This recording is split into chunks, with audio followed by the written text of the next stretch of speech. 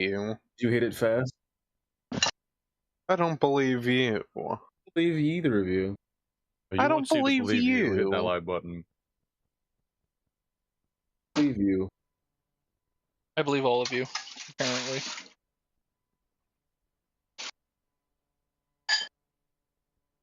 It's not like the chat can't hear us right now. I don't. Just can. Chat is not real. Okay? How many times do I have to tell you that, Ash? Okay, you're right. They're just the voices in our head. That's right. Oh, That that's is just a VIP. social construct.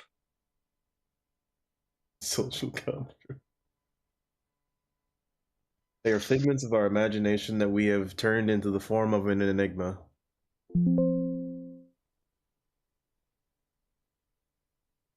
Not even I can understand the machinations of my mind. If Kuwabar is a man and a mulberry is a tree.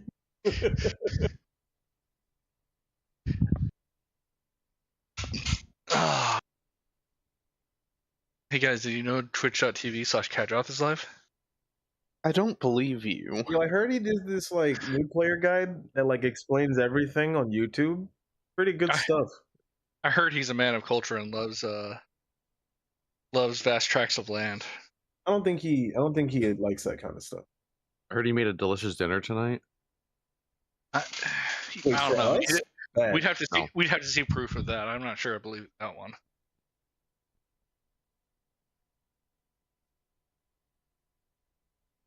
Stay tuned, chat. You'll find out what he made for dinner. Next time on Dragon Ball Z Kai. Oh no. Not Dragon Ball.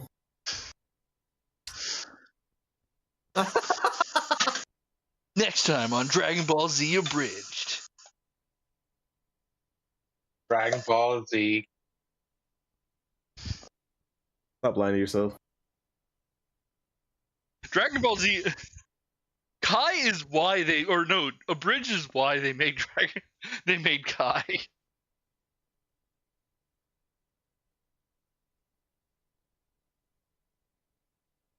That's because he probably got goaded into it. What's the difference? We all get good into watching a bridge, and then we like it. I was goaded into watching it. I didn't.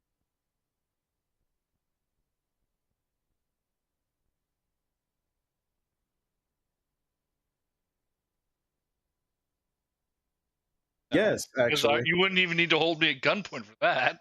He doesn't like chocolate. Use the same thing, but like something really good that he likes, like halal food. whatever it's called. Ash is just fundamentally wrong about that. Just What like do you he's mean wrong about fundamental- bananas. What do you mean? Ash is just wrong. Go straight for the fucking jugular.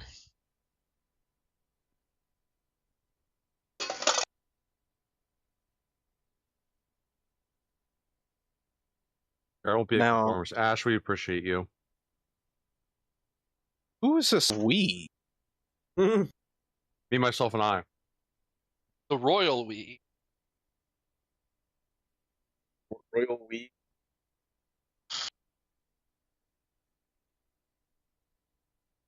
Is it our mighty protector, King DDD? No.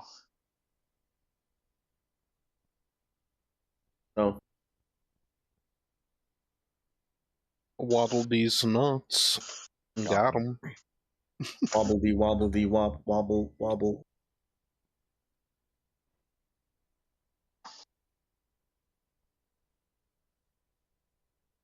You don't want me to answer that right now. You're the one that questioned. Got you there. You want scary answers? Don't ask scary questions.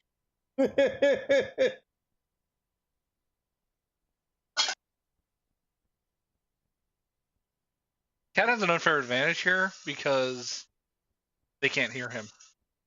Well, they can hear him because we can relay what he's saying to chat. I can't believe you would say that, Ash. I definitely did not say that, Bob.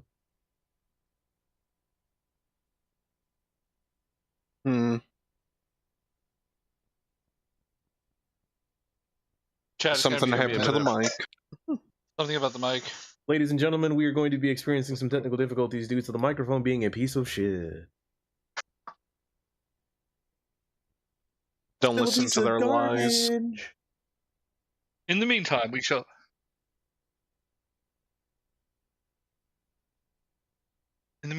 we will entertain you with the sultry sounds of Ash's voice. Still a piece of garbage. That sounds sultry. That sounds hoppy. Yeah, easily. Whiny almost. Ash, why don't you tell us about the time that X was going to give it to you?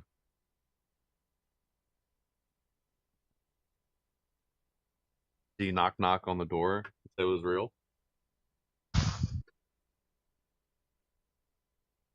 With the non-stop pop of stainless steel. It's hard getting busy with it. Did he break it down and roll it like the Flintstones wheel? Is that part of the lyric? I don't think it's part of the lyrics. Not part of the lyric. I added that just now. It's the Twitch.tv appropriate version. True.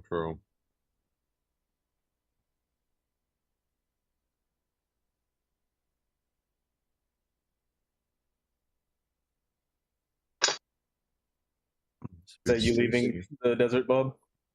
No, that's me cooking my dinner.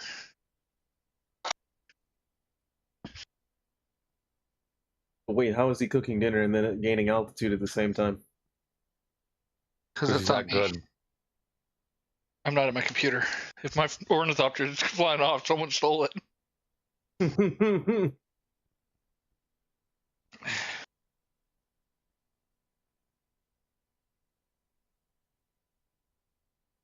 Got a big guy named Bass Ash? protecting it. Ash, what are you doing? Flying at 878 meters in the air, I'm slowly gliding down to the base.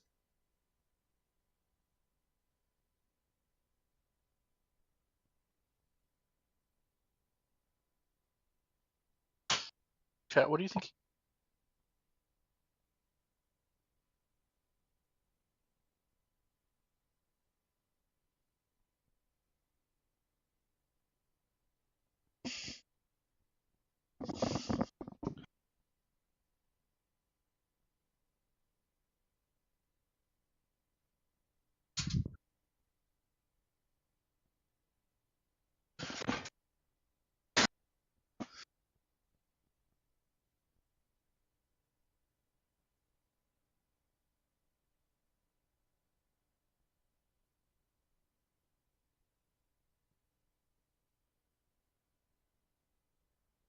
We're almost there, chat. Please look forward to it. Lies were just said to you, chat. How do you feel about this? Don't listen to his lies, chat. Yeah, don't listen to my lies, chat. Can we get a one in chat for the believers?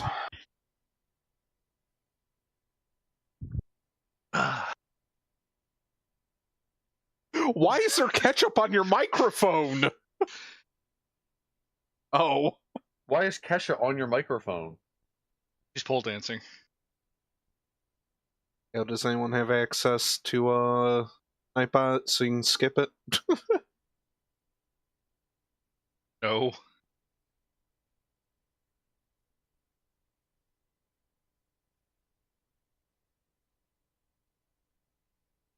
Believe it.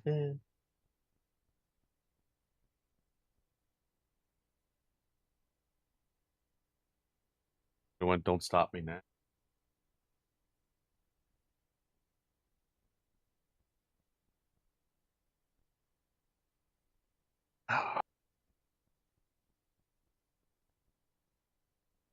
Damn. People don't believe in you, kid. No. I'm just here I to should spread start that. misinformation.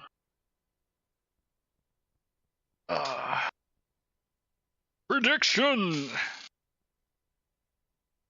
Oh.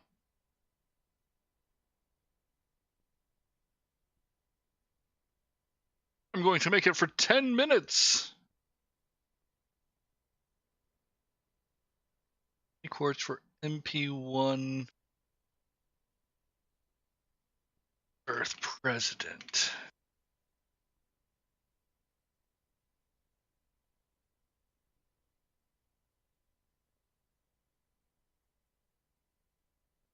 Got it. Let's go.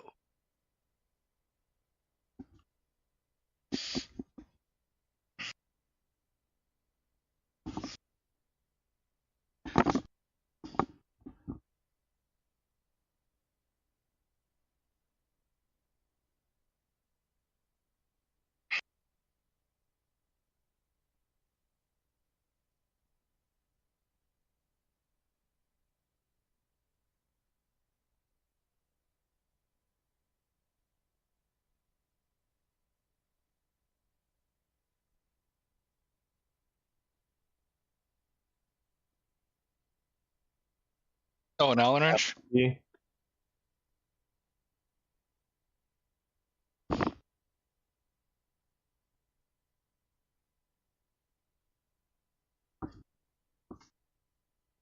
But you'll never get it tight enough.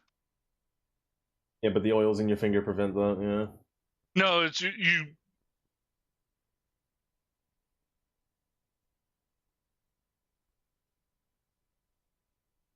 Bob, someone's doing D1 and D6 labs if you want to help them out. In Deep Desert. Yeah, can you hear me?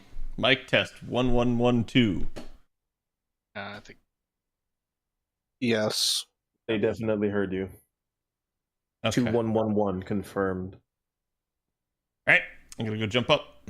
I'll see you guys later. Good luck, Ed. See you later. では前に出ます。 Yeah, sorry about that, guys. Literally, as I was pulling the arm around to swing the mic in front of me, the mic dropped off the fucking hinge. And I was just telling him, it's like, it's one of those things where, like, the screw has one of those little, like, octagons in it. I need, like, the Allen wrench for it, but all of my Allen wrenches are too big. So it's like, I'm gonna have to, like, buy a special proprietary Allen wrench off of, like, Amazon or some crap. So annoying. Nevermore. Okay, so I did get the go live tweet out. Do me the favor, go give that some love, as it's been sitting out there already for like 5 minutes as I was repairing the mic. I did like pretty much fast, like speed run that that mic repair. So if something else happens to the mic again tonight, we'll know why. Let me grab you guys today's sauce. I believe we are good.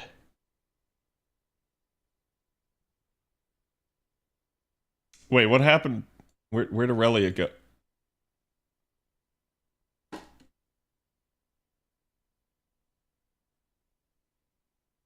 Aurelia?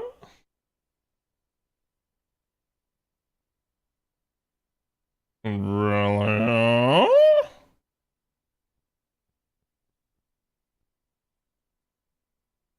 No.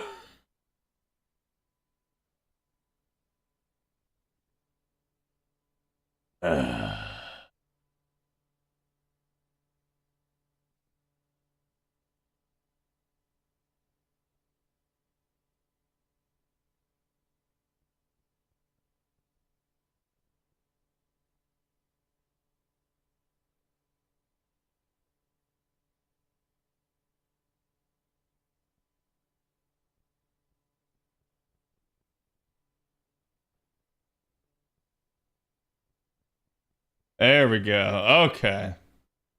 Let's get this party started, chat. I don't know what it is. This stream be having issues. So, hello everybody. Hope everybody's doing good. Smile, woman. There we go. Am I reviewing this Annie as a whole? I mean, we'll go over some of the stuff. Personally, I think they nailed it. Okay, so I'm gonna be real with you. If they had ended with just the 10 great campaigns, I probably would have declared this Annie a disaster for them. I actually think the 10 great campaigns are kind of the most underwhelming they have been, because they didn't really do anything with them. And it was so much to the effect that they specifically split the GSSR and the Destiny Order as two separate campaigns. So they know what they were doing, and they did it on purpose. Well, that's what it was. But let's actually start with NA here real fast. I know my JP's capped, but NA is the one that's about to reset, and I got to make sure I've done like my 3 runs today. Okay. I'd give it a 7.5 out of 10. No, I actually think it's a really good Annie. I like in retrospect, I think the way they played it out was good. They're still it's not perfect. It's not 10 out of 10. Okay? It's to me like a 9 out of 10, and the reason it can't be 10 out of 10, and I never would let it at this point, is they did not talk about the future. So it was always going to get knocked a point in my eyes for that. Just for that reason alone. Again, it's still really good though. I actually really like how they handled it, and they definitely played it off with big reveals, so I think that was amazing. Definitely some stuff though that was like weird, and we'll talk about that as we go through. Another great Artoria pick, indeed. Is 4th Annie still the best Annie? No. No, chat. Okay, I'm not gonna do this. Chat. You'll see. Okay, just let me do my AP on NA real fast. You'll see. You'll see. That's the best way I can say it. Some of chat's comments right now are like legitimately tilting. I have held off of rolling Ibuki on the alt account. Also, how did I end up in the summon screen? I literally pressed to go there. Okay. Just got to do my 3 runs over here. M4CAD has an Excel sheet of each Annie for analysis. I literally just think it's... The proof is in the pudding. I'll prove it to you. And it's hilarious to me how people seem to just always react to every Annie. Hilarious.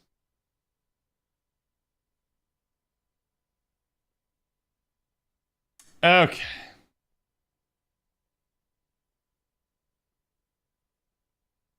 Not a fan of pudding? See? This is why we can't have nice things, chat. Can't please everyone. Okay.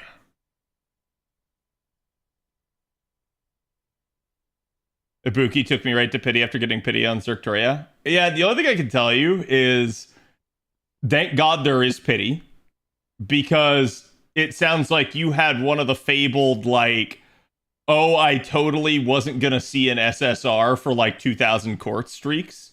And that definitely is a thing. And it sucks, but that is exactly why the pity system exists. It is there, quite literally, to bail you out of that bullshit. Don't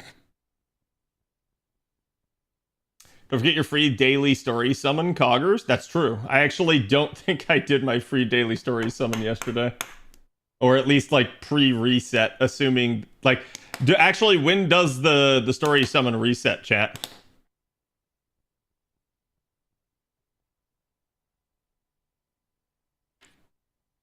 I mean, the big thing is that they didn't screw it up like last year. I mean, I'm going to be honest with you. 9th Annie was perfectly fine, except for the 4th and 5th append revelation. And even that revelation was perfectly fine. The problem with it was how tone deaf it was. It was like literally the most asinine like thing that they could have ever walked out, right? Because everybody had been waiting on a fix. They should have just announced that they were fixing it right there at Annie, and then that would have been a major W and would have actually made 9th Annie one of the best anniversaries ever, if not the best. CAD ruined streak? No, my streak's still fine. I don't know that I actually did it because I logged in right after like the live stream last night. Everybody was like trying to get on, the servers were shitting themselves, so I logged in, got my quartz, and basically logged back out. So it was what it was. Hence why I'm at like full AP at the moment.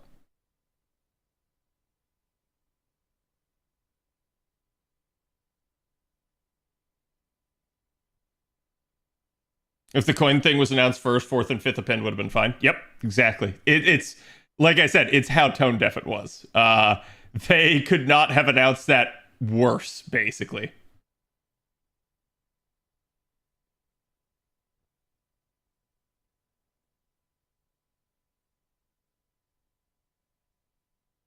It just got activated with the login. Oh, so it wasn't active yet? Interesting. So then I haven't missed it.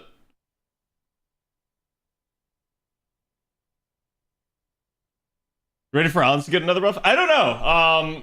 There's definitely a good like school of thought that's like, oh well, we just got a bunch of animation updates, right? Double checked that the GSSR and Destiny Order were separate counts of 10 campaigns from the start. No, they weren't. You want to know how I can prove you wrong on that, Jay? Destiny Order hasn't existed for more than 2 years. So it's been something that they've been phoning in for a while now. Don't get me wrong. I am fine with the fact that we get 2 Destiny Orders. I think that's great, in fact. But let's be real. They're using that to pad the great campaigns, and other than that specifically, they did nothing abnormally. That was the most basic set of 10 great campaigns I've ever seen them do.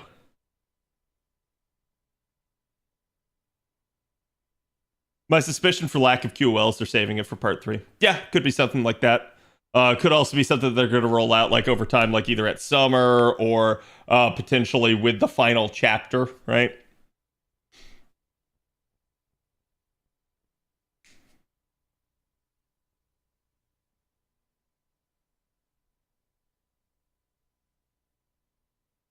As much as I want to chase Olga in P5, this is bait because summer is coming in 2 weeks. Summer's coming mid August, so yeah, like 2 weeks or less is what I would tell you. But is Olga bait? No, I don't think Olga's bait.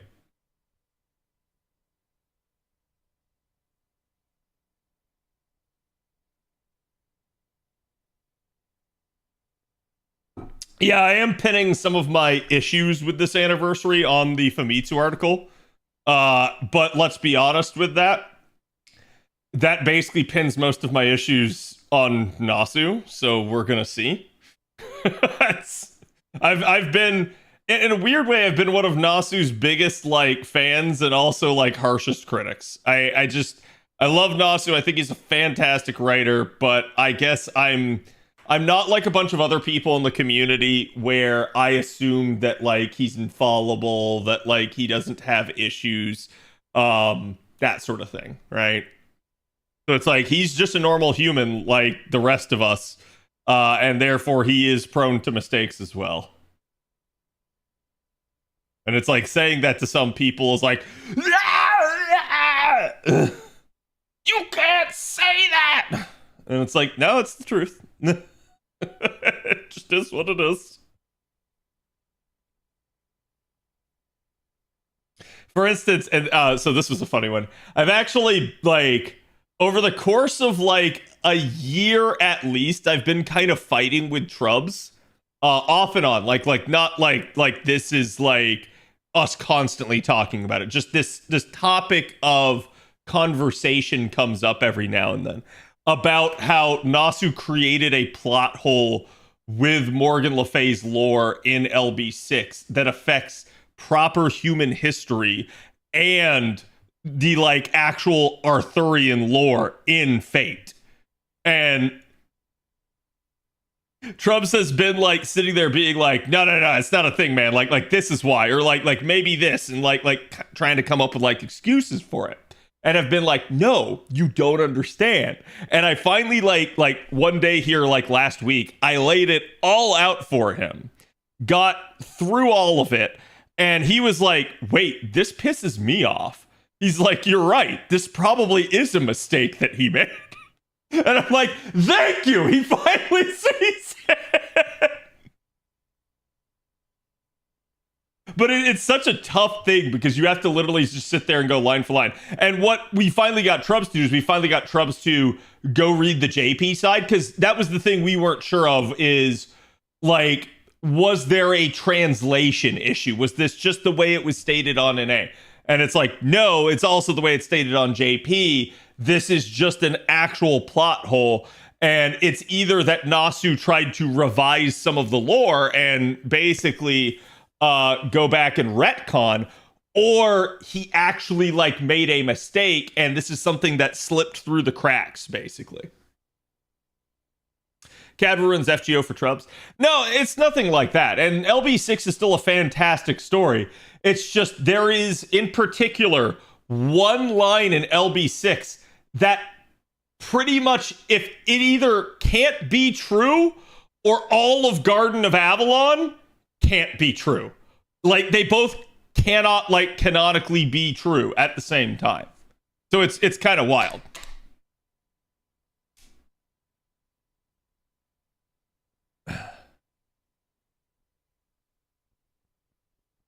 Need today's art link, by the way? Did I not give it to you guys? I'm sorry. There you go. Here is today's art. Go give the artist some love. It's a fantastic piece. And there is a, like, second half to the piece that I had to selectively crop out. So, is what it is. All right, that's NA done. Here we go, chat. Now we're back on JP. It's when Morgan got summoned, right? No. If you know, chat. That's all I'll say. Because this is also one where it's like, we don't have the time to get into this. It's a problem. That's all I'm going to say. But, like, it's one of those things where, again, it's like, to me, to somebody that's followed Fate for years and, like, been around. And, you know, you got people that are like, oh, yeah, I've gone back and I've read, like, the visual novel and stuff. I'm like, that's fine, okay? I have been following Fate since, like, 2006, right? Like, when Dean's Stay Night came out. So I've seen a lot of the stuff that has rolled out over the years. And it's why, like, to me, I've also seen, like, what Nasu's done with that and, like, how he's changed over time. So, to me, it's like, yeah, it's no, like, I guess, like, surprise that Nasu does change some stuff every now and then, and that Nasu does occasionally, like, make a mistake. It is what it is. But I guess to, like, newer fans of the series, it's like, oh my god, he's goated, he's so amazing, and it's like, this is true, he is, but he can still make mistakes. It just is what it is.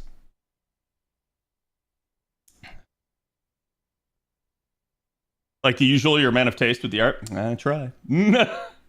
Okay, chat. So I'd be remiss if I didn't do this. Let's go ahead. Let's pull out some of this other stuff.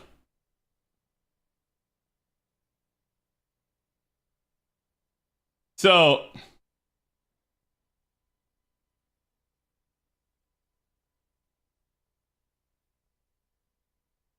that's a lot. And this will not be spoken about by people that are talking about the anniversary enough. They literally took all of your bronze seedlings that make the blue apples, chat. Because technically, blue apples are bronze apples. Let's not get into that. They took these seedlings and they doubled them. That is so huge for us, the players. That is so stupid of the devs to do, technically. But I think the devs at this point are just like, you know what? Let them have it. Let them have whatever they want. If it makes them happy, if it keeps them playing the game, let them have it. So I think over time, they have realized that, like, regardless of blue apples being a problem and it definitely hurting the economy of the game, I think their internal metrics still show that they have people playing. And they go like, okay, this is not the doomsday scenario maybe that we thought it was. And that's why, like, I think when you look at their actions, they have definitely been trying to curtail like Blue Apple usage and stuff in the past. But I think they just said, you know what, whatever, give it to them. Go for it. Let's do it, right?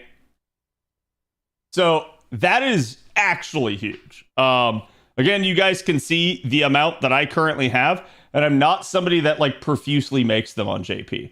I always do my 3 runs a day, and this is still something where, as somebody who has done all of story, I am fully caught up. That's a little oof, right? Like, that meant that I had 300 more I could make, and then I was out permanently. Unless you get more seedlings given to you, you're out. So I could make 300 more blue apples between now and at least the end of the year for whatever the final chapter is. Okay? So, I say this because I could easily make that amount in that time. We've got like, again, you know, maybe 4-ish months here in total to do that. 300 apples in that time's not that crazy, all things considered. So, yeah, that's I am very happy to receive that. And then, so yeah, okay, just making sure the rest of this is all my embers and stuff. Yeah, chat, we got a nice little 100 Saint Quartz there. There was also 30 Saint Quartz that I pulled out, where they said if you logged in the next 10 hours, you would get it. So that is one of the reasons why everybody rushed to get on, and that's one of the reasons why the server was just taking a dump last night. It just was a problem, as it naturally would be around that time. So it is what it is. But what's really cool about this is that essentially, again, we have gotten so much quartz. You guys can already see, I'm already sitting at 827 down here. And I haven't pulled this out yet.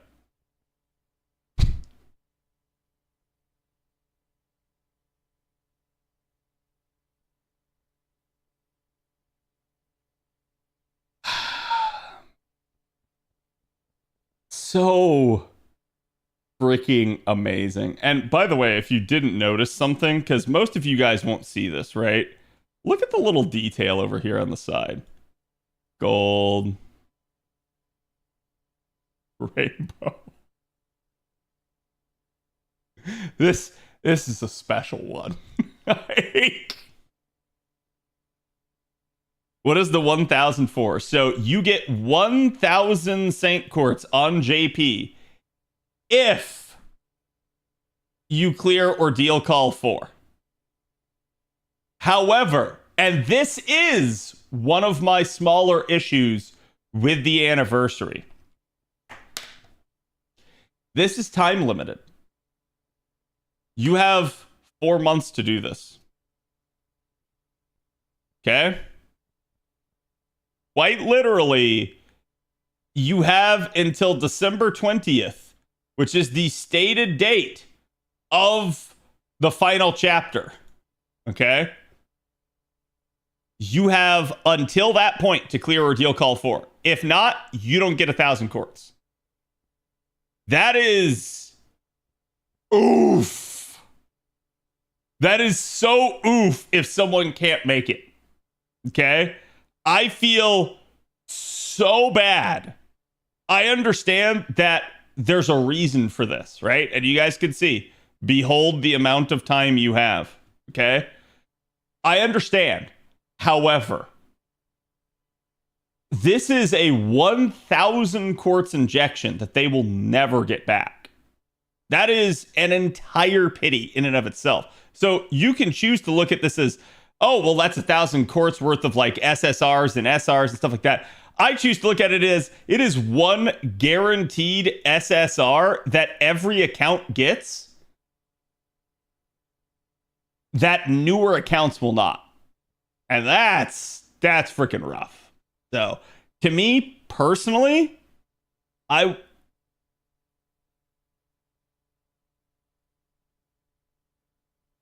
know what I would do if I were a dev.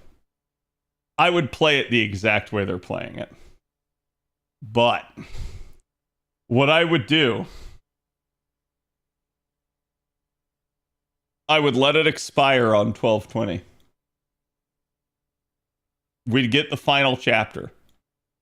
And there'd be people that are like, man, I didn't get it.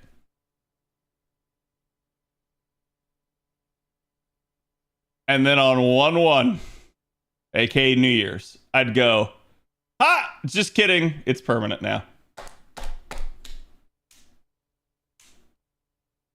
I would bait everybody into it. But the reason why, and I understand, this is why they're doing it, chat.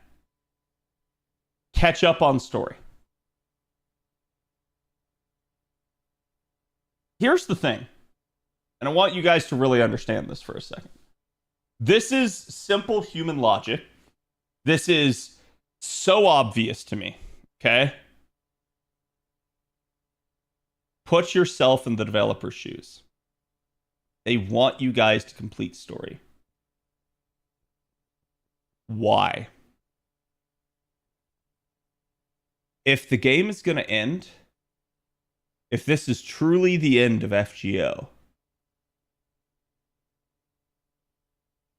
why do they want you to get that? Wouldn't they actually instead just say whatever? And like they might start throwing out big sums of quartz like this and say, you know, it is what it is, have all this quartz, roll all this stuff, give us more. That's cool. But they wouldn't really push you to finish the story, because regardless, if this is the final chapter of story for FGO, if there is no future in this game, they're still not going to end the game. It's not like it's going to be like, oh, game over.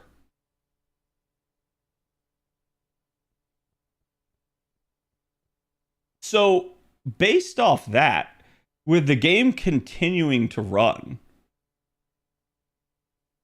if we assume the end of story and that there is no more, why then would they need to pressure you to complete the story?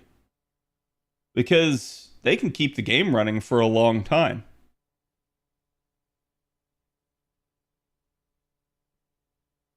It makes no sense, chat.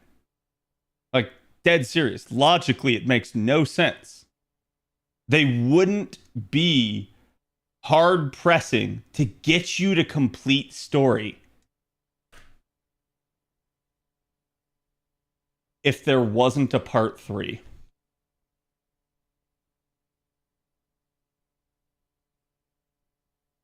It's the truth.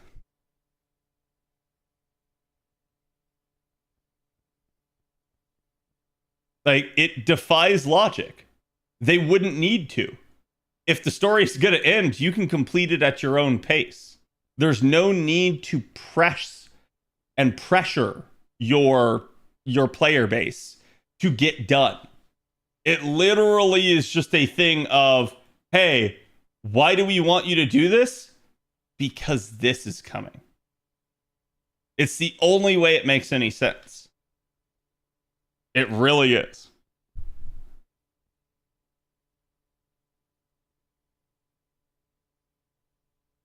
Making it permanent makes no sense long run, because you will want newer players to finish part 1 and part 2 as well. Huh? Wait, I'm confused. What you're saying makes sense, except for the part where you said it makes no sense. Yeah, I was going to say, if anything, you want players to finish part 1 and part 2, so you make it permanent, you put an end goal so that they go, oh yeah, that's why I need to complete this. Yeah, typo. Okay, I was going to say. I wasn't sure what you were trying to say. All right, let's hit the button, chat. Let's pull it all out, because good lord. Well, I may have inventory issues because it may try to pull all of my stuff. Plus, there's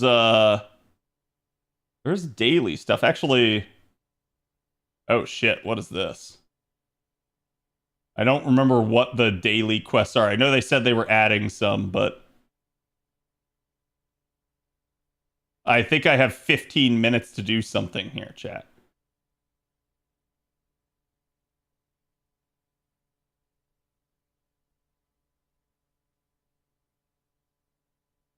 Just 3 battles?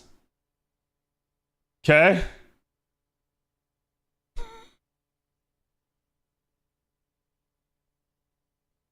Three battles I can do.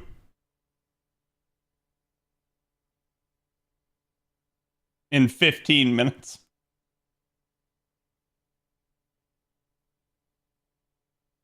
You see, you can get more pure prism refreshes? Yeah.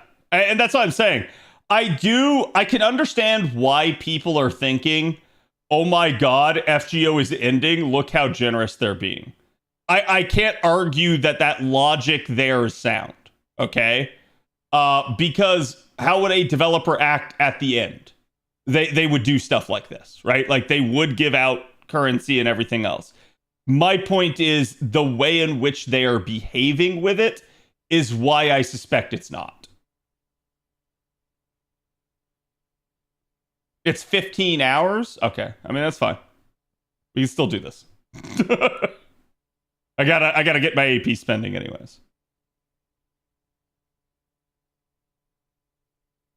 If you could still buy Saint Quartz, it's not ending yet.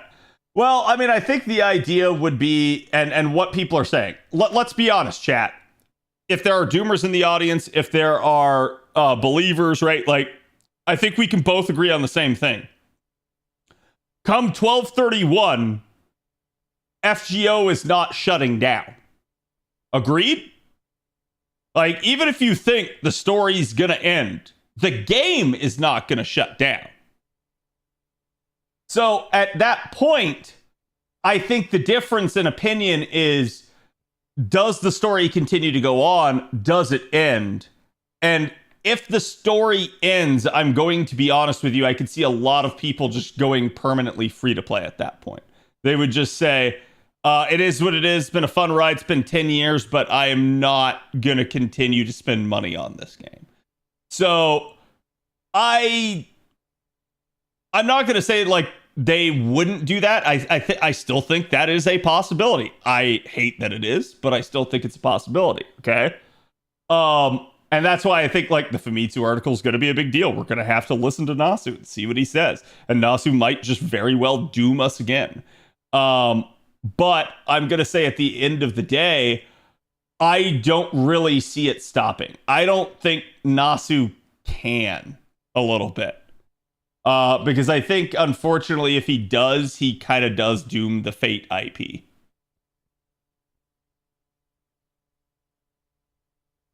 My concern is if Tucson's going to be 3-son. You know, and I'll say this, as much as I love Tucson, I also think to a degree there could be something where like getting new blood could be good for the game. Getting a new director. But I also understand that for everything that we think is going to be good, it can always get worse. So like, for instance, if chat remembers when like Aniplex bought La Single from Delightworks, and everyone's like, oh my god, this is so amazing, this is going to get so much better, and then it didn't.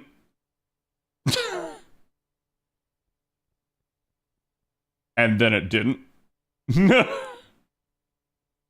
that is the problem, right? I think for a long period there, everybody wanted to blame Delightworks as the crux of the problem, but it's pretty clear that there were just internal issues, regardless of who was over the top. So get your story done while you still can. Yeah, that's true. They probably would have started phrasing stuff like that, but I don't think that could be it. Okay. I think like if they were look, it's either the best bait and switch ever, where they can sit there and say like, oh no, but we told you guys it was ending he, but then they kept telegraphing that it wasn't, and then it did. That would be extremely malicious on their part, because there are numerous hints at this game continuing on into the future. So at that point, if they do that, it's going to amount to a little bit of a rug pull. And it would deeply upset a lot of fans. I think like that is probably, I don't expect that to happen. Okay? And the reason why, I think if that happens, that probably is one of the biggest mechanisms for imploding the entire Fate IP. And I really do mean it. I think that's one of the few things where, like, so remember, I've talked about this with like businesses before, but there's this idea of a going concern, a continuing capability to do business. You, as a steward of a company, as a board member, as a director, as a president, a CEO, you name it, you are always trying to prevent going concerns. That is to say, the ability for the business to continue to operate. Something that could get in its way and stop it and catastrophically kill that business. To me, doing something like that would have that risk. There's very few things I think that could really like piss people off ultimately and make them quit the Fate IP, because I think people love it. That would be one of them. Like rug pulling everybody and being like, it's over. I think that would be a problem. I think that would really deeply upset some fans.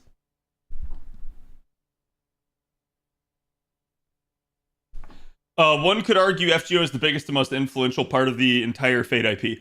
I don't even think that's an argument. I think that's just a fact. I think Fate obviously is a big IP. I think it has naturally had its impacts and that stuff, but it's hard to argue that Fate Go has not made it touch by far the most people and made by far the most money, right? We could talk about like cultural relevance and things like that, but at the end of the day, I think, yeah, no matter what metric you looked at, FGO would be the breadwinner. Maybe FGO 2? Yeah, I mean, there could be something like that. I like, this is why I say, like, I think the idea that FGO ends, one, is not happening. Two, that, like, it continues on, but it's a lifeless husk where they don't, like, develop future content for it. I also just don't see that. I think that sort of thing is not what the, like, developers would want. So the only way that sort of thing happens is if Nasu pulls the plug. And I think if Nasu actually pulls the plug, that would deeply upset a lot of the fans.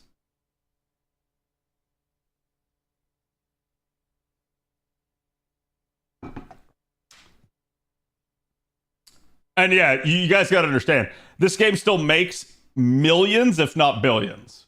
They would be idiots to shut it down at that point. And I'm sure like Sony and everybody else would be screaming to make it happen.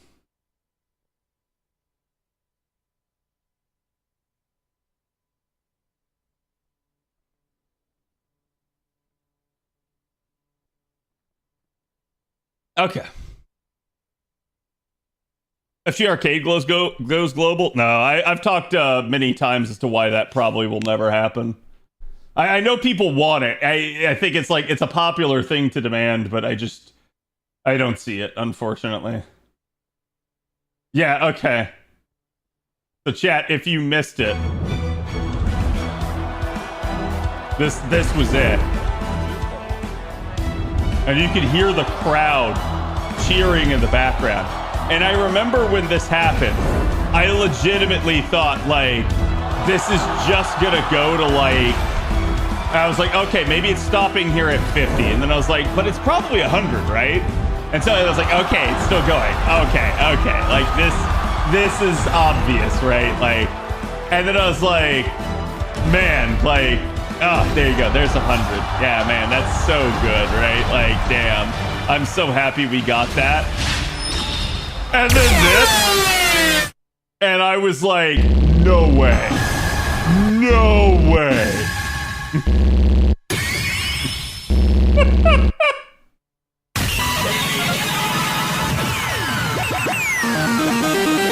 That person added all the sound effects here.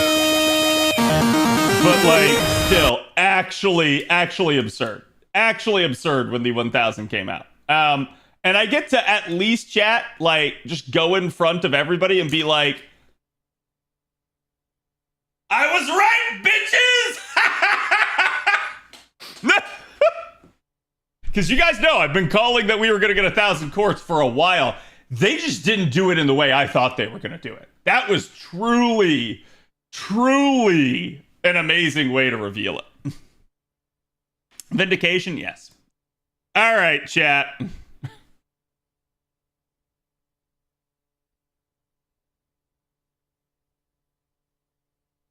Let's start the rolls. Now, again, we do have at least a brand new feature on JP, which I would like to point out.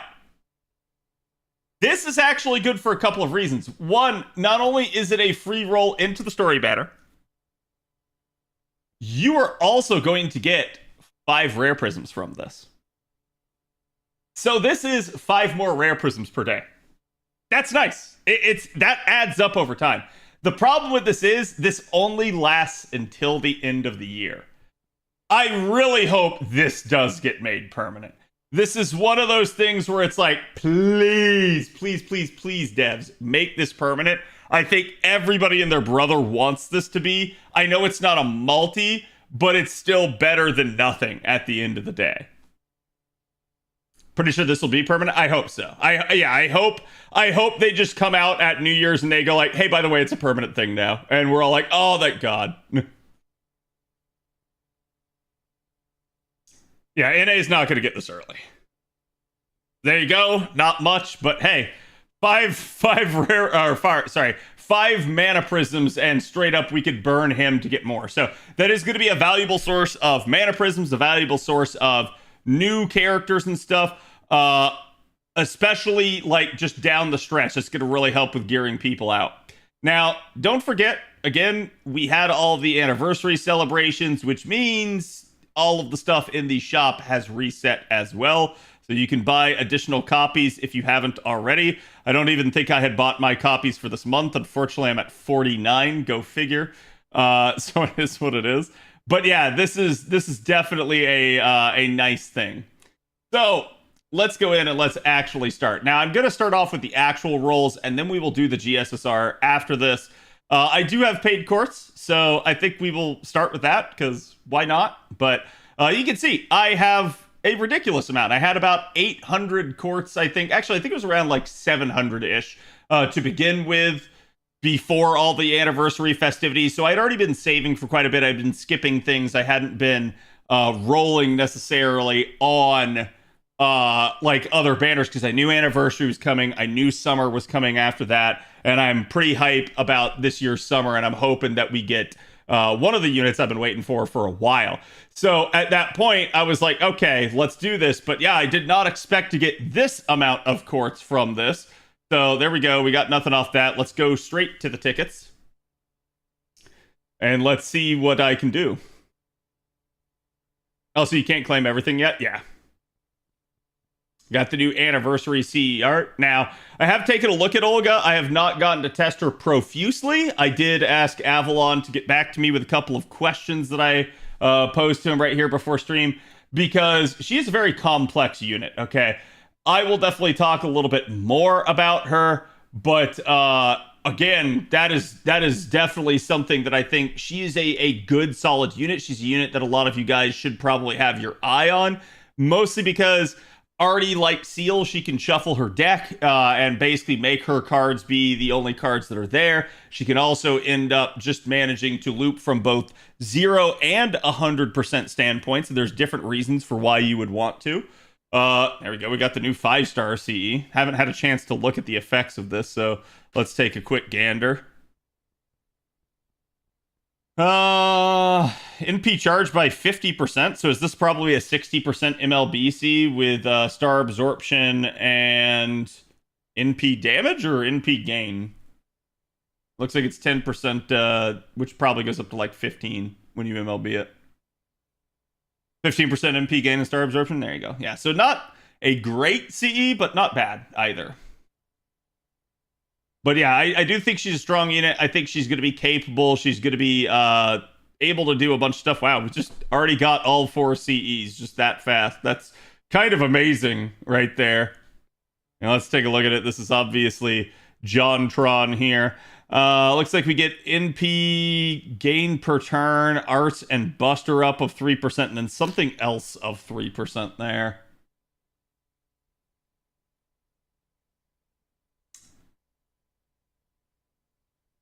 Do you know it'd be fun if you finish part 2 as a male? You switch to the other gender for the pro tag for part 3? No. I think people would hate that. Because you could already just switch freely, so why would they force that on you? But yeah, it would be at least interesting, I guess, from a story and narrative standpoint, and that is something they've done before in like the Halloween event.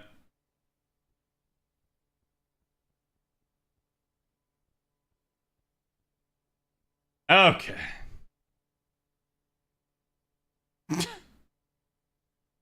Just saw Steve's name.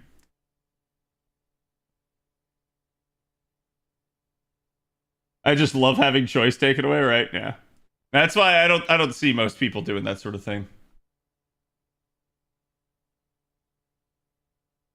If you can only afford barely enough to do a GSSR, why would you do paid single instead of doing GSSRs first? Yeah, I do agree with that. Sorry, I didn't see if somebody had a comment about the like paidless single or the GSSRs, but yes, you should always do GSSRs first. GSSRs are guaranteed. Don't waste it on the paid singles. Paid singles are more of a thing if you're willing to spend money on the game. Like you know, you're not trying to be like spendthrifty and stuff, and you're not trying to like penny pinch. But to a degree, yeah, there's still some value in them because it's like for the value of 1 quartz instead of 3 you get a spin. So over time technically there's some savings there, but ultimately the fact that it has to be a paid quartz is the issue.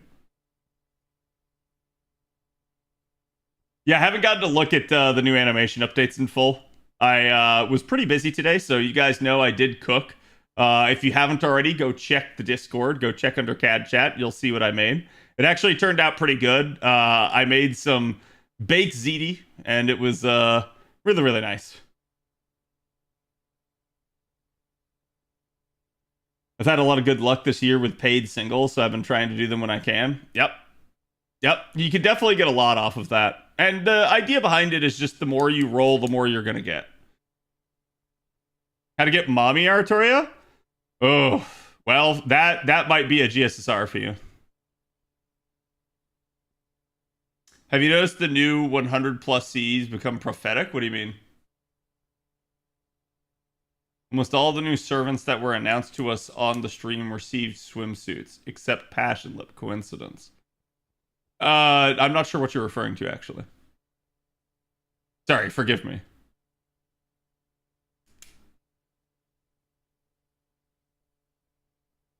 QL allows us to 10 roll tickets. Yeah, I mean, hopefully at some point, right? I think stuff like that's maybe not the biggest thing on their to-do list, which is sad. I think, like, this game could use a ton of developers working behind it because I think this thing is kind of a cash cow for people.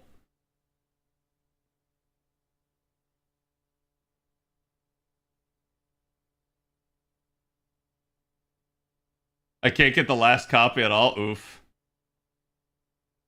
How many copies did we get so far? None. Just started. Got some fantastic picks for summer so far. I mean, I talked about it yesterday when I was streaming a little bit because I was waiting on like the stream to hit some more of the like juicier portions. But I think the only thing I disagree with is Passionate being the SSR when she easily could have been like the welfare from the prior year. But besides that, I thought it was still a pretty good like choice, at least for the initial setup. I do find it really funny that now a lot of people are kind of coming around to like the, oh my god, Huyan Zhou is hot. And I'm like, yes, I've been saying that. She's always been that way. I think a lot of people didn't look past her first ascension and they just didn't realize it. And now, like, we've gotten several CEs that have, like, shown off her, like, thick thighs and stuff. Like, the art's always been good. That artist did cook. I love that Huyan is the welfare. Yeah.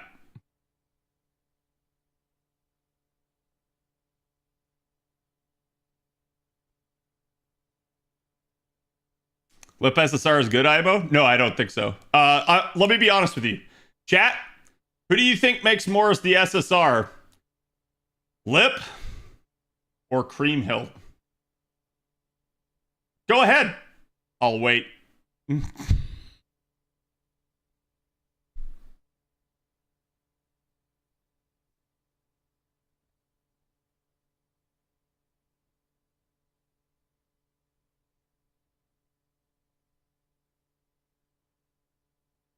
4 stars are suffering. If they do 3 separate banners, it's a thing. But the man costume, my opinion, I knew it was Tez the second I saw the outline of the cowboy hat, and I went like, fuck. Honestly, like from the waist up, I really like Tez's outfit. From the waist down, I hate it, and I want to know what the heck they were thinking. They put the man in booty shorts.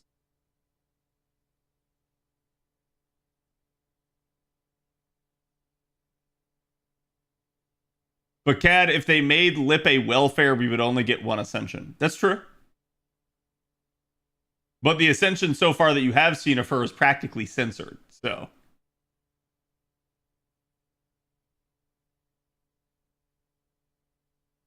Is that we don't get her multiple outfits, yeah. But yeah, otherwise, like, I think my only gripe with the male outfits would be that they made it Castraku instead of OG, which is fine. I think this is proof, again, of, like, when in doubt, they will always choose the, like, newer variant of a unit. They will always go with, like, the FGO-specific one, rather than go with, like, the original, like, coup that everyone wanted, right?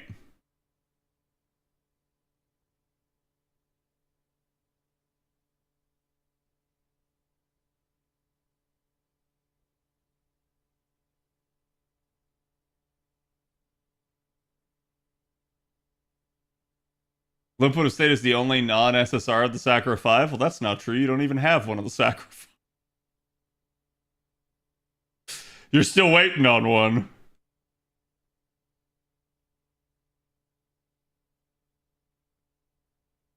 No Hawaii coup? Well, we got Hawaii coup. It's just Castor coup. It's unreal how we literally got 1,000 sand quartz and people still find a way to complain about it. Like I said, I have like some small issues with the way they did things, but this anniversary chat, you guys saw just how much quartz I pulled out there. I hate to say this, chat. By default, that pretty much makes it the best ever. It really does. Like, I think the only issue, and why I can understand why some people might not feel that way, is literally because some people just aren't at the point where they can get that 1,000 quartz yet. And they may be thinking like, oh man, I'm not going to be able to get it. So in that regard, I feel for you. I do disagree with them making it time limited, but I understand that they're trying to get everybody to get caught up. And they figure that is the one way that they can hyper incentivize people.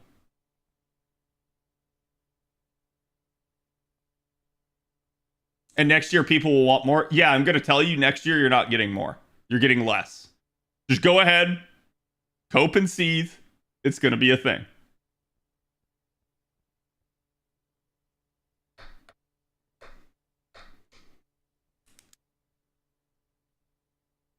I wonder if we'll get 3 summer banners this year or just 2. I think it's 3. I think the fact that they showed Passion Lip as the 5-star and then Cream Hill as the 4-star and then your welfare means you didn't get a second like SR, which means that it's probably a banner of like 3 banners of 3 SRs and an SR. Sorry, 3 SRs and SSRs, and not 2 SSRs with 2 SRs with them. I should probably stop saying SR. I should probably say 4-star, 5-star.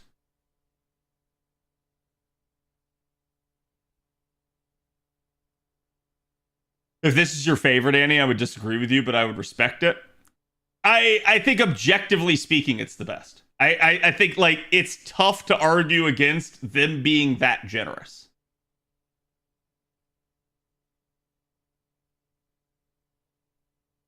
Not gonna lie, I think they should nerf some of the story fights if they want everybody to clear. It is what it is. I think this is just the problem.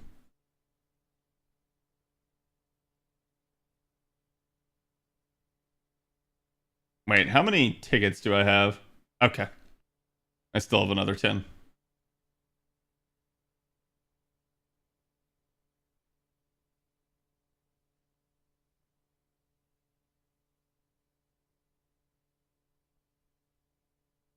Also, still a chance we get a unit like with Seal. Yeah, I think it is interesting that, like, as far as I can tell, Olga does not have the summer trait, right, chat? Let me double check.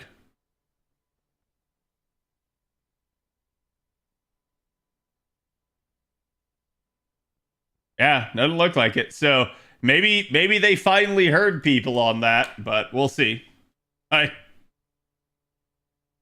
They also cooled off for 1 year between what was it, Ask and Space Airish, so.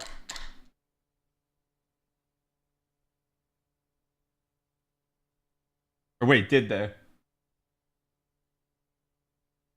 No, they didn't. No. No, those were back to back. What was it between them? Huh. Oh no, they cooled off on having a new unit in summer. Was I think what they did. Because we had like Proto Merlin and then no new unit this year, correct, chat?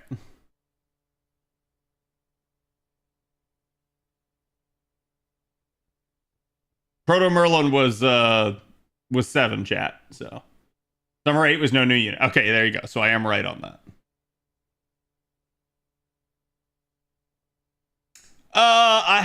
Knock. Yeah, Knock's a weird one. Maybe we can count Knock. I think the issue with counting Knock is it's 1, obviously Mabe. 2, she was shown off in story. 3, everyone assumed it was Mabe until it was explained otherwise. So, like, I don't really count that one, I guess.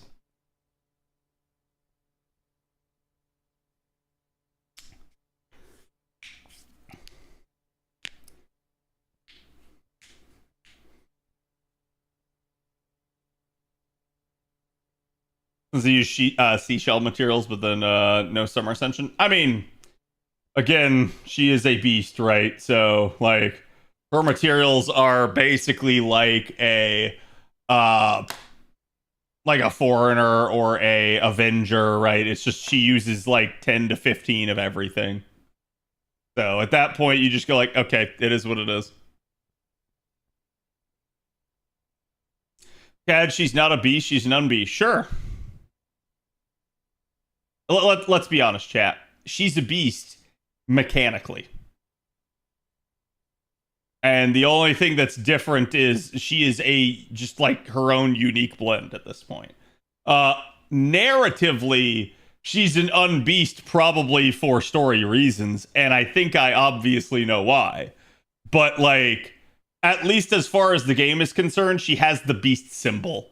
She literally acts and behaves like a beast with her own unique set of rules. So it is what it is.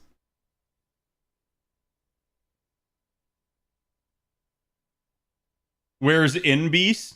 What about on beast? Does that mean she goes beast mode, chat?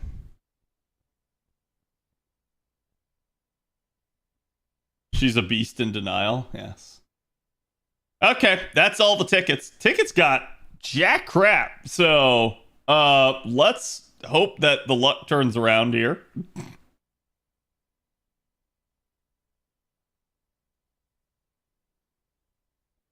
Let me unbeast your beast. Yes. I'm confused on Hudagrand. I got Olga in P5 just now. Thank you for giving me your luck. Sorry for robbing. Airish Space in P3. Both are so good. Have you done the 4 Olga fights? And I'm going to tell you, just go with whichever one your heart desires. I don't think you'll regret it.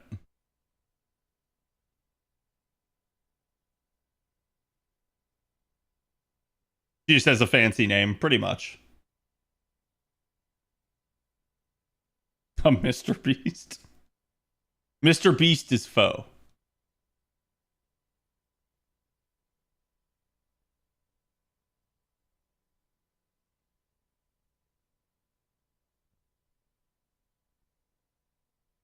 Probably means she won't be an option in any GSSR besides Destiny going forward. Yeah, I don't really know why that's a thing. That'll be curious to see. You know what would also be really like crazy is if they started making it where like if you've done the 4 Olga fights, you can roll a beast GSSR, but if you haven't, you can't. That like I would not put something like that past them.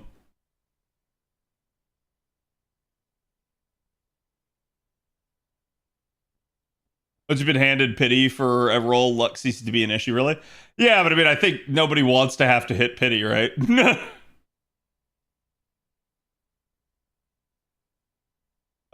Before we know it, it'll be 10th Annie on NA. Time moves by fast. It really does. And like in that regard, I'm hype.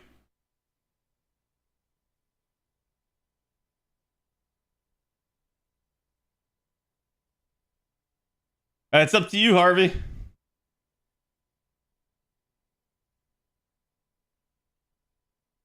Were you expecting level 150 this Annie? No, not reasonably.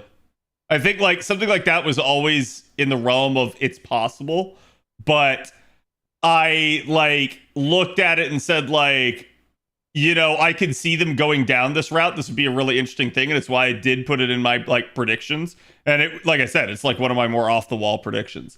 It's just, do I think they'll actually do that? No, I think like that's really low odds of something like that happening. And if they were to do something like that, it would be because they wanted to make like the playing field a little bit more level. But I'm still not even sure it would have such an effect.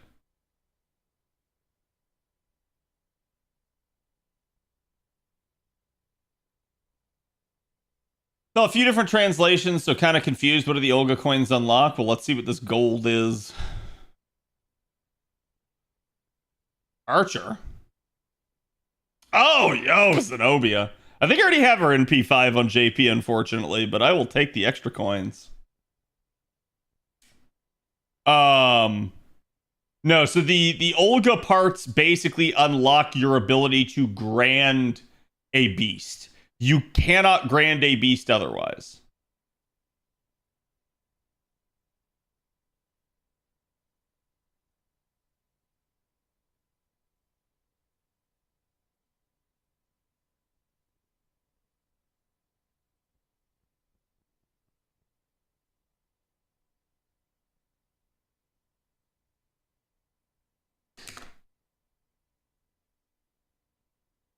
What? I guess my tickets were just cursed this time?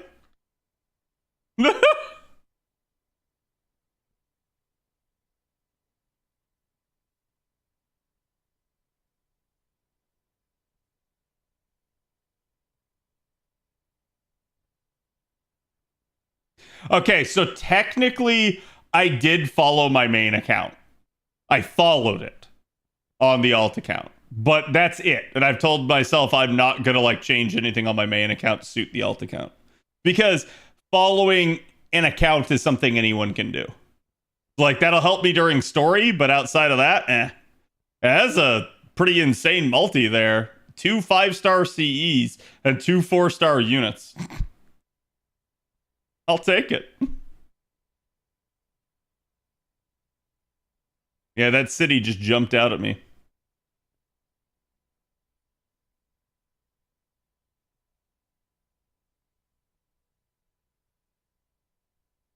Since Tlaloc released, I have not rolled a single faker on spooks.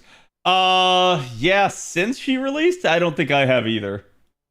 I always seem to get spooked by her now, which is kind of weird.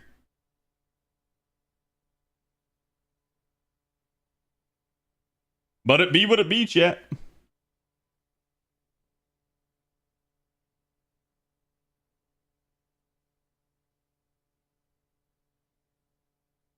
I really thought Olga was going to be a free servant. I did too. I'm dead serious. I thought that was a pretty much like shoe-in, and that was one of the reasons I was predicting different units for Annie. Okay? Because Olga was way too obvious of a choice for Anniversary.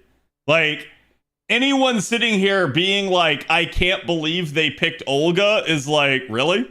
Like it was too obvious. It's the most telegraphed it's ever been. So I was surprised by that. You have a new account? I have a new player account, yeah.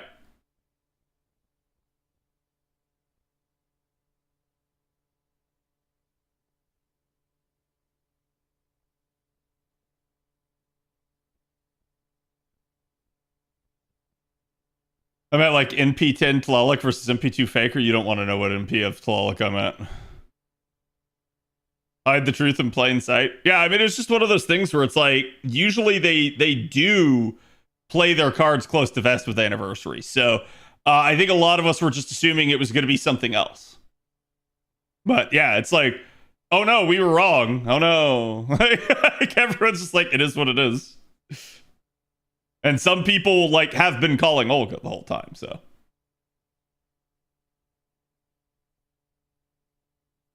Yeah, I think I'm really hopeful that the Famitsu article tells us a bit more about who the summer lineup is. I don't think it'll like full reveal, but it'll probably maybe give us another like unit or two.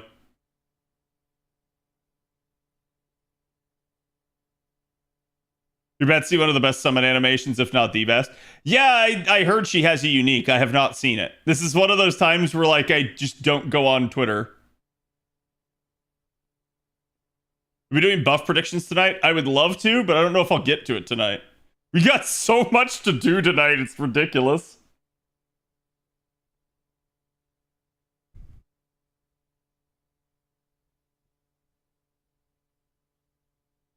Yeah, I will say I've never been aboard the Galahad train. I think Galahad was one of the most cope predictions. I know why people were predicting it. I think that one was pretty cope.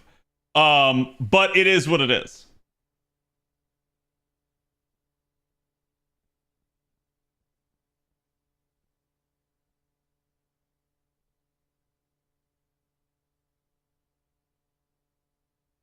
Serious ass pull to explain how Solomon comes back? Yeah, no, that's exactly what they do. I think there were multiple reasons why people thought it was Solomon, myself included. One of those was obviously he has been teased for years. The second is he actually has like full-blown like character art and everything in the game. And then the third was the design of the 10th anniversary stuff actually looked like Temple of Time's motif if you go back and look at it. So there was a lot of hints that it was going to be something Temple of Time related. Olga technically fits that though, so it's fine. Oh, gold orbs again. Lancer? Hi, Kin Leong Yu. I guess there's no rate up 4 stars. This is just the Wild West of 4 stars here. Yeah, that's a jerk anyways. Yeah, I'm not a huge fan of how they've portrayed Galahad in this one. I feel like a lot of IPs, like, because I've been playing Tainted Grail on the side, and it also, like, makes Galahad into just a complete and utter asshole.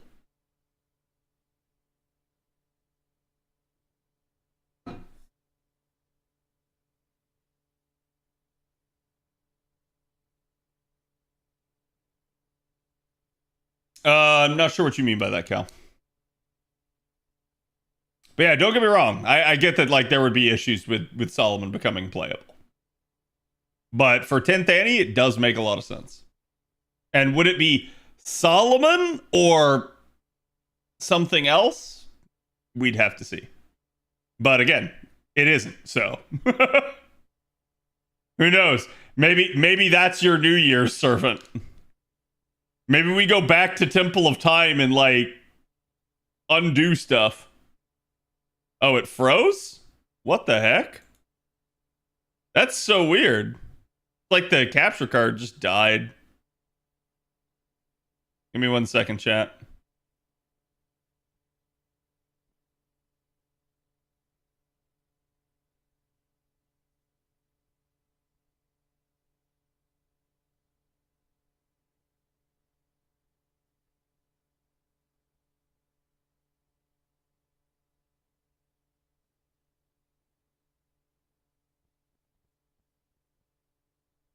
Okay. I basically just pulled myself out of it so that it wouldn't destroy it. I don't know what that was, but thank you guys for spotting that. You didn't miss anything. Nasu's counter hacking you? Yeah, unfortunately, I just predicted the anniversary servant. That's why. Galahad comes across as the classic lawful stupid paladin from bad D&D fix. I don't know. To me, Galahad unfortunately comes across as way more of an antagonist than like somebody that's good. Like, it's not even that he's like an idiot that's bumbling around. It's more that like he's just an asshole.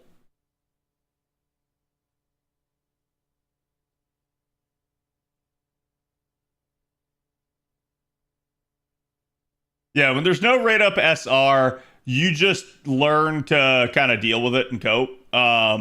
Sometimes you get things that are really good for your account. Other times you don't. So it just is what it is.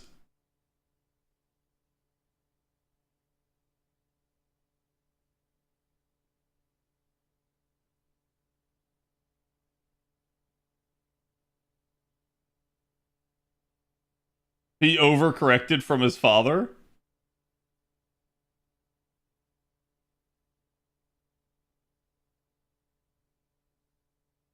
It's not a matter of if, but when, so patience. Yeah, I mean, I assume Galahad will continue to play a role.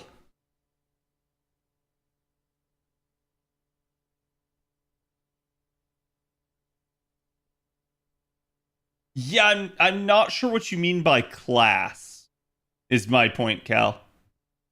Because there are definitely plenty of, like, characters in NPC jail. Do I know what GSSR I'll pick? No.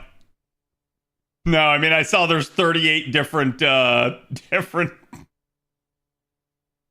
38 different possibilities, so I'm just gonna have to, like, find one.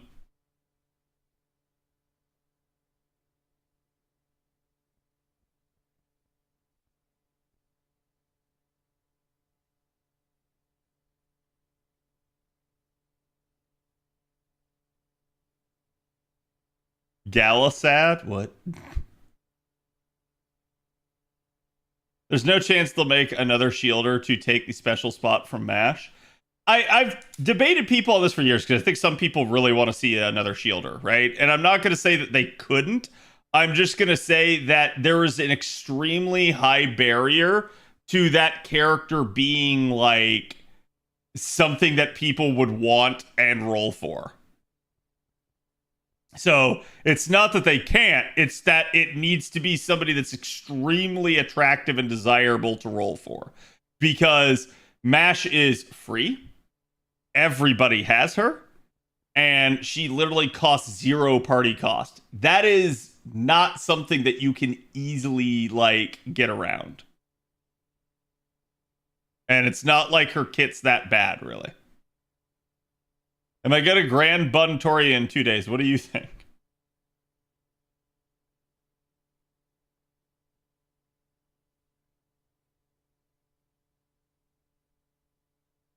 It's funny, chat, because I think I was sitting in Trubs' stream as the Grand stuff came up, and I think it was Deontay was sitting there saying that I'm gonna Grand Draco, and I chuckled to myself because I'm not.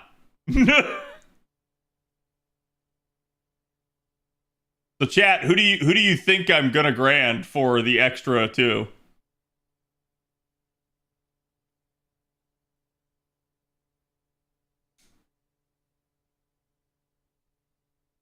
Yeah, Tsuji got it.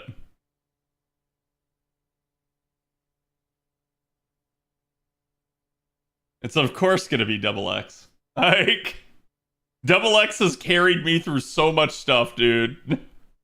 Bunny is extra 1.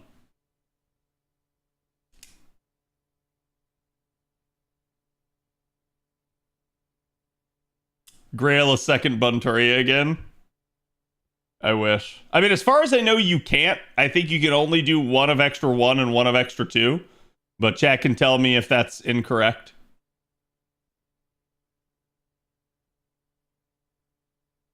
But that was the way I understood it. Do you think Olga Marie will be Ascension 3 for the Grand Battle, which is SE against Extra? Or do you think the other two, which is only neutral with the exception of foreigners? Huh? So, just FYI. Oh, okay.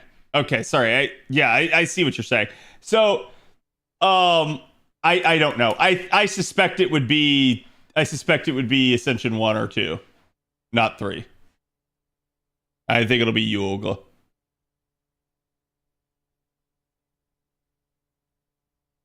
Wasn't there a disclaimer on the stream that beasts weren't able to be grands? Yes, because that is the official lore. However, they basically made it so that we can make a beast a grand now. They're telling you it's like that lore is correct, but we didn't want to like penalize you guys.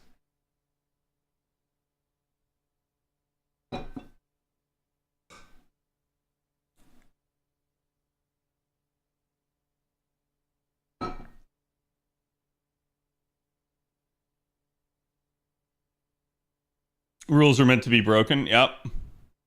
I mean, to be fair, in theory, the extra classes shouldn't even be able to be granted. So it is what it is. I think this is just one of those things where they're choosing to do it because everybody wants it. Through the rules, exactly.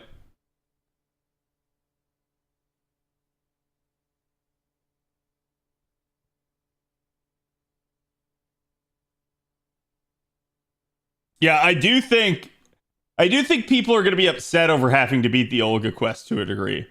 It is what it is. But I've said this before. It's like some of the Olga quests to me don't feel that bad. Others feel like they're extremely account intensive, and it's really just like going to be rough on the like more free to play and like newer accounts.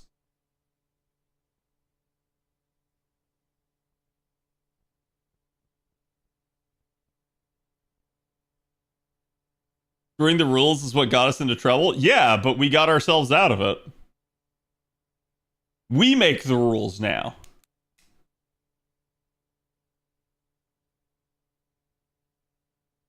I hope I get a couple of summer SSRs. Same. I'm really hopeful that the summer lineup is like just them knocking it out of the park this year. They're really going to stop making units that are Ascension locked to their kit. I really dislike that. They need to find a way around it. I understand why, but it's such a like ass thing.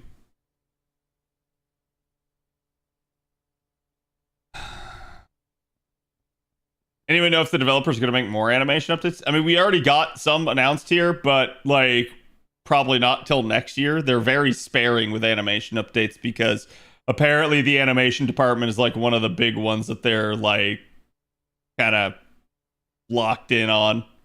They don't have a whole lot of bodies for that department.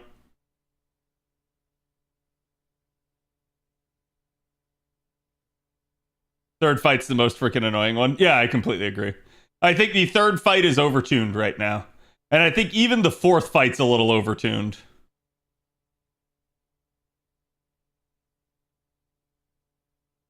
FGO needs to add more low rarity units, damn it.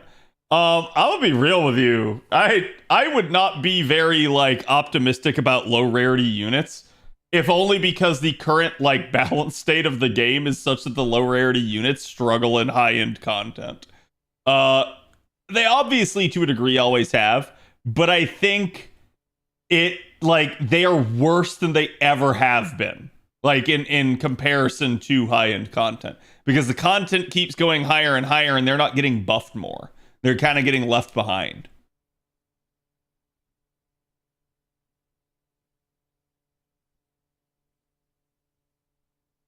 That's why I was questioning you, Cal, because like feel like you were hinting at something.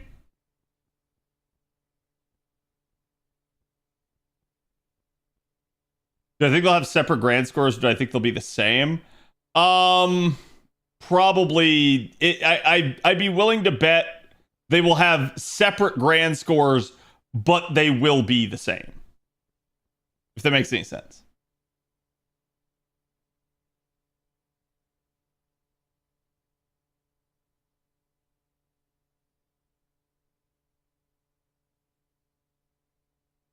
I don't think leaving's gonna help. Do I think spoiler-based ascension should be a thing? I don't really actually think they're spoiler-based for the most part. Like, I think if a new player sees, like, for instance, Oberon's third ascension, they're not gonna know what the heck it is. I think the real problem is the names. That I think they should probably do a better job of censoring. The ascension? Nah, who gives a crap? The name? Yeah, that's a problem. Archer? Again?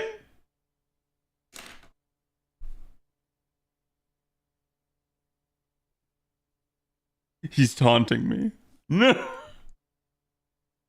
He's taunting me, chat.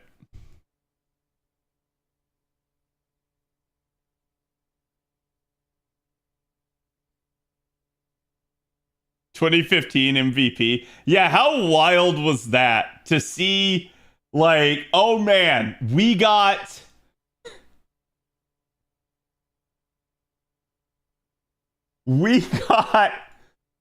Emiya in 2015, then waiver for 3 years, then Scotty was top for 1 year. Also nicey.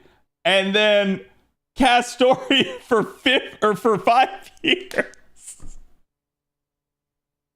I think there's a meta problem. And I don't mean like they gotta like nerf Castoria or anything like that. Just that like they have created this issue themselves, and then they wonder why people are like mentally checking out of stuff, or again feeling like they basically could just rest on their laurels with certain units. It's like you're not really shaking things up too much.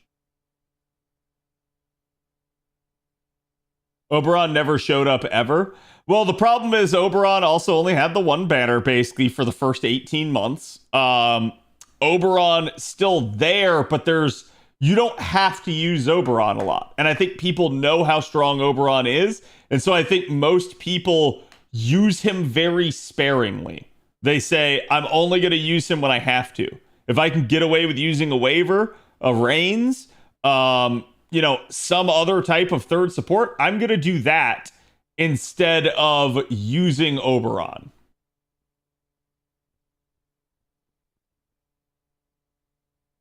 Genuine question, how do you completely power creep Castoria without completely breaking the game at this point? You don't. You don't. You don't power creep Castoria. All you can do is you can try to like create other niches for other units. Planter. Hi Parvati. I should have you on JP. I haven't seen you in a hot second. I think it's like a NP2, NP3. Gold orbs again. Saber? Roland? Okay, I'll take him. Should make my Roland on JP stronger. I'm beginning to feel like I'm gonna get every single one of the 7 base classes before Olga shows up. That's what this is feeling like.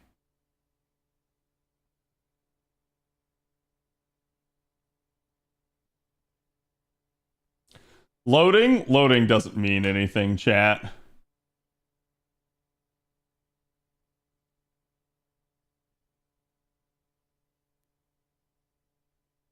Right? Even though I have all the C's.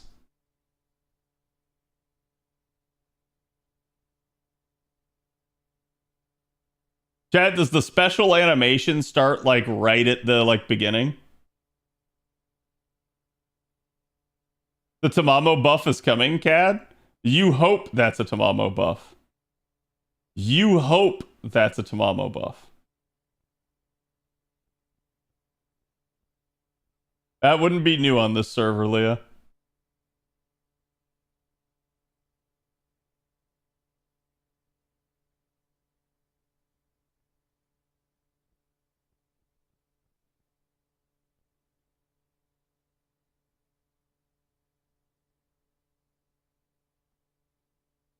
I mean, honestly, every single caster not named Ace, Castoria, and Merlin can probably get a buff. And I'm dead serious. Every single one can probably get a buff.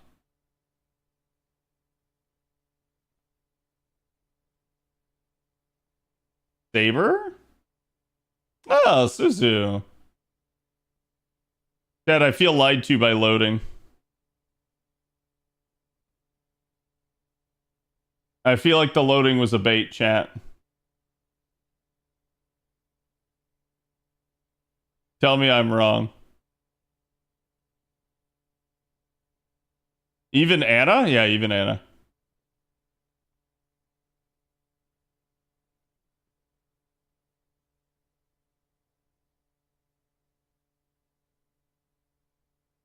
Alice is probably fine, maybe. I don't know. Alice is an interesting one. Even Olga? Olga's not a caster. Chat, loading was a lie. Okay. Loading was a lie. Y'all jebaited me into thinking that this was going to be something, but it wasn't. And I've tried telling you guys this. Behold, nothing new.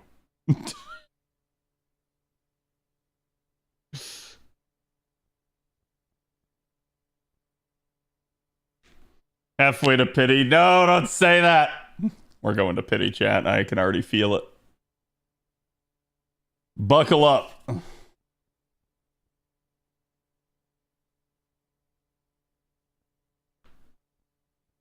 Loading was for Big Lubu, yes. It was because we dared pursue him. But I'm doing pretty good, Sebas. How are you?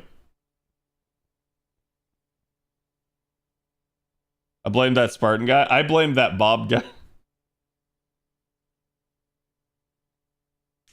Any tickets? My tickets were trash. I spent 40 tickets and got nothing. I mean, we got all the CEs out of it, but I got no like 4-star unit or anything.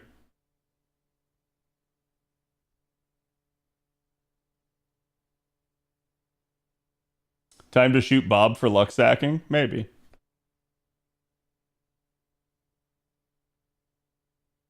It's my fault for being a non-believer. Damn.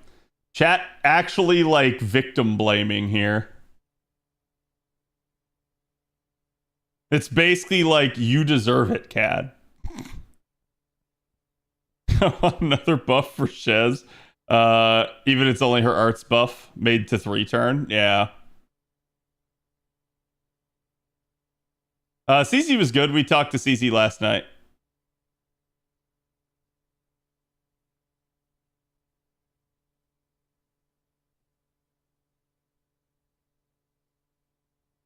I'm holding on to my St. Quartz now for summer. I would like to, but I get the feeling I'm not going to be able to.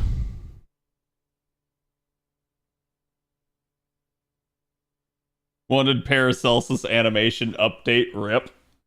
That would have been nice. I think there's still quite a few like units that are older that can get animation updates, but I am definitely happy that the entire lineup got that. They did need it, and it was such a like overdue and like sad thing that they hadn't at this point. I think that's like, it's so nice that they've kind of gone back and done that, but there's still more to do, unfortunately. This is kind of the problem when you lay off for 2 years and you don't do them. It's just naturally going to cause issues, in my opinion.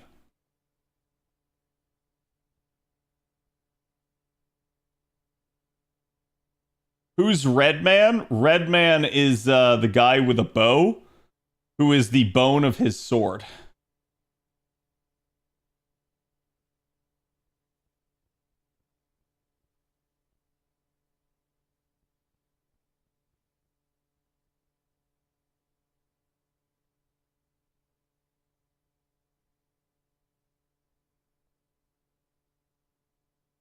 Sword boner? Yes. He just really loves swords. Yeah, I mean, can you blame him? I feel like that's just an archer thing in general.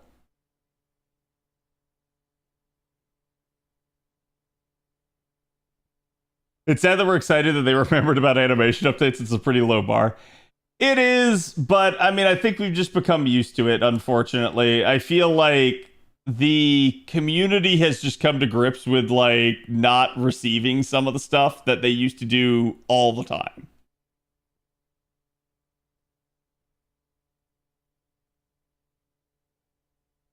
He's none other than actually Satan? Yes, which is legally distinct from Mr. Satan.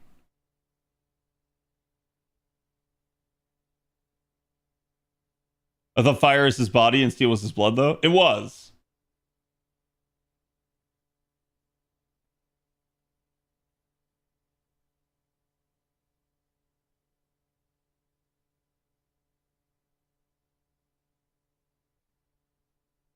Chad, I feel like I need some song request catalysts. I feel like Olga is denying me. She's denying me my purpose. Beasts are able to be the Grands. Is Olga going to beat Lilith on the banner rerun speedrun? Maybe. We'll just have to see.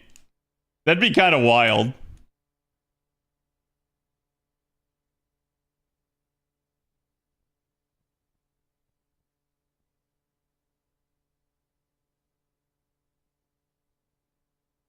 Been going old school anime. Sorry, no, it's all good. I just like, I'm wondering what the heck is gonna work at this point.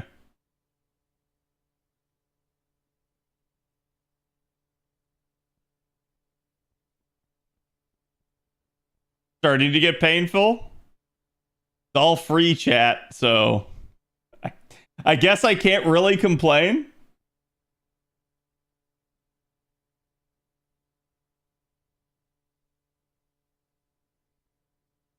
Have I tried her family magic chant? No, but I don't think that would help. I think that would have the opposite effect.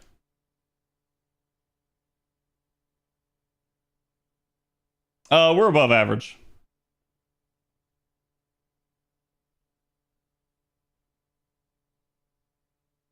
Perhaps time to skip. Chat would love that, wouldn't they?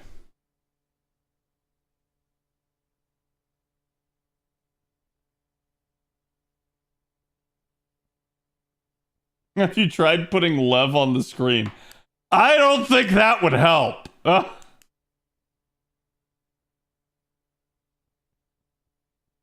Did she not strike a pose?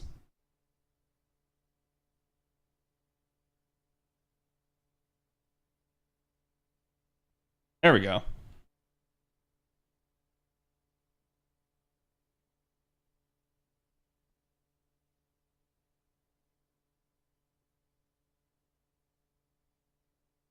Assuming you get her soon, would you like more copies? I would.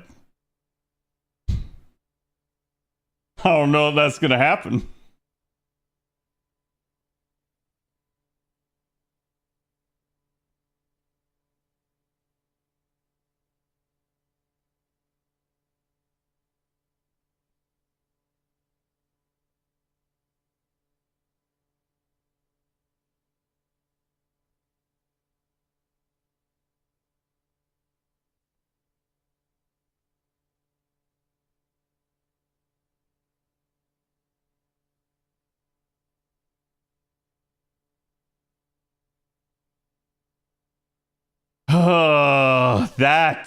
That is a mineral.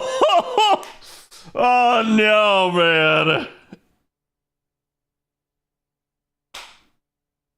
Put a gif of Sanson executing Lev on the screen. That might do better, but Whack-chan?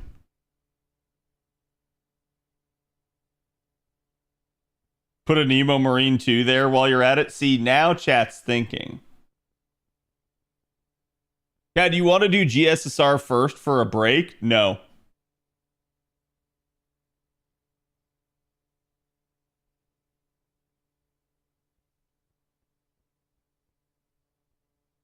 If I get her soon, I'll still have enough pity. No, chat. Allow me to explain. I started this banner with over 1,800 quartz. I can't not get 2 copies.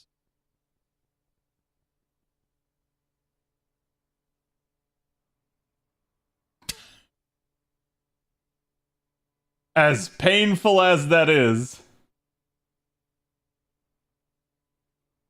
Ah, thank you, Ash. I see. Oh!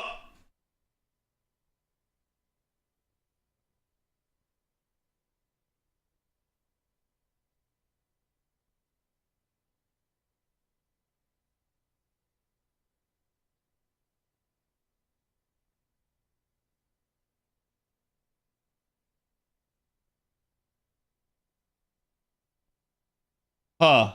Why do I have no sound?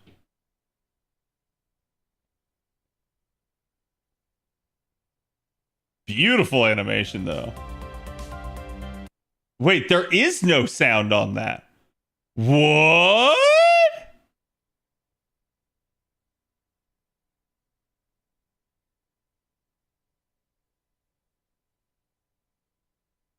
Oh.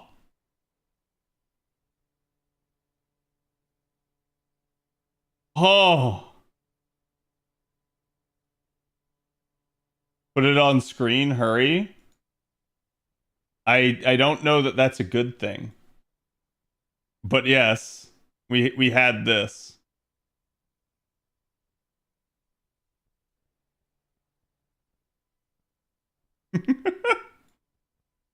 There you go, chat.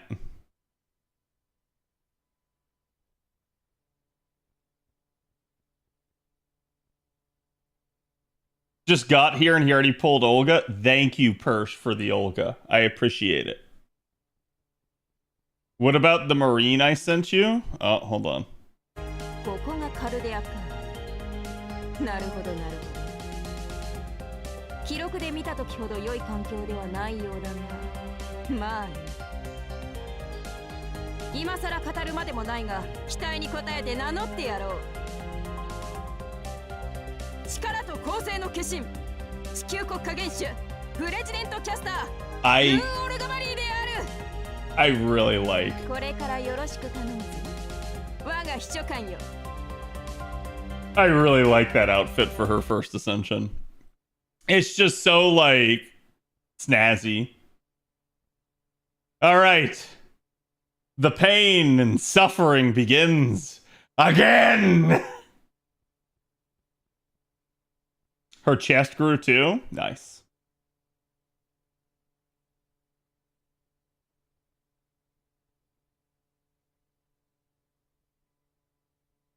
Oh yeah, we're going deeper.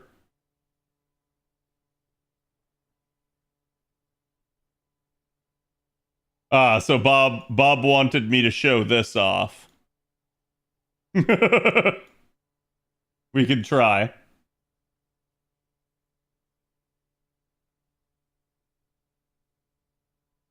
How deep? Deep. Deep is the deep, chat.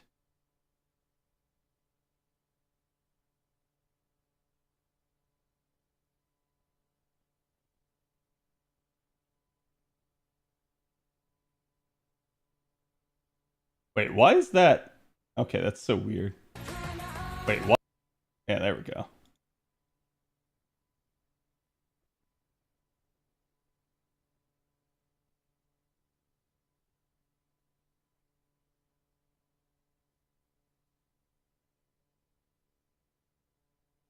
Oh, I have combos enabled on the channel? I never realized that.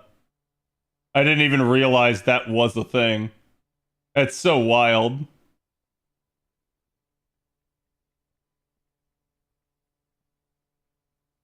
Summer Lalter is potentially on the horizon, right? Yes. I'm aware. And?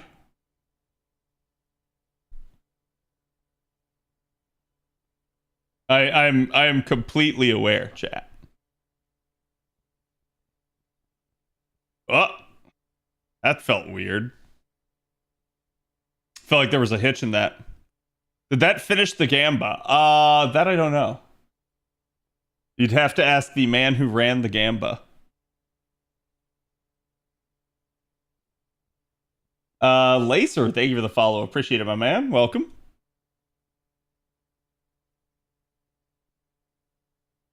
What are the numbers looking like? We are how much? 500 and something? 541?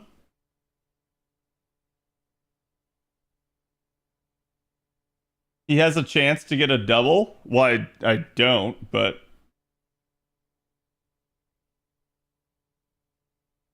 Oh, you mean like, if I roll the double here still? I mean, maybe.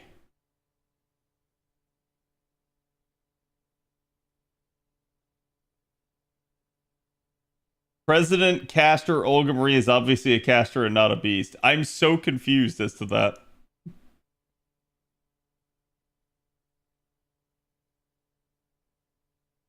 I only have game sounds when Cad clicks out of the window, I think. No. I literally just have it muted on my phone. Because, one, the song is technically copyrightable, and two, quite literally, I think people get tired of hearing the, like, summon sound over and over and over and over and over again. So I usually turn it on for, like, voice lines and special animations.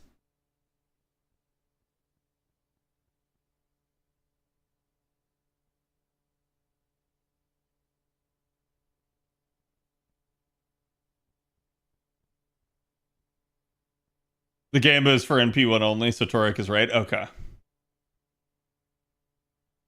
She's a special ruler. Yeah, that's probably the better way to think about it. But still, like, kind of crazy. What exactly is Unbeast? Is that explained in the story? That will probably be more explained by the, like, grand system launching. Which we get extra one here on the 6th. I don't think we get the second one until, like, is it like the 17th or something they said, chat? So the second one, oh, wow, no. That's going to be rough. The second one's probably going to occur in the middle of summer. 27th? Thank you. Okay. Yeah, that'll be, so maybe like third week of summer. We'll have, like, extra two. So I guess that'll be all the more incentive to be done with it that fast. Huh?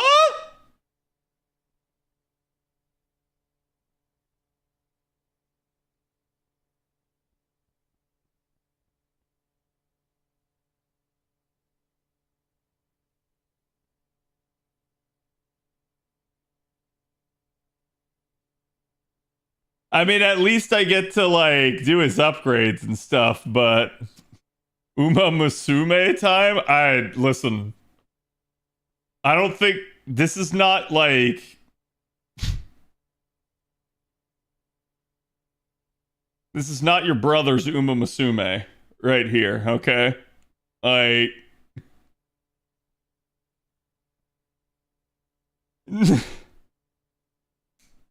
He has been reunited with his wife. Actually, I don't think I have the wife on this account. Well, I guess I had the welfare, so that wouldn't matter. But that is a cursed spook. That absolutely is not somebody that I wanted to see. Mostly just from I don't want to have to invest in him, but it is what it is.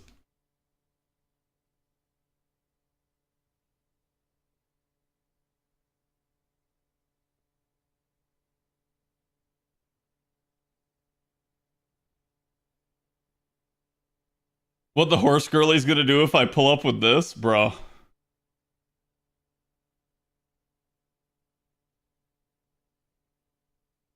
Did you not hide Python before this?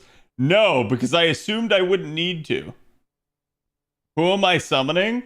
I am summoning a horny girl. A very horny girl.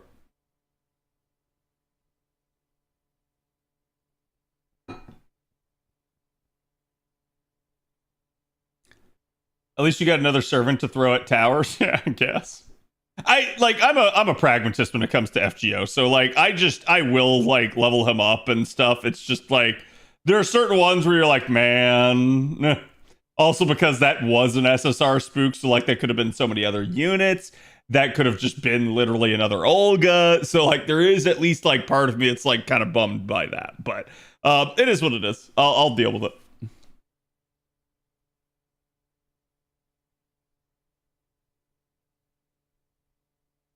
I got a rainbow into a berserker card on Zerktoria and it was Nightingale instead. No, dude, that is actually cursed.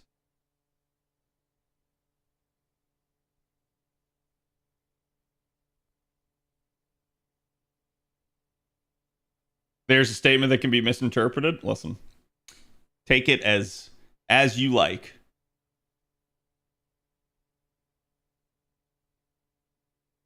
Obviously, is foresight into what 4-star you'll get for your GSSR. That would be funny, at least. I would give them that. Like, my JP account has a lot of units now. Never forget. Yeah. Hey, what's up, Shadow? A 3-stars beast out just to be evil. Calm down, Satan. Yeah, to a degree, I feel like it'd be really cool to get some low-star extra classes, but I kind of understand maybe why they don't want to. Seems I missed the Olga. You did. It was a fantastic. It is definitely one of the most, if not the most, beautiful summoning animations I've seen them do in the game.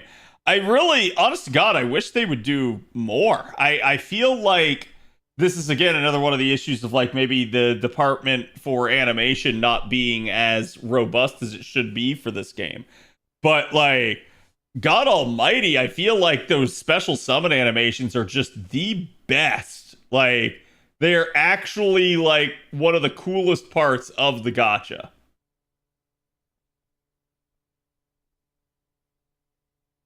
Feels like alter egos would be easier for low stars. Well, I mean, we already have one, so. Who would I give a special summon animation to if I had the chance? Buntoria.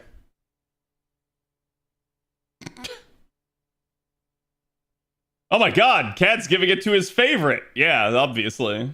Like, if I only had one chance, I would give it to my favorite. Why not? But, like, at that point, like, I think there's some other really cool ones they could have done. And we've talked about a couple of them over the years. Like, Arcuid would have been a really cool one for a special animation. Gold orbs.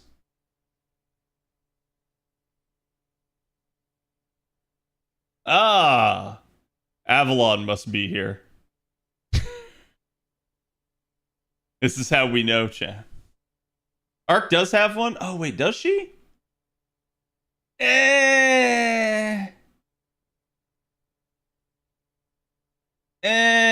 She, like, doesn't she have a unique card? Yeah, like, I'm talking like an actual animation. But still, I'll take that over nothing. But, let me think. Who would be another one who would be really good to give it? It's like the Summer Kiara one. Well, I think even Summer Kiara's is more than hers. I feel like every pretender should have one. Like, every single one. How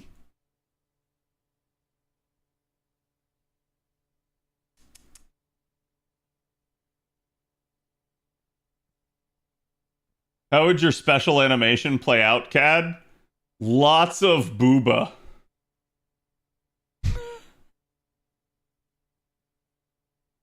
Lots of booba and bunny ears.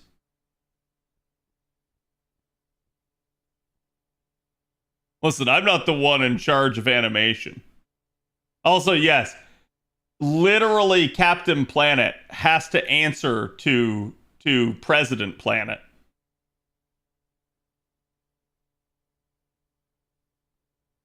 Pretender should appear as the rate up SSR, then break into Pretender. Yeah, I feel like that'd actually be, like, hilarious, but also molding for some people. Don't get me wrong, I'm sure some people would hate it. I would, like, just love the sheer chaos that it would cause. So, that's probably my, like, if I could make this change, I would, and everyone would hate me for it. That's the one thing. Feel like units like Merlin, it'd be really cool to see like a special animation for. King Hassan would be another really cool one. Gilgamesh, Artoria. Like, I feel like that's such a small thing that they could add. But if they started like adding them over time and we just had all these special animations going off, it would be so amazing. And people would like see videos of FGO's gacha and they would be like, whoa, like, honestly, in a weird way, it might be one of the few things that could really offset the gacha's bad reputation. It would at least like make it way more of a like experience, right?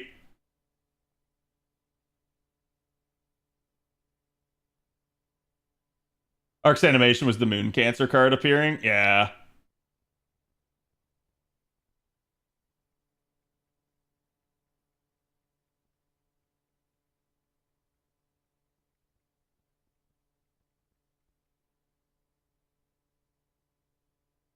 And then they cut a shear, and then it breaks into a pretender instant broken heart. I'd want every Annie servant plus Oberon to have a special summon. Yeah, I feel like at least for like the Annie servants, it'd be really cool. Maybe even potentially like New Year servants as well. And then maybe like some of the OG cast.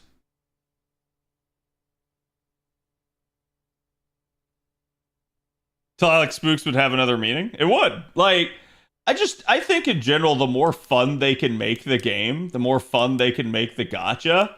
Like, let's be honest, chat. When you go to Vegas and you spend your money at a slot machine, there's a lot of like flashing lights and like really cool sounds and everything. And they're trying like their best to like make it like an experience, right?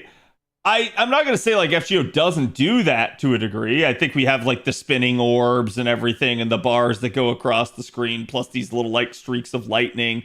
It is a thing, but I think the more you do it, the more the experience becomes. Like there's definitely a fine line of like, hey, it's just annoying now.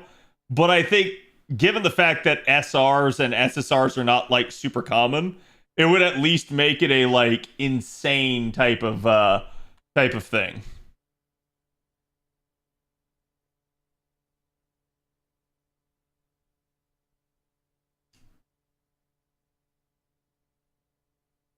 Rasputin with guns blazing and Mapu Tofu, right?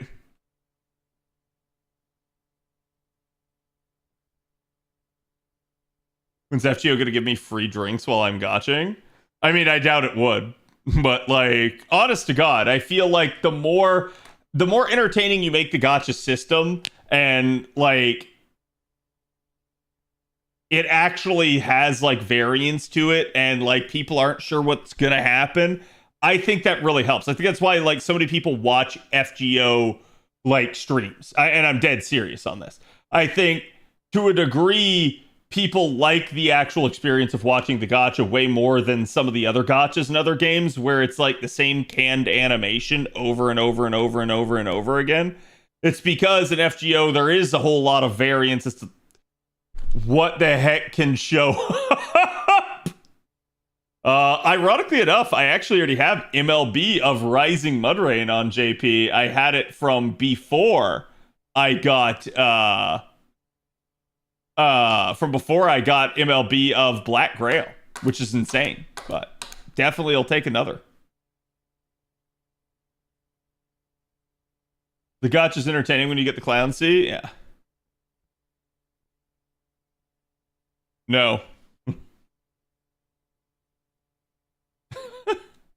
Yeah, give me that. I need it. I would. Like, that's at least it's not a C that I like desperately need anymore, thank God. Chat, was there any merch that got revealed at Anniversary that was something that you really like feel like you want?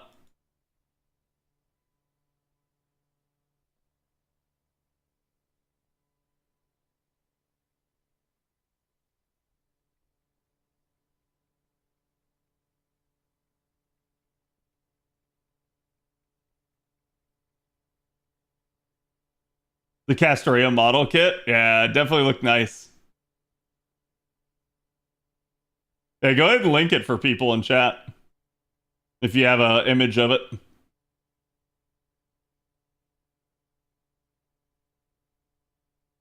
Like the faux you can stick on your shoulder. Yeah, stuff like that's just cute.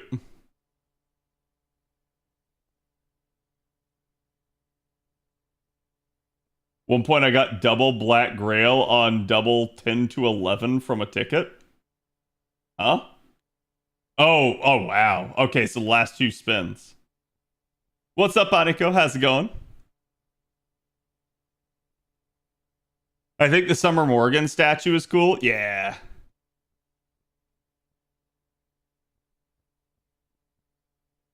The figure is getting him copyrighted. Yeah, I've heard that. Like, he was telling me that there were a couple of, like, really weird and rare things that were copywriting him this time. Like he did a really good job of not getting, like, hit with copyright. But, like, ironically enough, like, one of the things that got him copyrighted was the advertisement that they played. Like, not even, like some of the songs. It was literally the ad. Thank you for the follow. Welcome.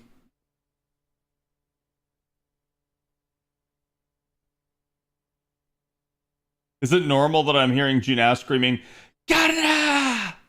Yes.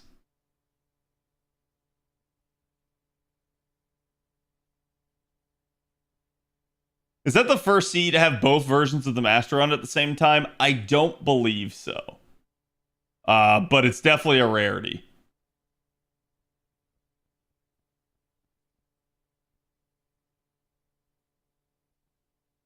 You can try, Ein. It may censor you. Castoria Zerker figure with the second ascension was cool. Yeah.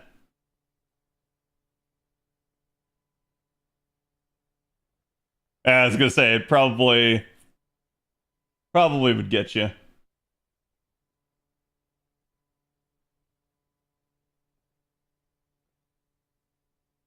Is Bandai that's making it?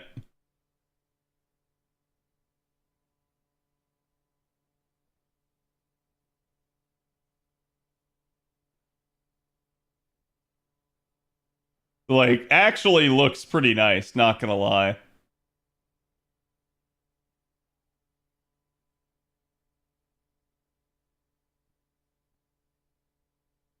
Hard-ass plastic cape. I mean, it happens.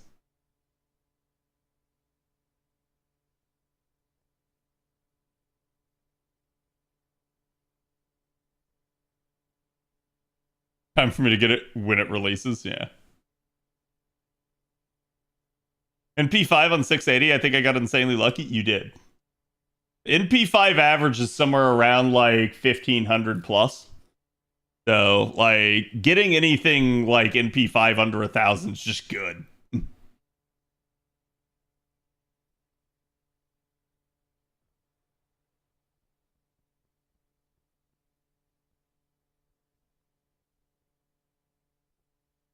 Being Bandai means it's going to be quality. Is what it is.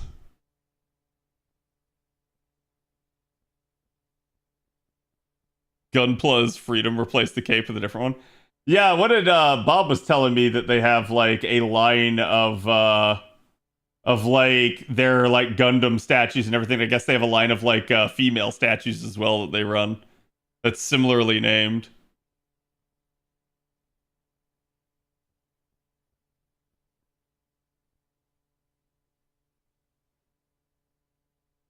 "30-minute sisters," yeah.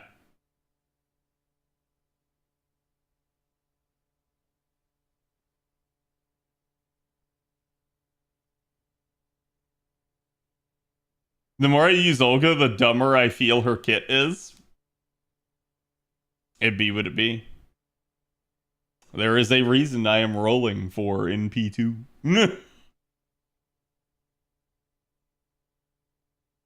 For the minute series, they're doing a Castoria model. Yeah.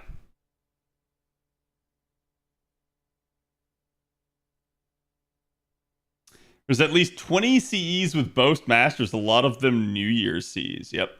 I was gonna say, I know it's happened before, but it is not something that happens like all the time. But 20 is more than I thought it would be.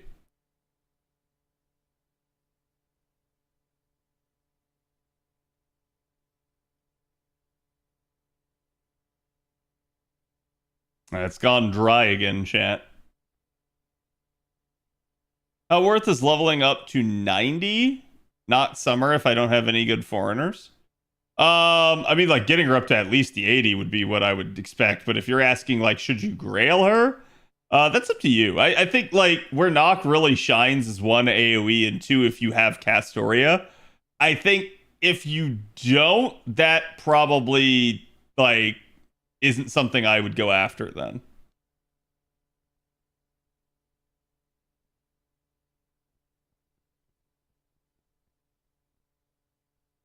Yeah, this man giving me the Yoshikage Kira theme.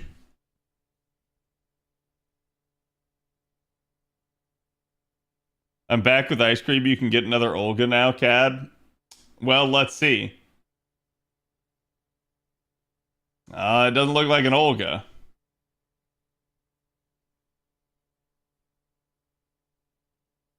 It doesn't look like an Olga either.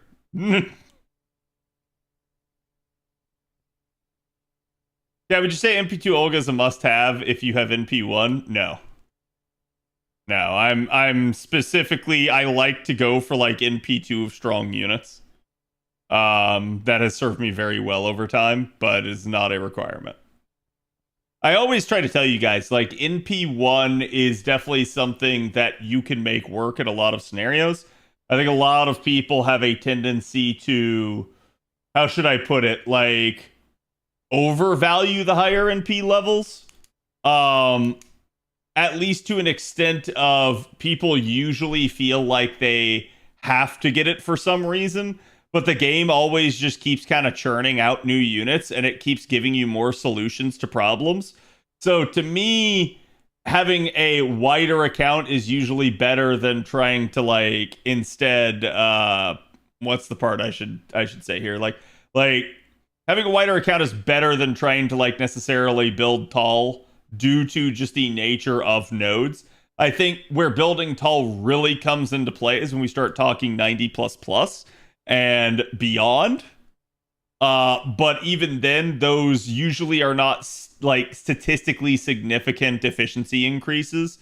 So, like you guys have seen, my new player account is sitting on the 90+ node and it's doing just fine and has pretty much cleared out the event. Like, there's really, like, oh god, I'm talking about the new player account. I start trying to click the screen. There's really no, like, pressing need to do 90++ and above content until you start getting to things like the Olga fights. So, vertical investment, yeah, it'd be a good way of putting it, as opposed to horizontal.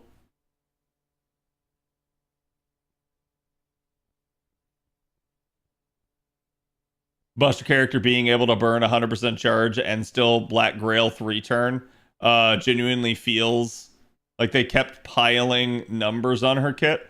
Well, you can't do both. You wouldn't be able to do 100% charge. Oh, sorry. Well, hold on. You're saying burn 100% charge and still Black Grail 3 turn. That you wouldn't be able to do. Not without, like, shenanigans. Also, oh god. I saw the, like, black and green down here at the Berserker word, and I was like, oh my god, it's Young Yu again.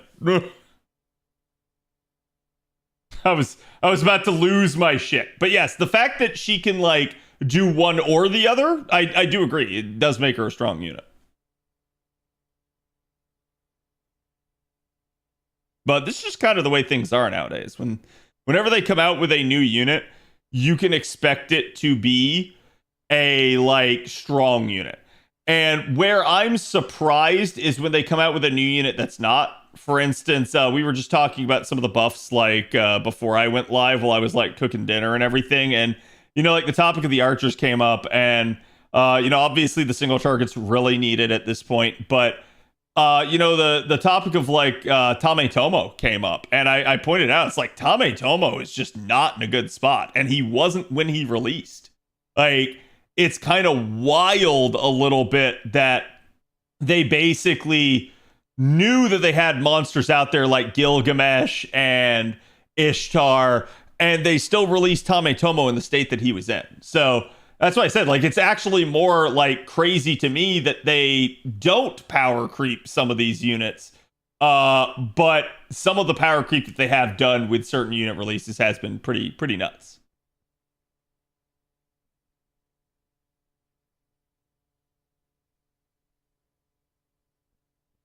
You can double Oberon Koyan with a pinned 5.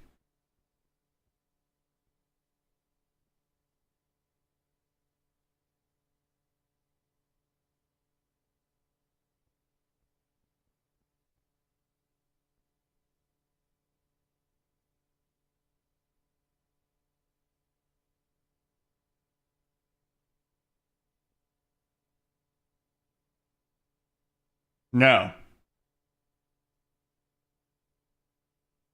No, that would not work still.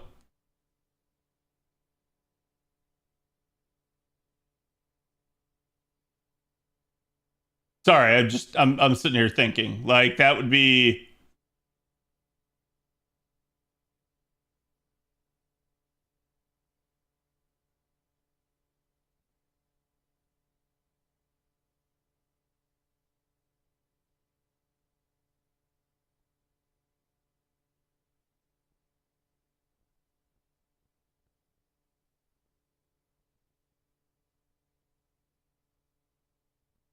Yeah, no.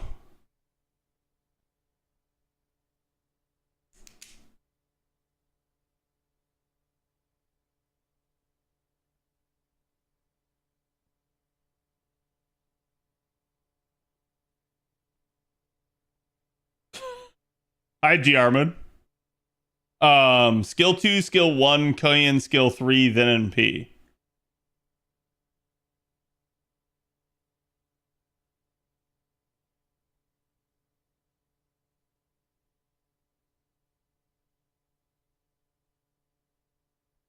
Oh, you're saying single Koyan instead of double Koyan. Okay, hold on. So let's see.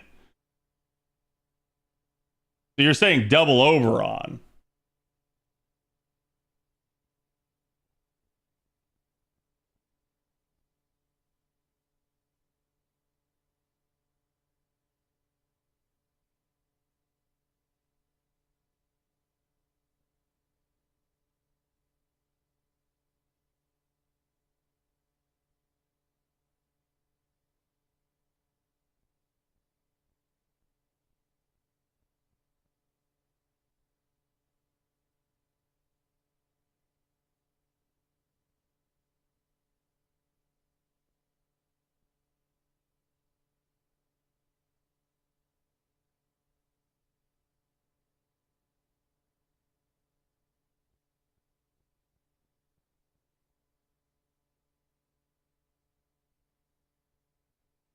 So you're saying charge to full first, reduce him down, or reduce her down with the third skill, then press her second skill.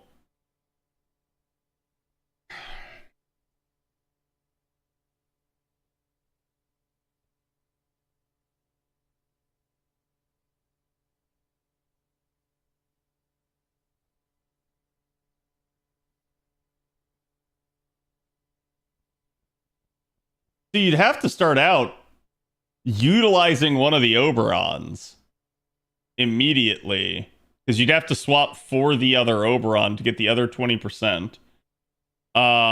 Use one of the Oberon's 50% right there. Then you sync it by pressing S3. Then you press S2 and you bring it back.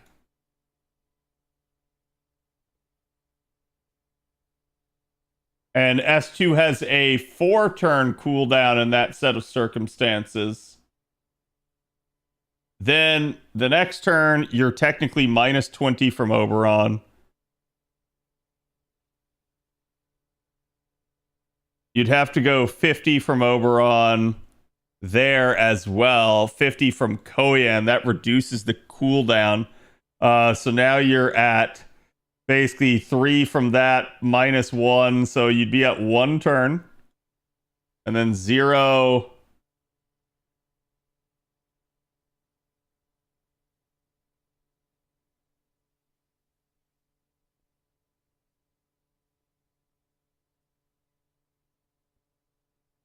Wait, Chad, I see how that works.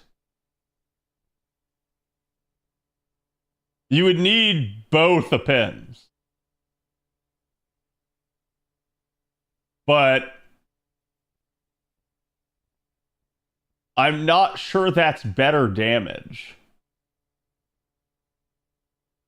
Because you're sacking basically one of the Oberons for it.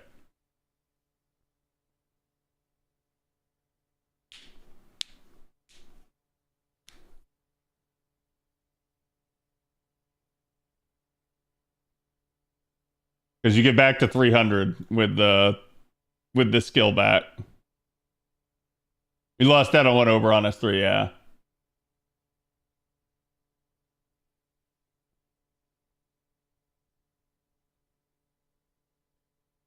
You don't need to append. She refunds 20% post NP.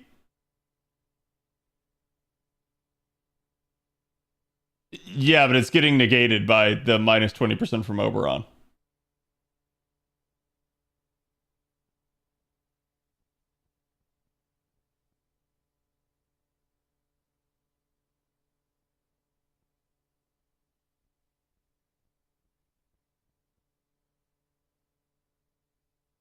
You don't use Oberon on turn 1.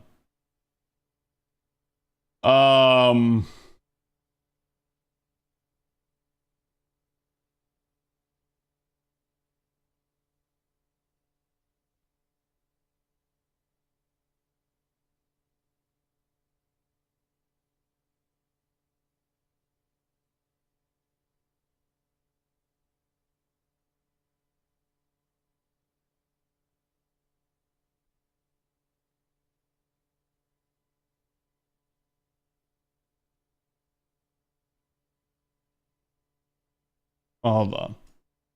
So what? You're saying Koyan in turn 1, but then you get fucked on the cooldowns, don't you? Because they're saying start from 0. So you start from 0, and then you're basically activating skill 2 right away, so 300 right there. Then you're activating skill 3, and then you're draining all of that away, and then from there you still have to charge up 100 to be able to NP that turn. I'm not sure that's the...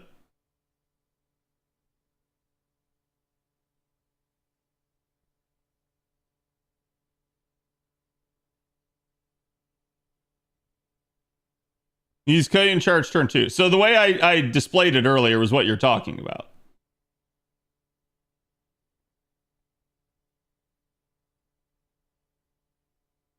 Like, it has to be Oberon turn 1. Otherwise, it doesn't work. No.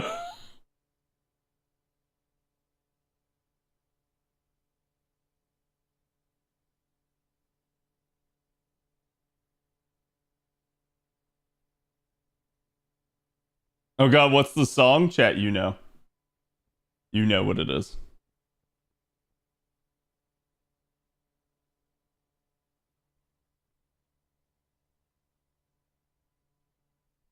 For all of my blues.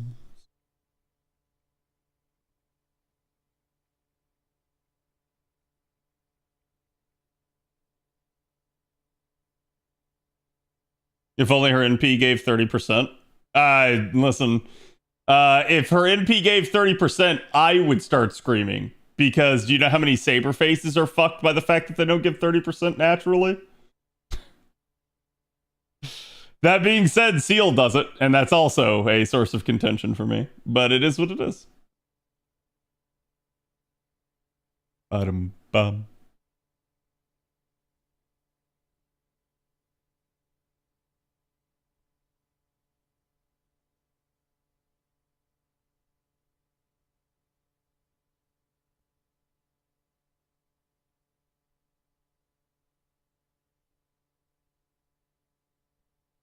If you want to use skill 3, you have to use Ace double Olga. No, you don't. There's another way around it, but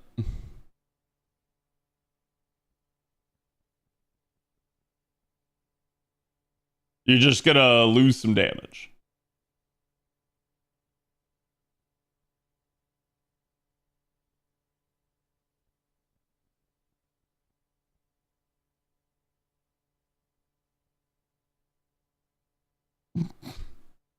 I can tell chat likes the song.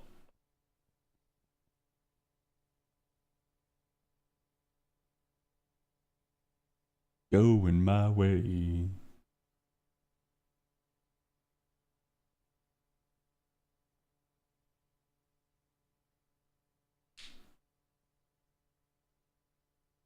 The 2 times Oberon with skill 3 is less damage than the Merlin comp. Yeah. Yeah, like I said, to me, that doesn't seem worth. Like, because if you're having to sack an Oberon's 3rd skill, it usually doesn't pan out. There's usually just something else that works better. But is what it is.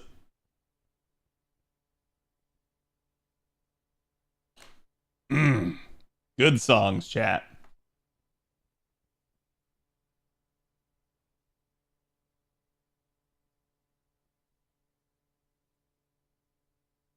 How am I doing?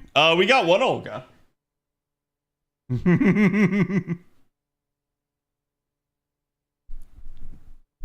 I did hear about double Olga, but I don't see how it's done.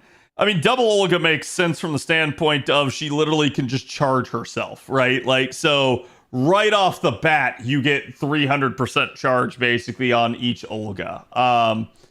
Let's see. If you were to do...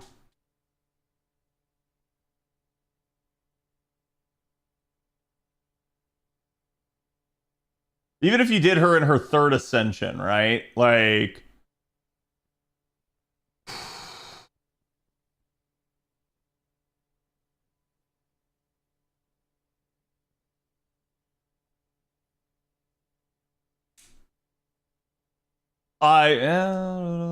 be a thing. Yeah. You could. It just right? Like, to me, that sort of thing, and this is something I've talked about before. Whenever you're doing multi-damage dealer comps, you can do that. It's less damage than dogpiling 1 damage dealer. So, honest to God, it's usually a luxury of can you get away with it, rather than this is the high-end strategy. The exceptions being, if you can set up a double NP, then a multiple damage dealer comp will deal more damage. But that's usually even still probably going to rely on somebody being a looper for that to happen.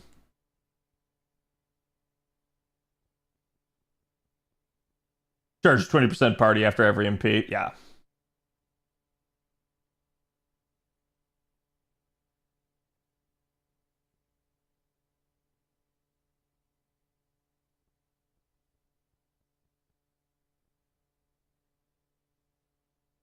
It's so good as it ramps up. Yeah.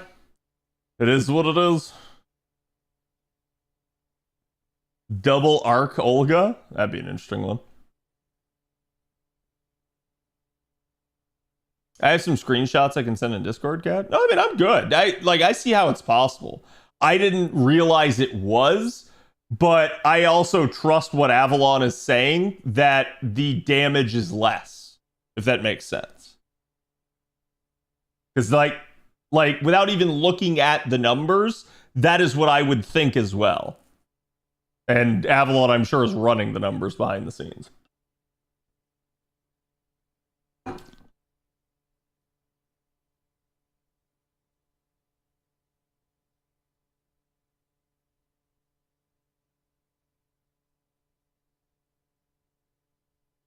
It's all separate support, so you can borrow whatever's missing. Yeah. Olga can take out a wave by carding if you have enough damage. Yep.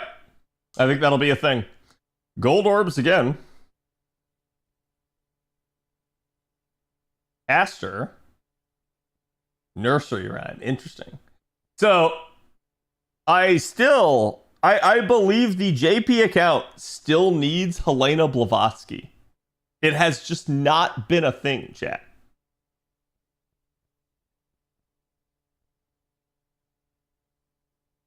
Probably because I have mine stacking at 30% attack at NP5. I don't feel the damage loss. There would be damage loss still. That's all I can say. Like, it just doesn't matter if you can do it that way. But yeah, personally, I would, and I'll just go ahead and say this.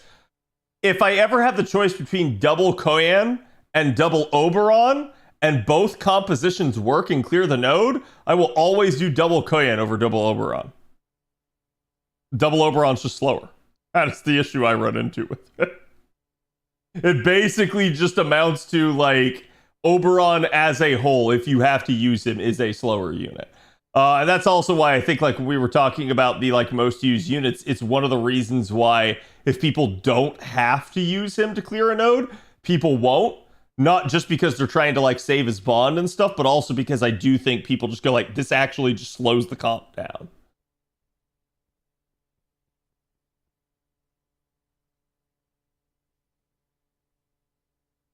The best comp for Olga is simply Koyan, Merlin, Oberon.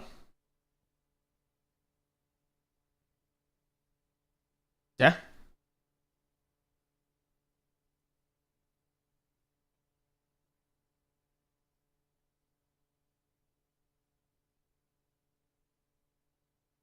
Her damage is hard to determine since she can NP Buster the way Seal does. Yeah.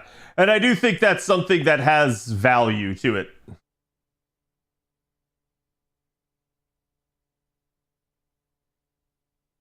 And you could also, well, yeah. I'll use Oberon for 90++ nodes on events. I usually try to avoid using him whenever possible as well. But it's also because, like, my Oberon, I think my Oberon is Bond 15 now in JP. Like, he was getting there for a long time, so I started trying to slow roll him. What do you think would be more useful as a support servant? Support Olga or Black Grail Olga? What do you think would be more useful as a support servant? I'm not sure I understand the question then. Because you're saying support Olga or using her with a Black Grail. I think using her with a Black Grail just does not pass the smell test. Like, that's not a support.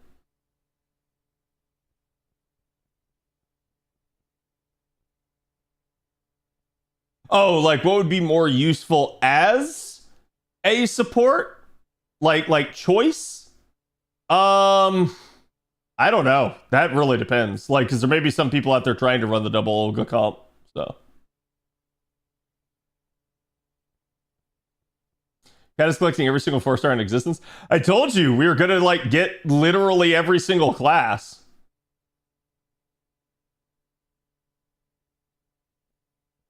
Yeah, I mean, Ascension 3 is gonna be the better support than Ascension 1. And 2, but...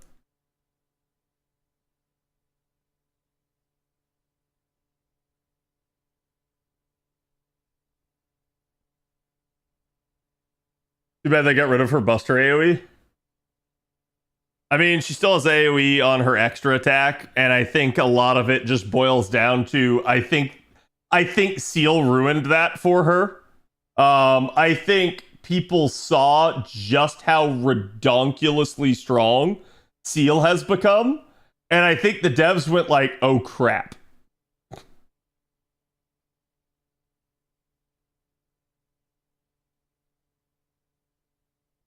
For other people to use her, should I set her up as Ascension 2 or Ascension 3? It really just depends. I could not tell you, because I myself have not, like, gazed upon that sort of thing. I've not been, like, running Olga and comps and stuff. Because I knew I was going to go after her later today. Oh boy. Gold Spark Archer. Hi, Zenobia! More coins. I like how, like, all my Zenobia copies show up now that I have Jarcher in P5.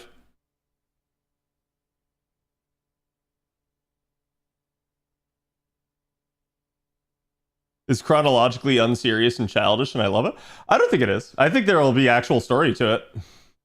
I think the story is right there hitting you on the nose, and it's pretty obvious what it means.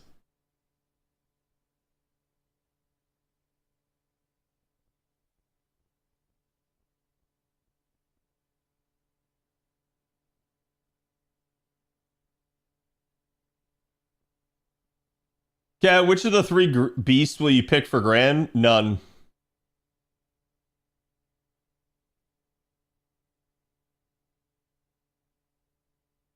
I need my Zenobia in P5. Yeah, could be a thing. But it's just something we're going to have to try, chat.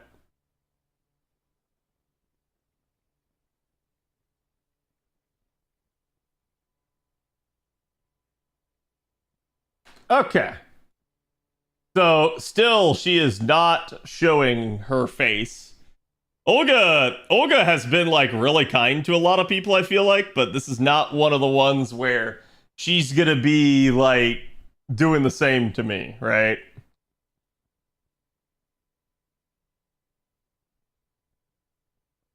So it be what it be, chat.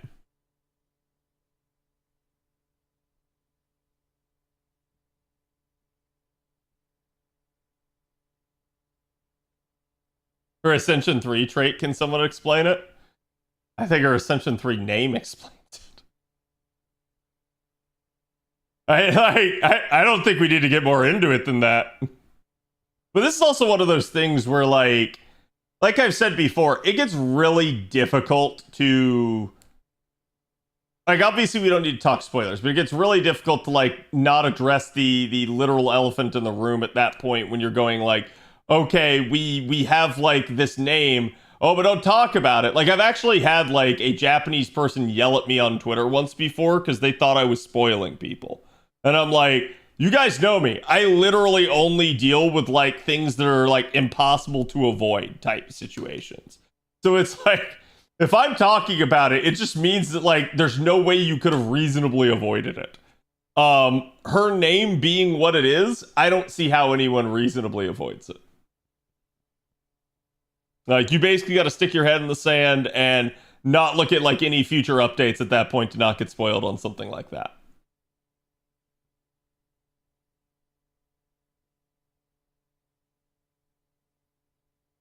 Took me around 800 Saint Quartz for one copy? Yeah. All my luck went to the free-to-play account. You're not wrong. But we still got GSSR and everything to do, so it is what it is.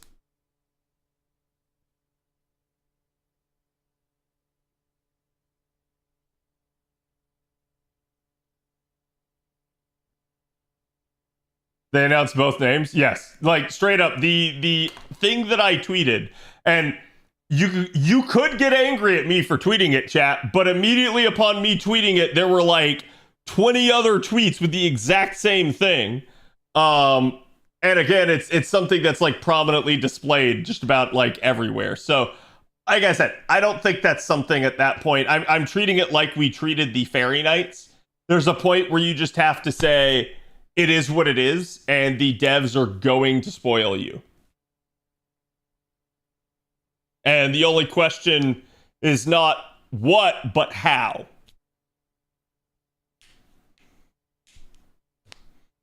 Destroy Yourself was a Giga spoiler 5 years ago. Yeah, you're not wrong. Like, it just... We didn't know, really, at the time. Like, obviously, we looked at that and we're like, whoa, what does this mean? So it's like, we thought about it, but it's one of those deals where until you actually read the story, you're not going to know. So... If you're up to date, you don't fear spoilers.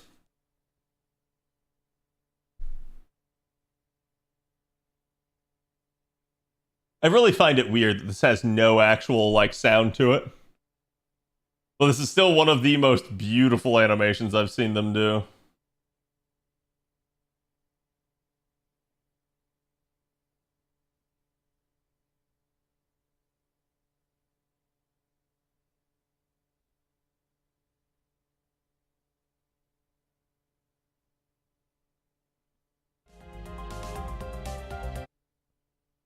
Come home director, yep.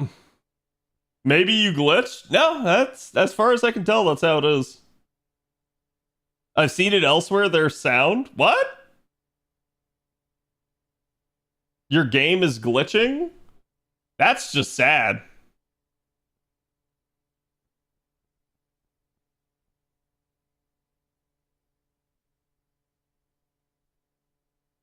My face when Olga quests are bricking me from grinding my Erish. Yeah.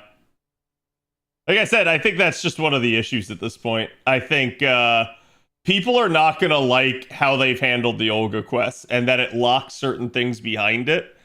Because it feels like the polar opposite of Super Echoes. The Super Echoes, they put them in the game and people did them at first, then people kind of realized that they were like kind of time wasty. You either were able to like 3-turn them or they just weren't worth your time. But I feel like in that regard, the rewards for Super Echoes were paltry. There was nothing really like that big, right? And now I think with this, it's the reverse. It's, oh man, we've put a really hard fight in front of you. You have to do it within reason unless you just don't want to like grand a beast, right? So that's going to be kind of rough. And I'm sure, like, actually, I think there's 40 quartz locked behind it for this anniversary as well. So, like, if you don't get it done, you're not going to get that quartz. And that's unfortunate. Oh, wait.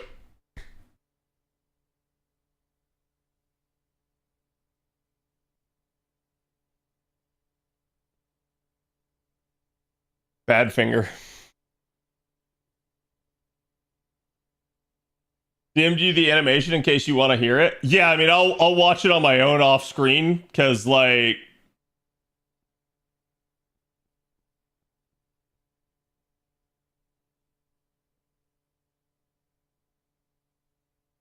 ain't no way. Ain't no way.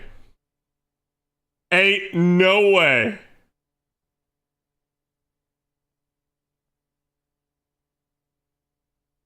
She made me push that button, chat. She made me push that button, chat. Yeah. Got rewarded for his mistake. What the heck, dude? like best freaking like accident of all time?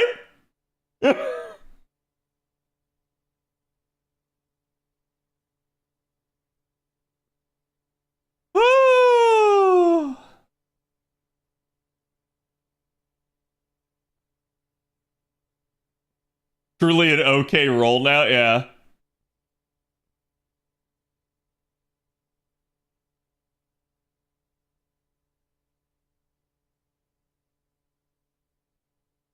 Yeah, this is the Wody May soundtrack playing. May as well go NP5 now, right? No. Like that's one of those I did not even mean to press the button. Okay? And it just happened. Like I think like I was just in the moment and I was like, oh yeah, like I'll do it again. And then I was like, wait, no, I got the second copy. And it was like, oh, okay.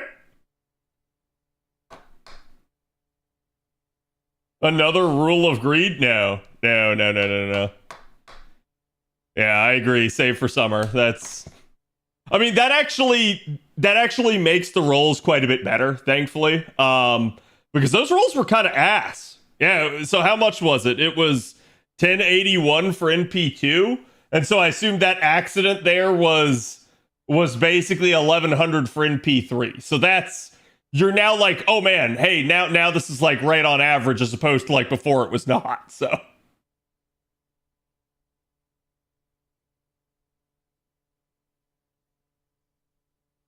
gambler's fallacy? I don't even know that I could say it's gambler's fallacy. I'm just justifying my luck.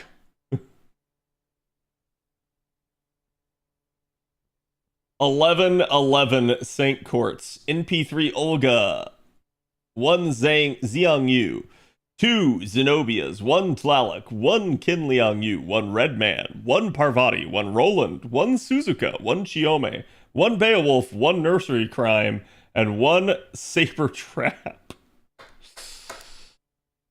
You ended on a nice number? Yeah, I did. I think like that is A-okay. Not gonna keep going. Don't need to. it is what it is. So, okay, let's go do lay GSSR now. So there are 38 different pools for this. I have not really looked over them because, again, like I was up late last night and basically was busy most of the day here. So we gotta pick one, chat. Let's just see what we've got here. Wait. That is a huge pool. Hold on.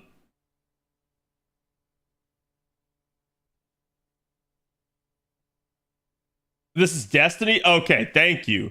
That was Destiny. I was about to be like, hold on, that's such a big pool. What is going on? Now I understand. I will do Destiny after this. I'm like, that pool does not look good. Okay. So first off, we got the sabers here. I have an MP1 Okita. I do have an NP1 near a bride. I do have an NP2 Sigurd on JP, but I don't have Musashi. I would like a Musashi at some point, but we'll just have to sit here and think about that. Astolfo Saber, Benny Inma. I did finally get a Benny Inma. The Trung sisters. Actually, do I have the Trung sisters on JP? Let's go check real fast. I don't think I do. Oh, whoops.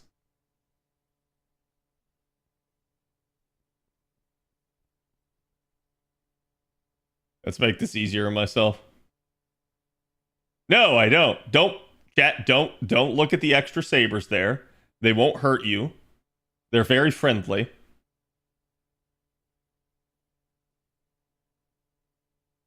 You can press the bottom left on the summon screen. Oh, that's right. They did change that, didn't they?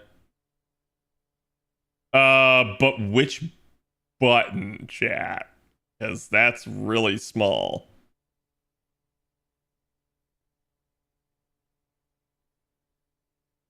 The last one? There you go. Yeah, I did forget that they added this. This was a... this has been in, I feel like, since, like, New Year's? I don't have Muramasa. He infamously avoided me before pity was a thing. I spent over 900 quartz and did not get him on JP. It was not fun. I don't have Arthur on my JP either. I don't have anyone on that banner. Wow. That's actually decently rare for my JP, because, like, meanwhile, if we look at this one, yeah, I was going to say, I actually have an NP5 here and at least NP... NP2 of her. Interesting.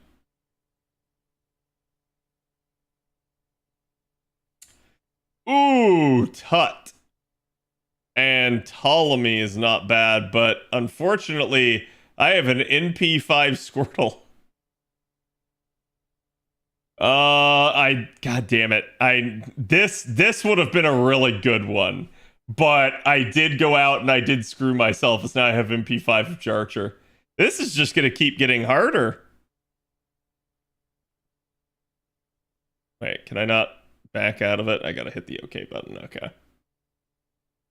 Oh. Huh? I guess because Ptolemy's got two different types of NPs, he's on two different banners just to bloat the thing and make it worse for you. So I did get Durga. Oh wait, no, I didn't. That was in A that I got Durga on. Okay, so that one would still... that would be not terrible.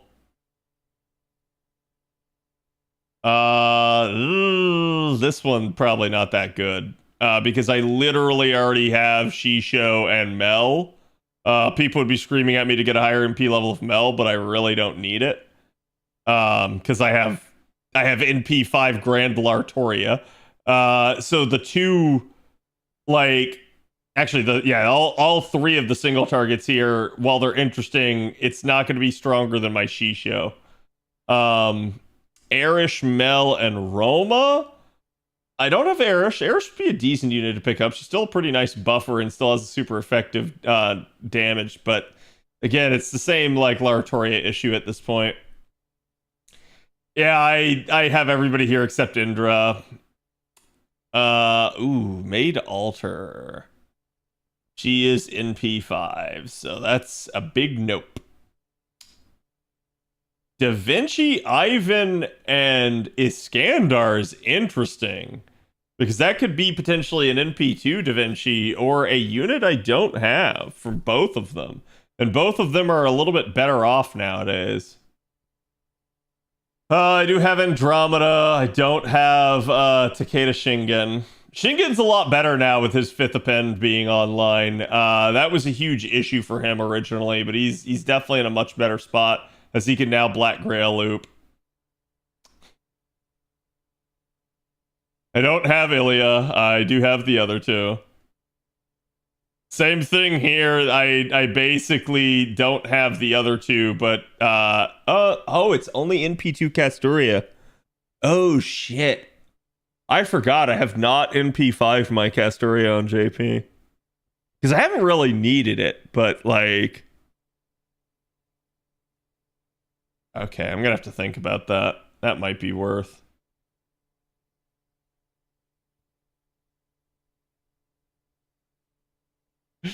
No, that's bait. Ask, that could be an NP4 of Ask. Or Alice. That's actually not a bad one. Wow. Yeah, Komachi's in there too. I have all three of these NP1.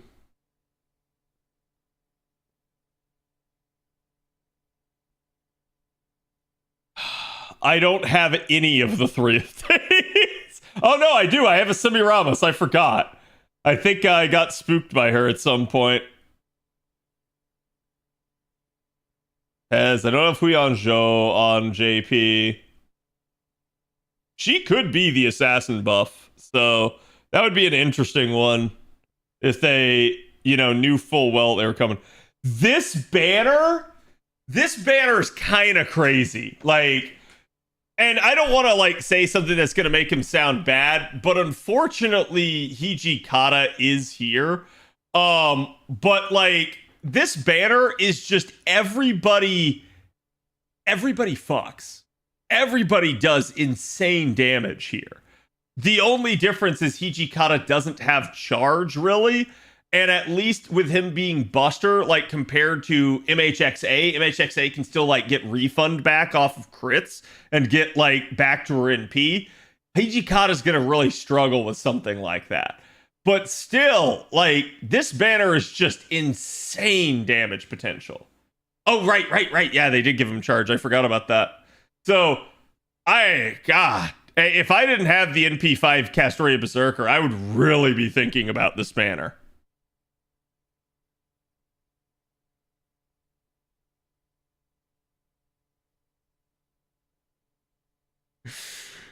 What is this, JP? Is this just pick your carry? See, this is why we're on the new player account and stuff. If you do GSSRs, you get stuff like this every now and again where it's you can't lose. So for instance, the new player account literally just went through anniversary. If it had been able to roll a GSSR, you've seen how lucky it's gotten. Imagine how set it would be. It's insane. So this sort of thing, I look at this as the potential for a newer account or somebody that just needs a good berserker. These actual pools are so darn good. 2 Black Grail looping berserkers and Morgan Le Fay. That's you can't strike out here really either. It's just kind of nutty. Yeah, there's so much potential. I've tried many times to get Morgan Le Fay, chat. Many times to get her off the GSSR, and it just always continues to screw me. So the two I actually don't have here are King of the Cavern and Tyra, but realistically speaking, there's a lot of strength here in this one too. You got Jalter's got 50% charge nowadays. Frickin' Wasegi Kenshin that can literally just buff strip people.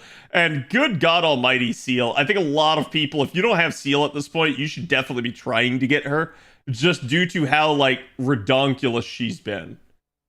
Shouldn't have Sherlock or, yeah, QSH. So this one's an interesting one, but I already got an NP3 BB.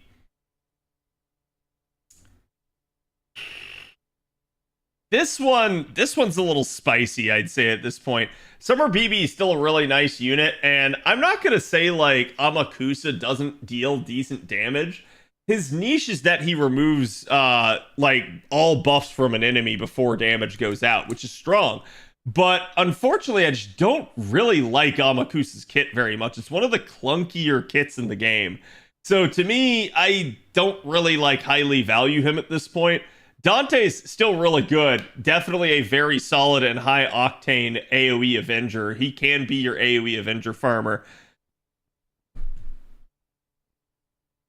I don't think I'm going deeper in on this one, chat. We're already neck deep in this. Let's see here. Karen.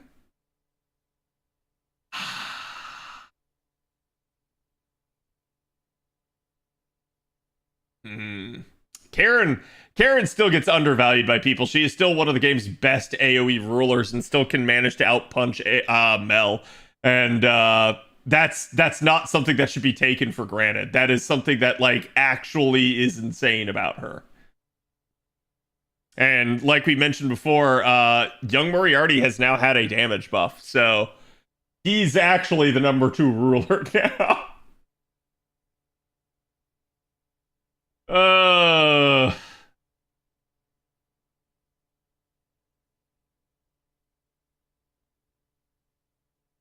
This one's also just nuts. Like, good God. The pairings on some of these go from, like, meh to, like, I can't believe they put these units together. It's not bad either.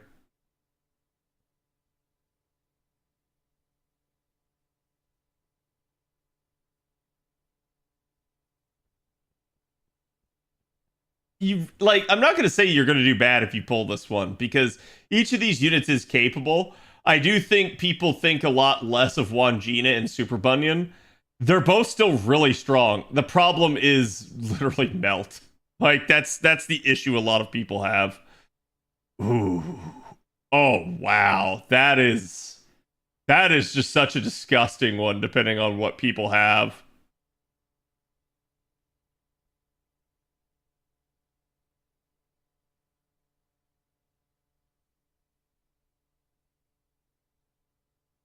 Old school, definitely I'd argue that these three are, like, needing buffs a little bit more and kind of undertuned at this point, but they're still quality units that can do a lot.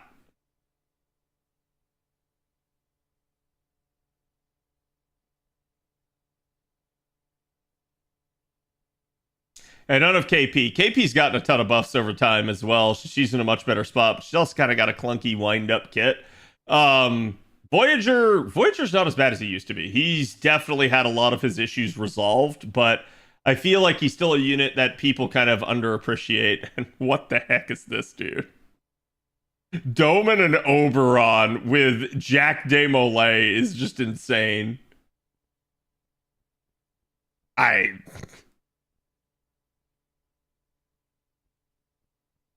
So, in a weird way, I would have to say that Kirei is arguably the worst guy on this banner. And that is such a disservice to Kirei. Because holy crap, the issue at play here is you have an off-like meta support. You have Cuckoo and Tiamat as like two of the game's premier damage dealers. Like, it's such an unfair comparison to him. Because he's just like, he's not meant to be your damage dealer. He's meant to be a challenge unit. And it's like, holy crap, though.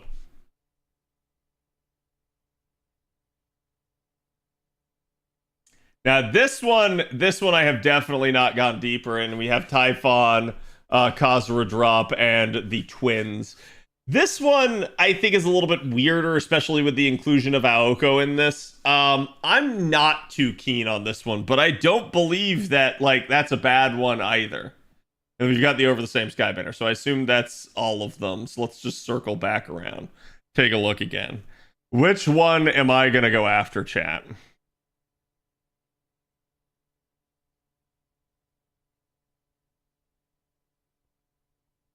How did I feel after looking at some of these?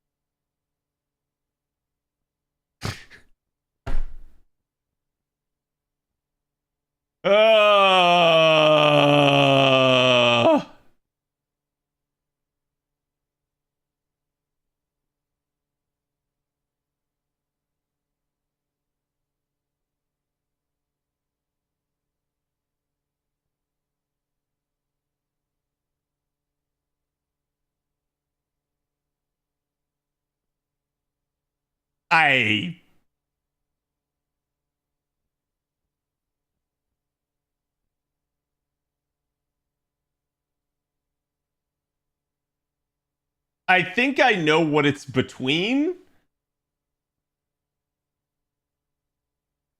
I think it's between this.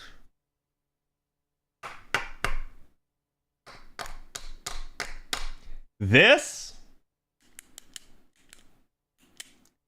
This.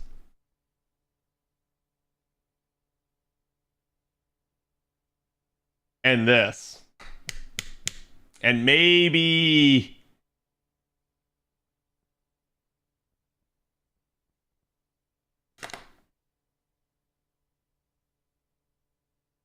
maybe that.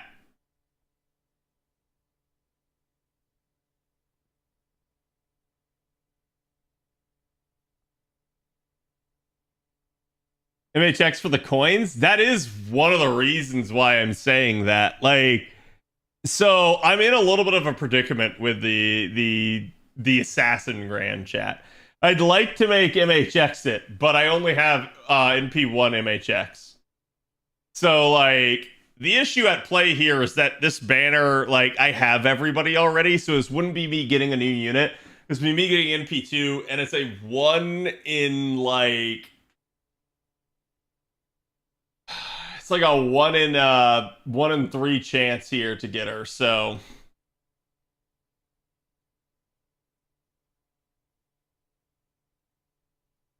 try to get more for Ask, and then kind of get her a little bit higher.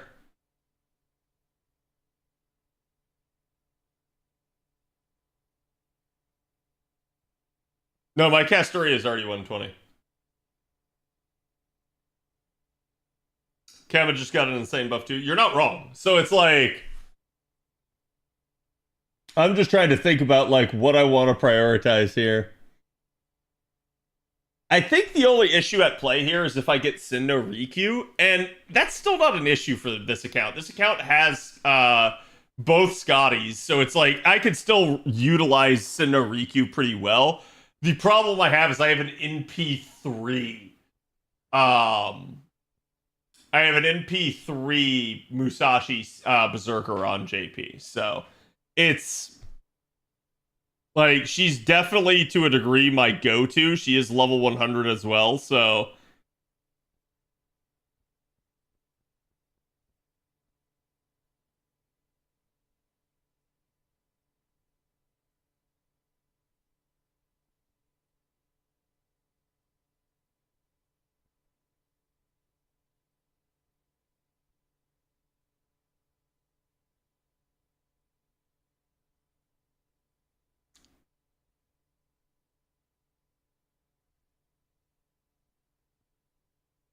Chat, what do you think? Which one should I go for?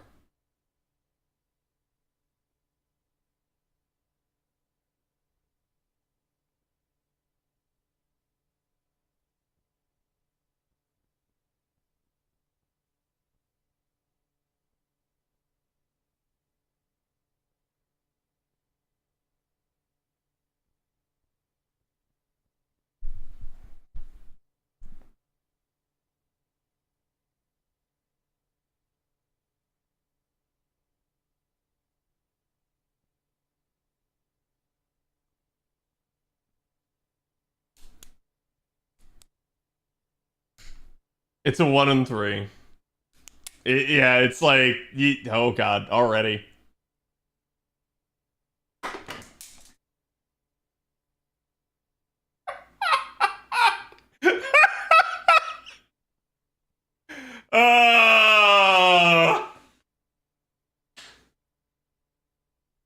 Perfect.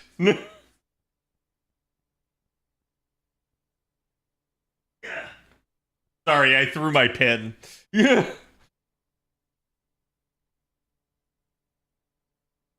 on a luck streak? Damn, that definitely worked.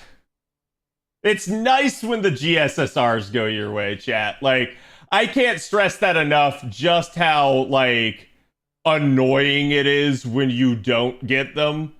Like, when you're sitting there and you're desperately trying to, like, get a unit and you keep doing GSSR after GSSR and you just keep not getting the unit. Because that has been my problem before. I have had that issue many a time. So it's so nice when you just like press the GSSR button and you get it. And it's like, feels good, man.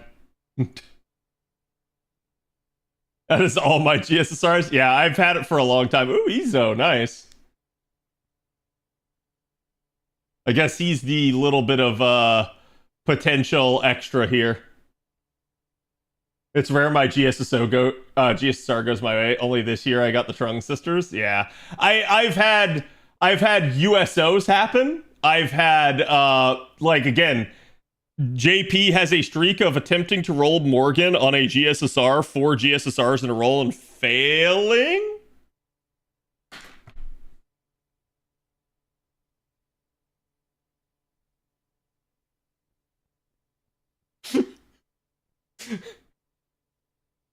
Of course. Hey, you're gonna get a 4-star with it. Yeah, I got a 4-star with it. Strongest assassin. Wields power over life and death. I will take it though. That, like I said, I could not ask for a better result than stuff like that happening. Okay, chat. Now, Destiny Order. Destiny Order is a little bit of a rough one. Again, there's 2 Destiny Orders this year. That was so nice of them. I did say, like, this is one of my issues, that the 10 great campaigns for this anniversary actually just felt kind of phoned in. This was one of the, like, big changes that they actually did differently, though. And again, it's still a fantastic anniversary due to the unit and due to the sheer amount of quartz that they gave away. So I can't really get upset over that. But we're going to go ahead and try to pick some here. So let's see. We've got the 2. So the second one is your extra classes. The first one is your night classes. So let's go ahead and slot it in. Let's see. Sabers.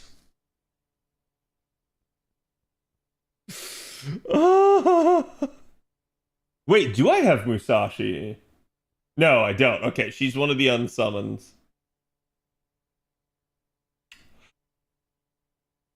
I mean, I got MP5 of multiple AoE sabers.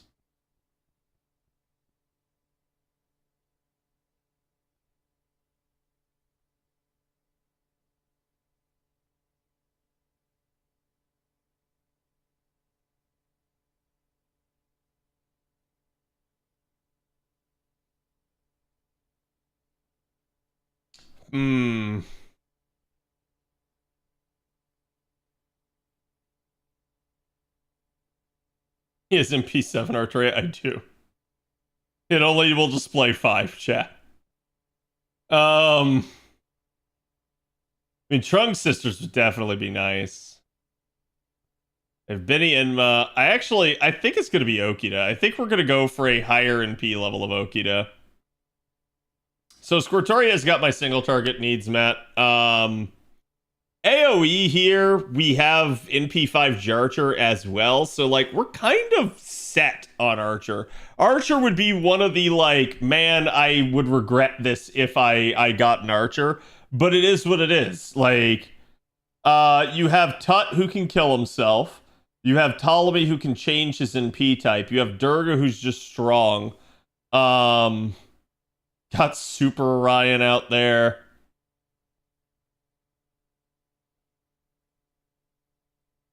Could go for a higher Gilgamesh. Ooh. This is rough. And to a degree, there may be some logic to waiting on the Destiny order. And maybe even to an extent GSSR until you start getting those Anni buffs rolling out. You might feel like it might change your opinion on some of these units. For me, I'm reasonably okay on this. I feel like at least to some degree, this one's kind of a throwaway, and it's not really gonna matter. There's the second copy of Ishtar there as well. That's potential.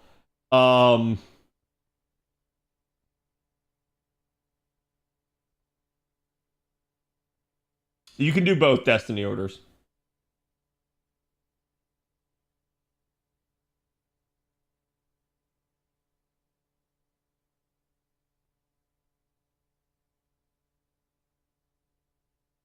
God, this one's tough. I don't know.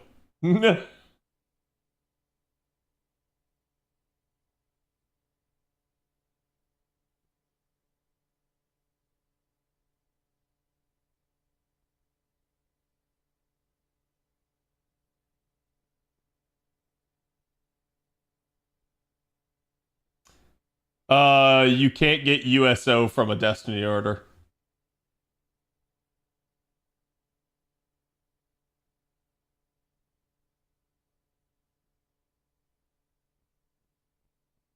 Ptolemy, because Ptolemy? Yeah, I'm actually kind of like, Ptolemy is one of the ones I'm thinking.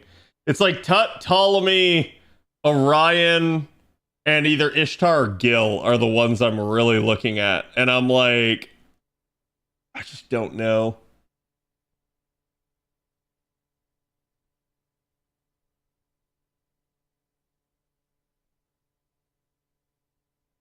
I think it's Gil.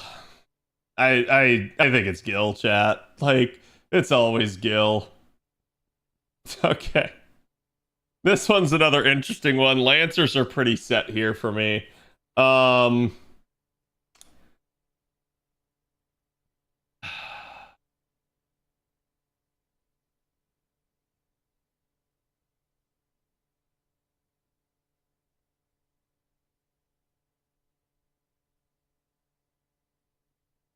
Yeah, I not having Clay on JP is kind of wild, but he is permanent. Bichon? Let me refresh myself on Bichon's kit.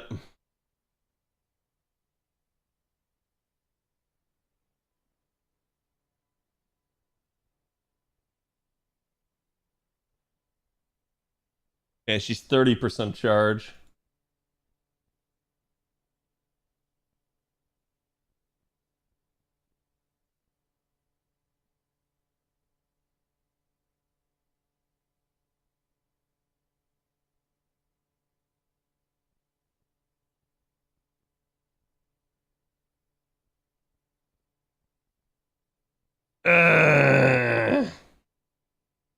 I think I want it. I think I want it to be a single target.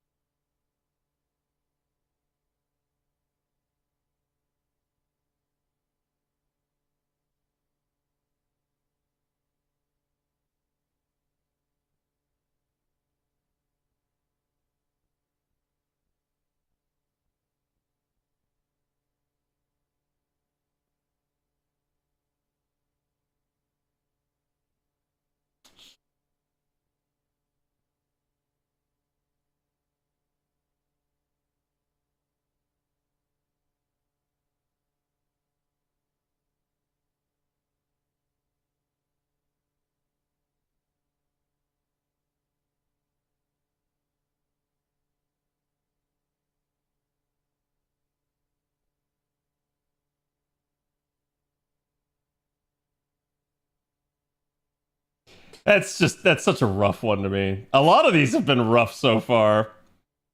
Okay, I have an MP5 mate alter. AoE. Wait, is she the only writer that I have multiple MP levels of? That's kind of insane.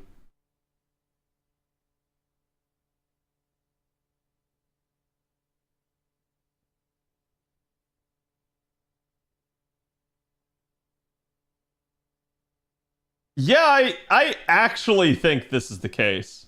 I actually think that's it. We're pulling Drake back, chat.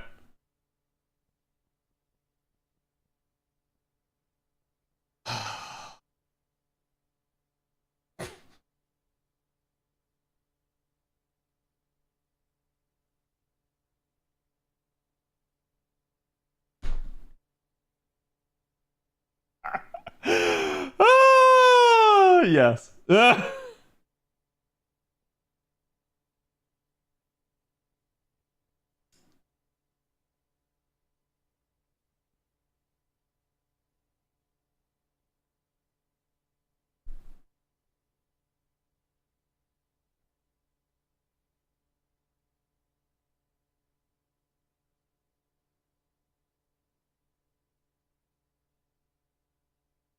I can't defend myself, chat. I just have to like say that. Oh, this one's rough. Do I go for the higher MP level of Morgan? Do I go for Ibuki? Do I go for someone like Lohi? Do I go for more of MHXA? And else grab Kentucky, Walter.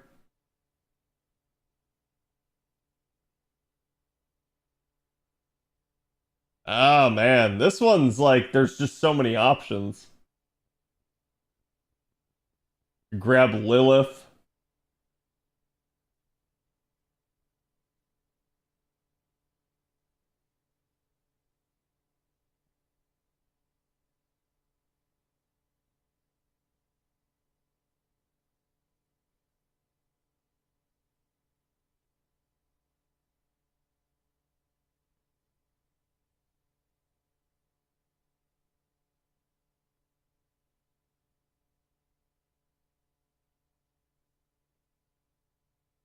I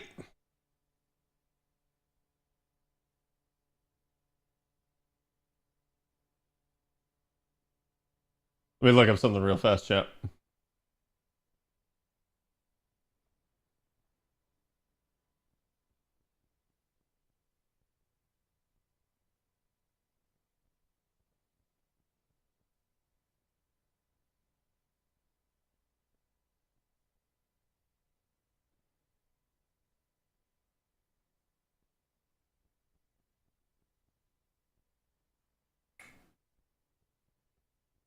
Oh.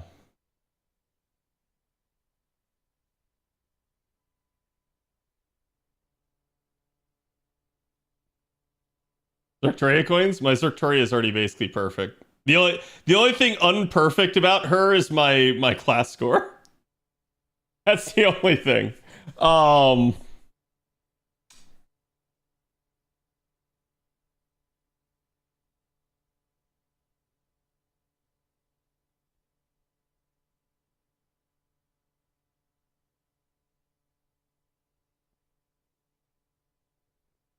I'm nothing if not a simp, chat. All right, here we go. I'm dead serious. I was thinking long and hard about Lohi, and I was like, man, Lohi would not be a bad. Oh, do I not? This is all free quartz that I have.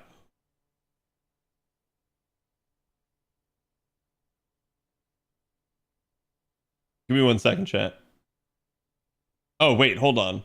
I don't want to direct purchase through this. Fuck this.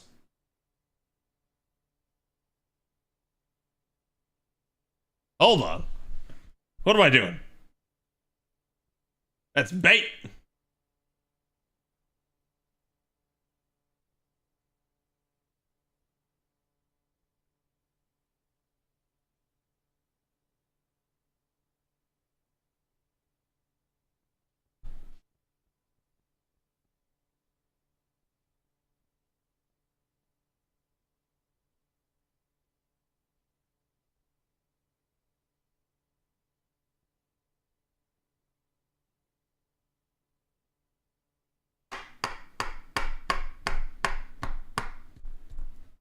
Yeah, I almost forget about it sometimes.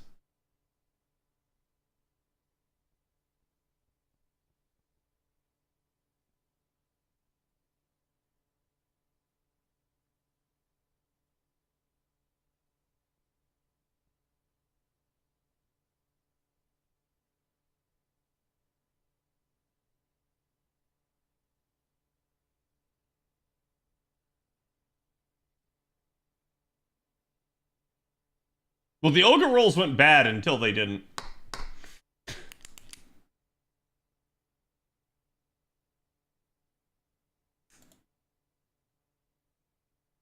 Oh, I have points.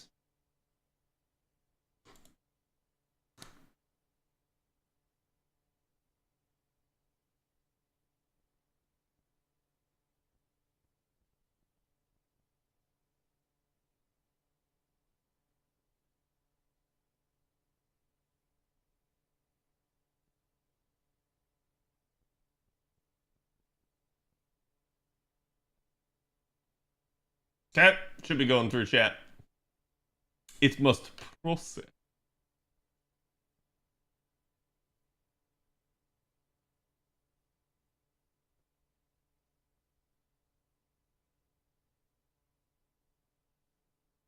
Thank you for your order. I think I gotta back out to get it to do it again. Here we go. Okay. Oh, thank God it saved it. Nah. I was worried for a second there. All right, chat, you ready? Here we go. Let's see which we get.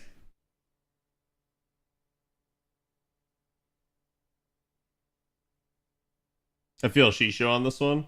I have no idea who I'll get. Saber face time for sure. I mean, it's, well, like 4 of them were saber faces, so 5 were, so good odds, but no guarantee.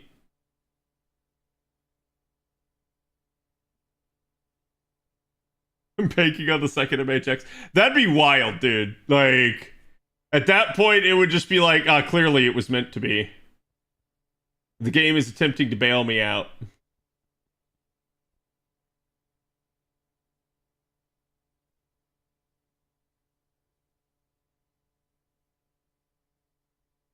This it? Nope. Good CE though. Can't do spook. You can get a spook, but it'll just be like a permanent pool unit.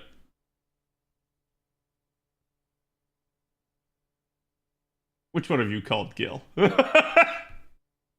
I'll take it. MP2 Gil's definitely nice.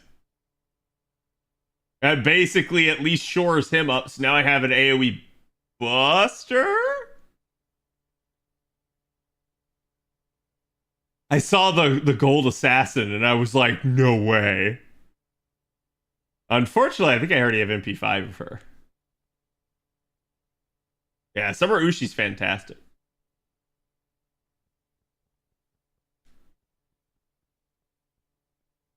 You can get everyone on Destiny unit?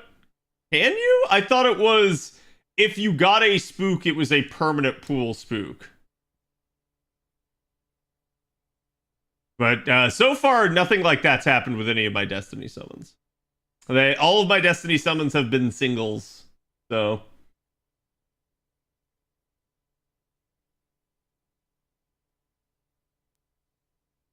Please don't say that.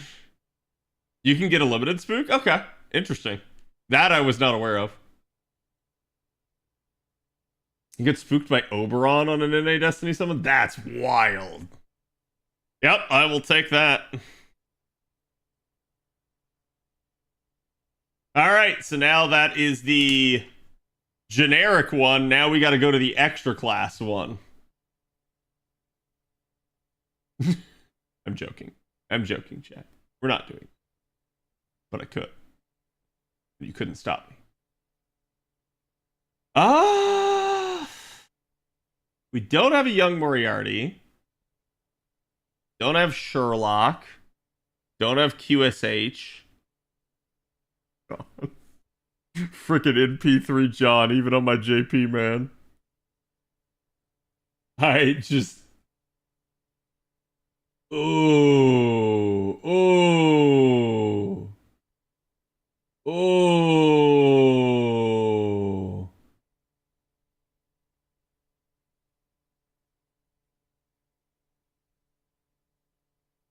Yeah, we're going with that.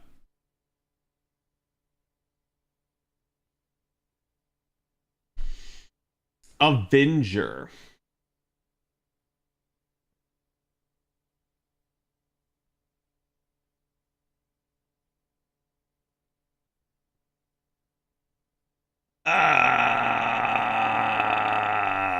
Yeah, I want that Marie, actually.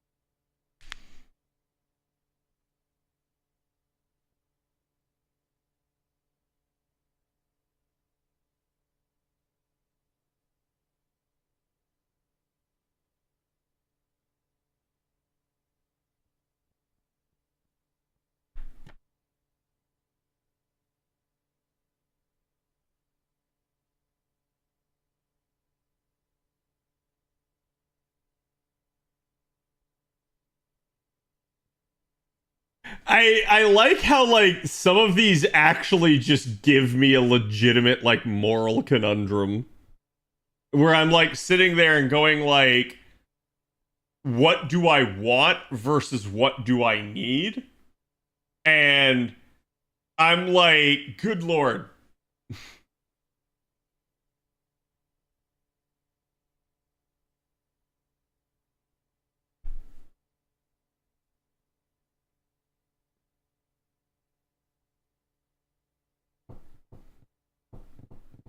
Grab the nun and run.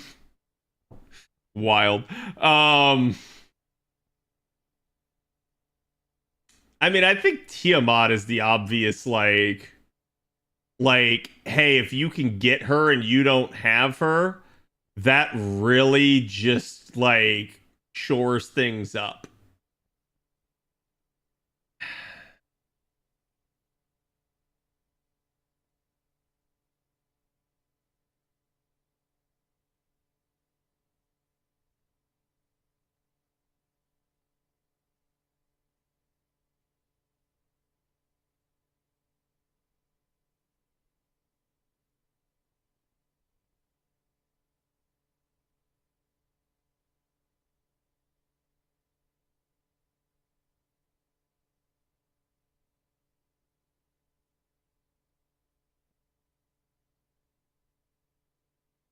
Yeah, I know I lack a solid AoE alter ego. That's why I'm thinking like, how badly do I actually need a solid AoE alter ego?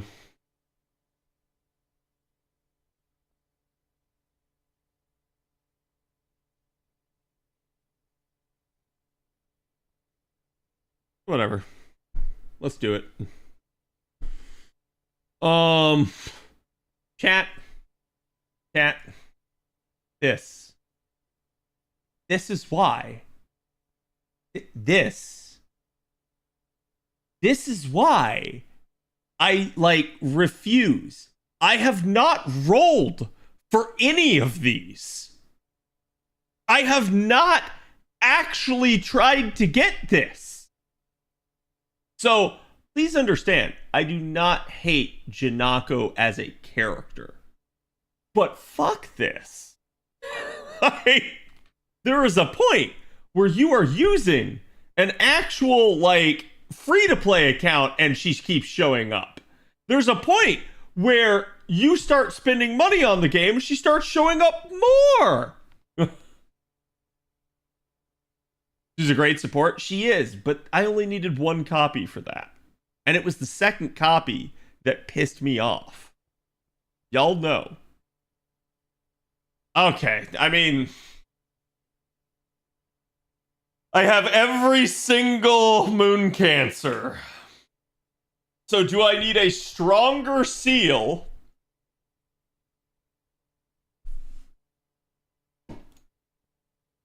I think Arc is our go-to here.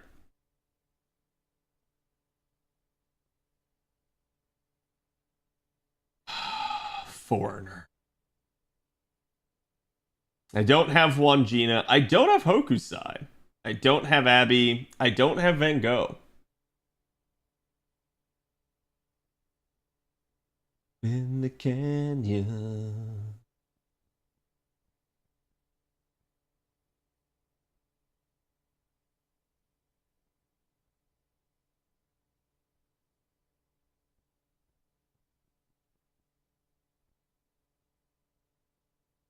Mm.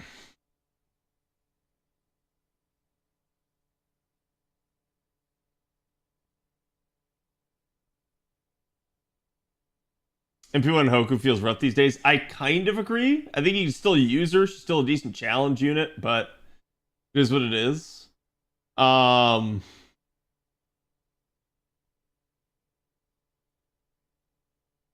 realistically, I don't have levels here at all, which is kind of funny, but... Did get her NP upgrade, but yeah.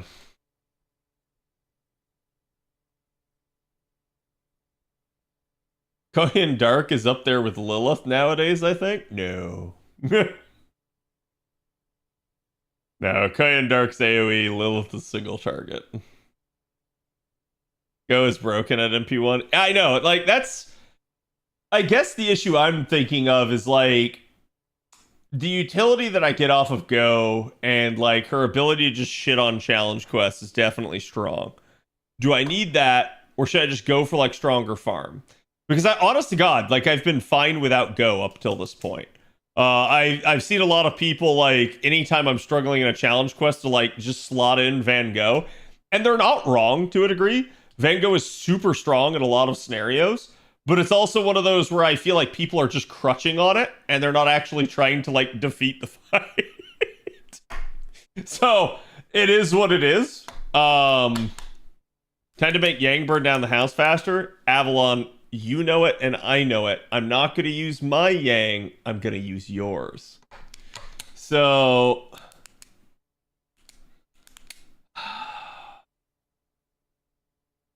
Summer Yang incoming? Honestly, I hope so. Cuckoo to NP3? There is that. Making Cuckoo just even stronger is such a, like, legitimately broken tactic.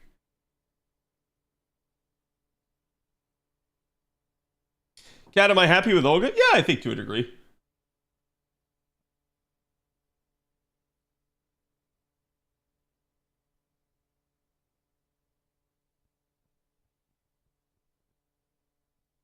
But I'm curious to don't use Van Gogh because I like to suffer. Chat. The more you push Van Gogh, the more I get pushed away. I do like Gogi. I just...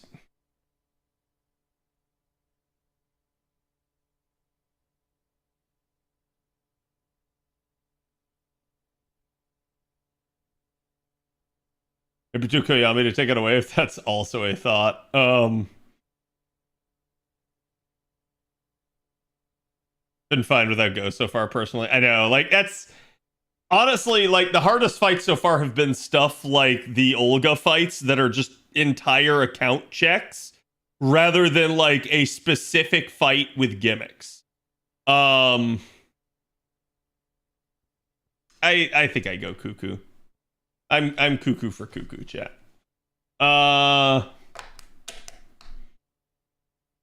Whoa!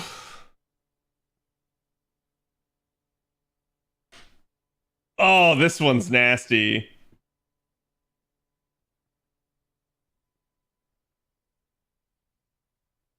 This one's nasty.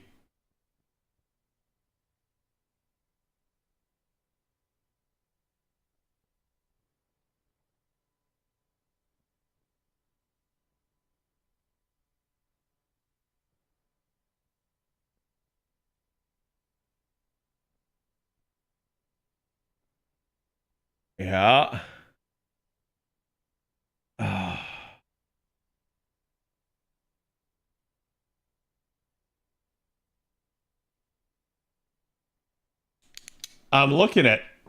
I'm actually looking at Typhon right now.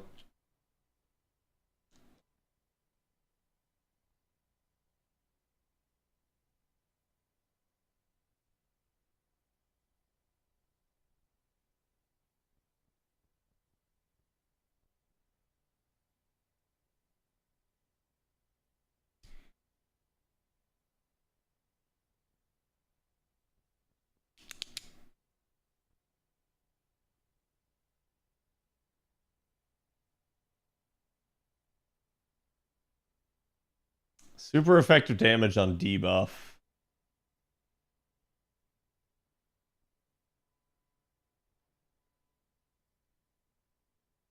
She gets overcharged for an ally with skill cooldown reduction.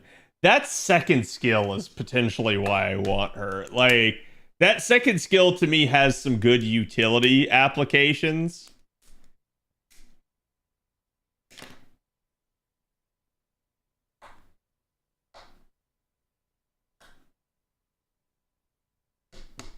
Is Typhon good? Yes.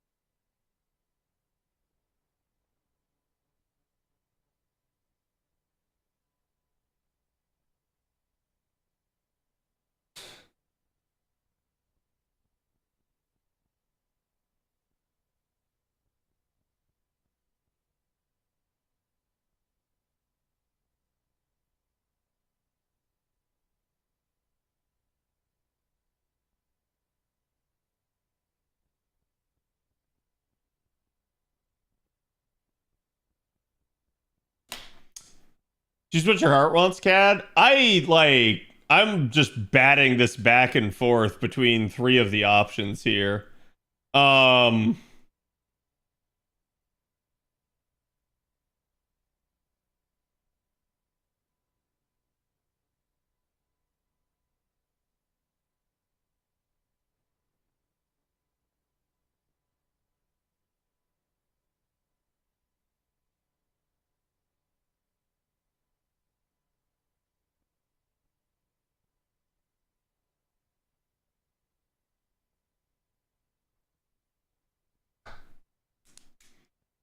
Yeah, I think like the issue here is this does have limited usefulness. This just makes the strong stronger. And this is an additional 2.5% NP gain per turn off of the NP.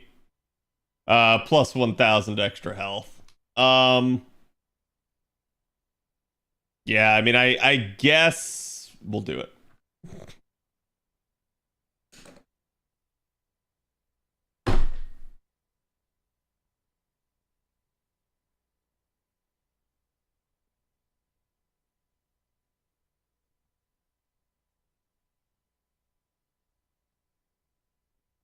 Chat. Don't roll NP5 of both, I guess.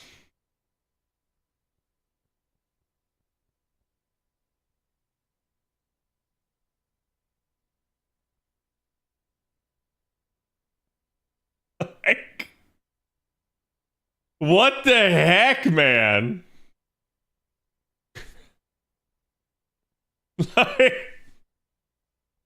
I kind of don't like that in the sense that I'm happy it's here as an option, but there's only 2 available choices. Like, come on. That's kind of ass.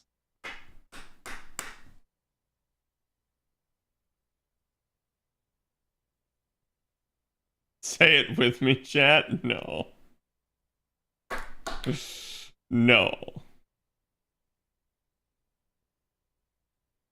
Don't roll MP5 of both first world problems. You're not wrong, okay? I can't argue that.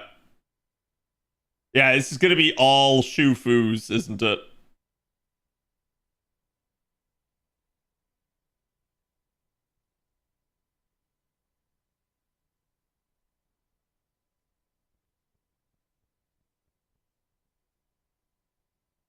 I did, but I did not pick her, so that would be a spook, Ahado. That would not be who I got, right?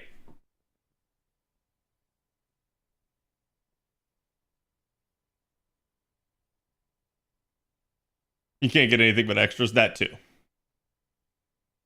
Is this it? Nope. Ah, Salad Larry.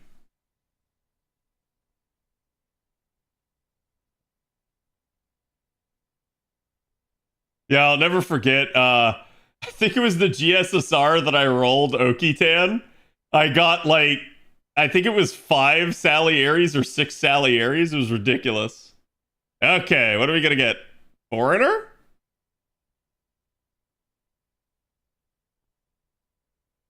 Okay, I'll take it. definitely just Cuckoo gets stronger. I need the Jeb Bush meme of him winning everything, but it's Cuckoo.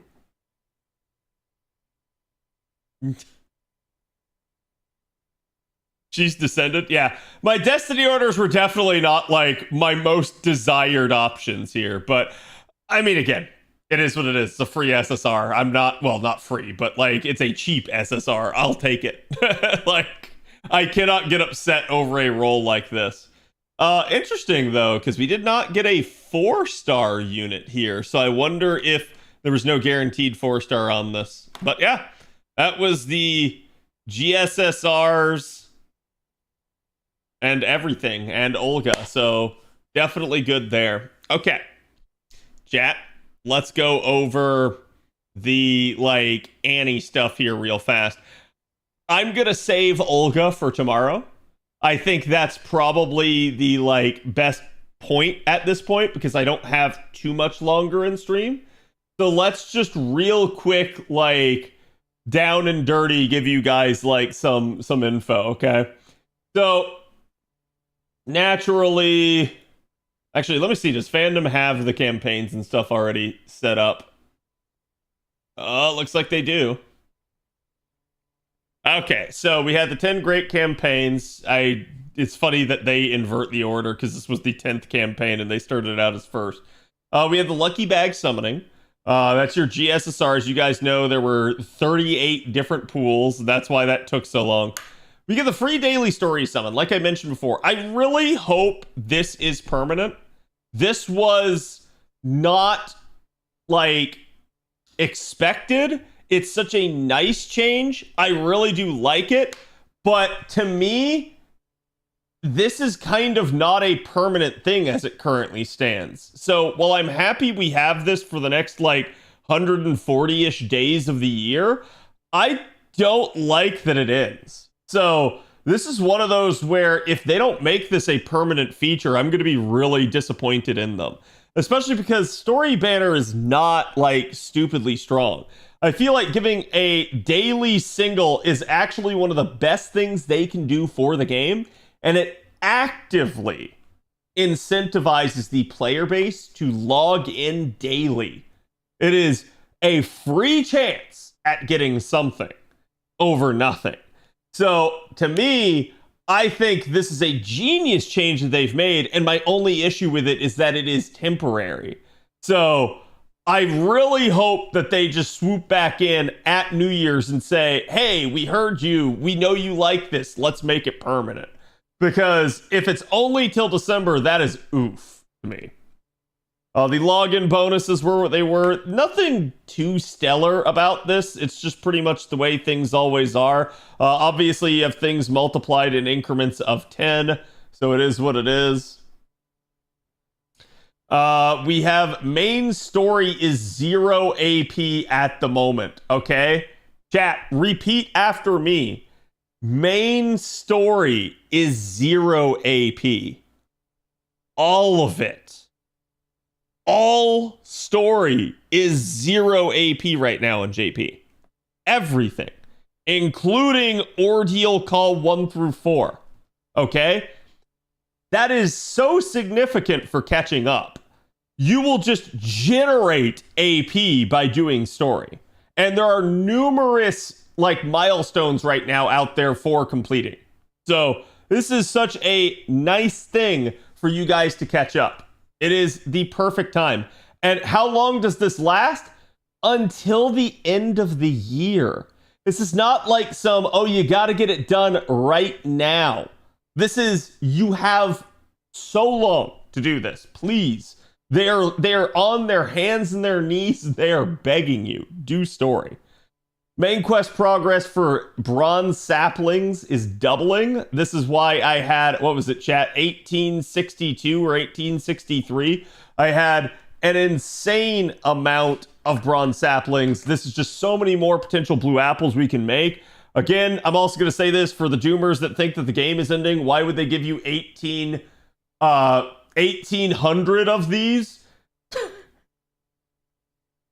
You would not be able to use them all or even create them all realistically before the end of the year. So it's not happening. The game is going to have a part 3. We've already talked about this, yada, yada, yada. Okay. Main quest progress count missions. This is what I was talking about. The milestones for if you guys do story, you'll get more quartz. If you've already completed everything up through Ordeal Call 4, you're good.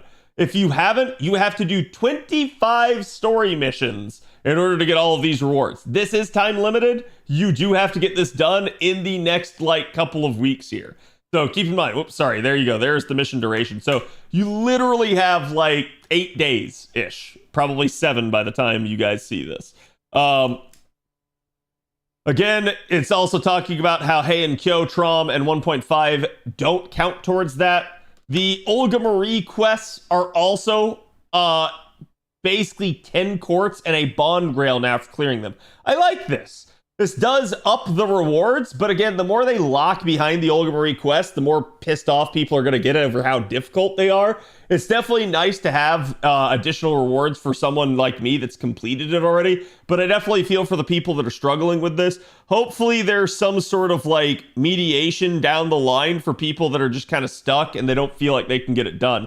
But this is a permanent thing, so it's not a oh man, I got to get this done right here now during anniversary. Also, permanent adjustment to the main quest clear missions.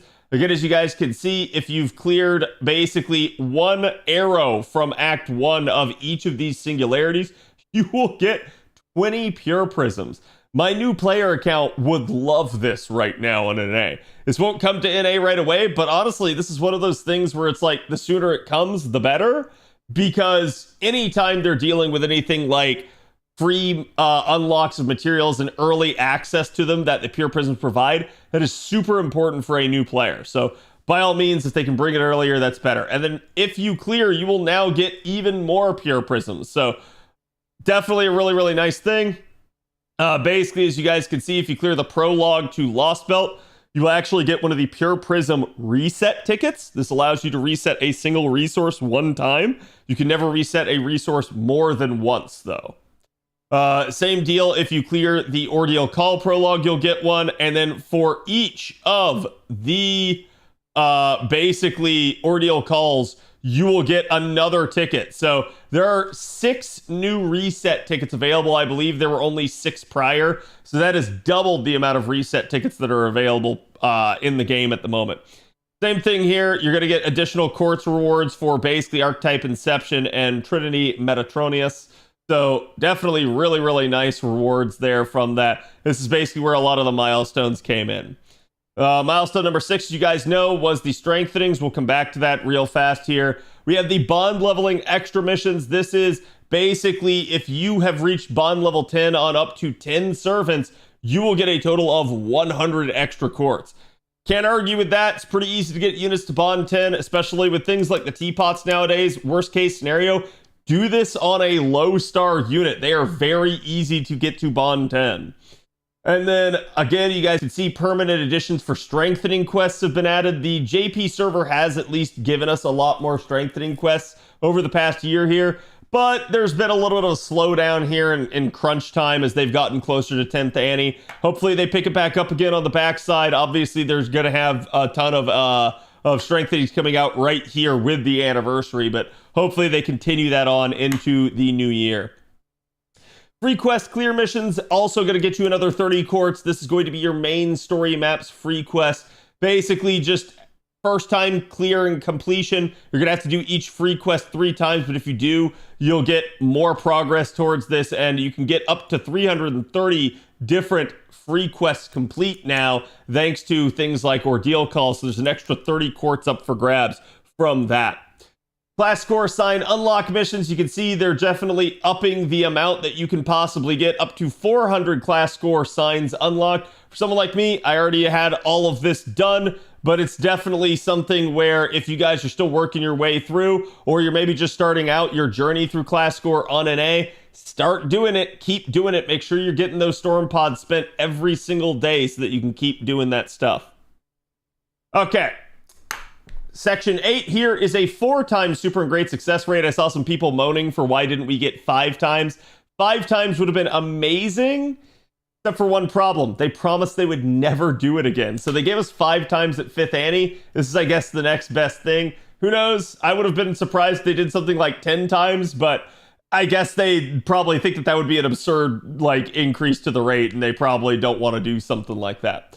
All daily quests are available, and they're all half cost. Same thing with Bleached Earth quests are also half cost during this time period. So it's really just a nice time to get a lot of stuff, a lot of grinding done. Basically, your 9th campaign here is a permanent Da Vinci Workshop and Mana Prism Shop update. So you guys can see they added brand new past command codes to the shop that you guys can get now. If you already have a 5-star command code, though, you cannot purchase a second one again, so keep that in mind. And you guys can see there are also some old craft essences coming back. At this point, most of these are ones that we already kind of like, we have better options than that. Like Halloween Princess used to be the game's best sort of like CE for just kind of starting charge and NP damage for a while, but it quickly got replaced by Holy Night Supper, which is already in that shop. So to me, if you like the artwork, feel free to go for it, but most of these are not going to be too standoutish in terms of their capability. We also have 2 Mystic codes returning back with Tropical Summer and True Ether Chaldea uniform, aka the Babylonia uniform. So both of these are really nice. A lot of people haven't been able to get access to these for a while. Tropical Summer in particular is a really good one. We'll just have to wait and see if some of the more recent ones like the basically the Summer 9 Mystic code end up available at this point. Or sorry, not Summer 9, Summer 8 here.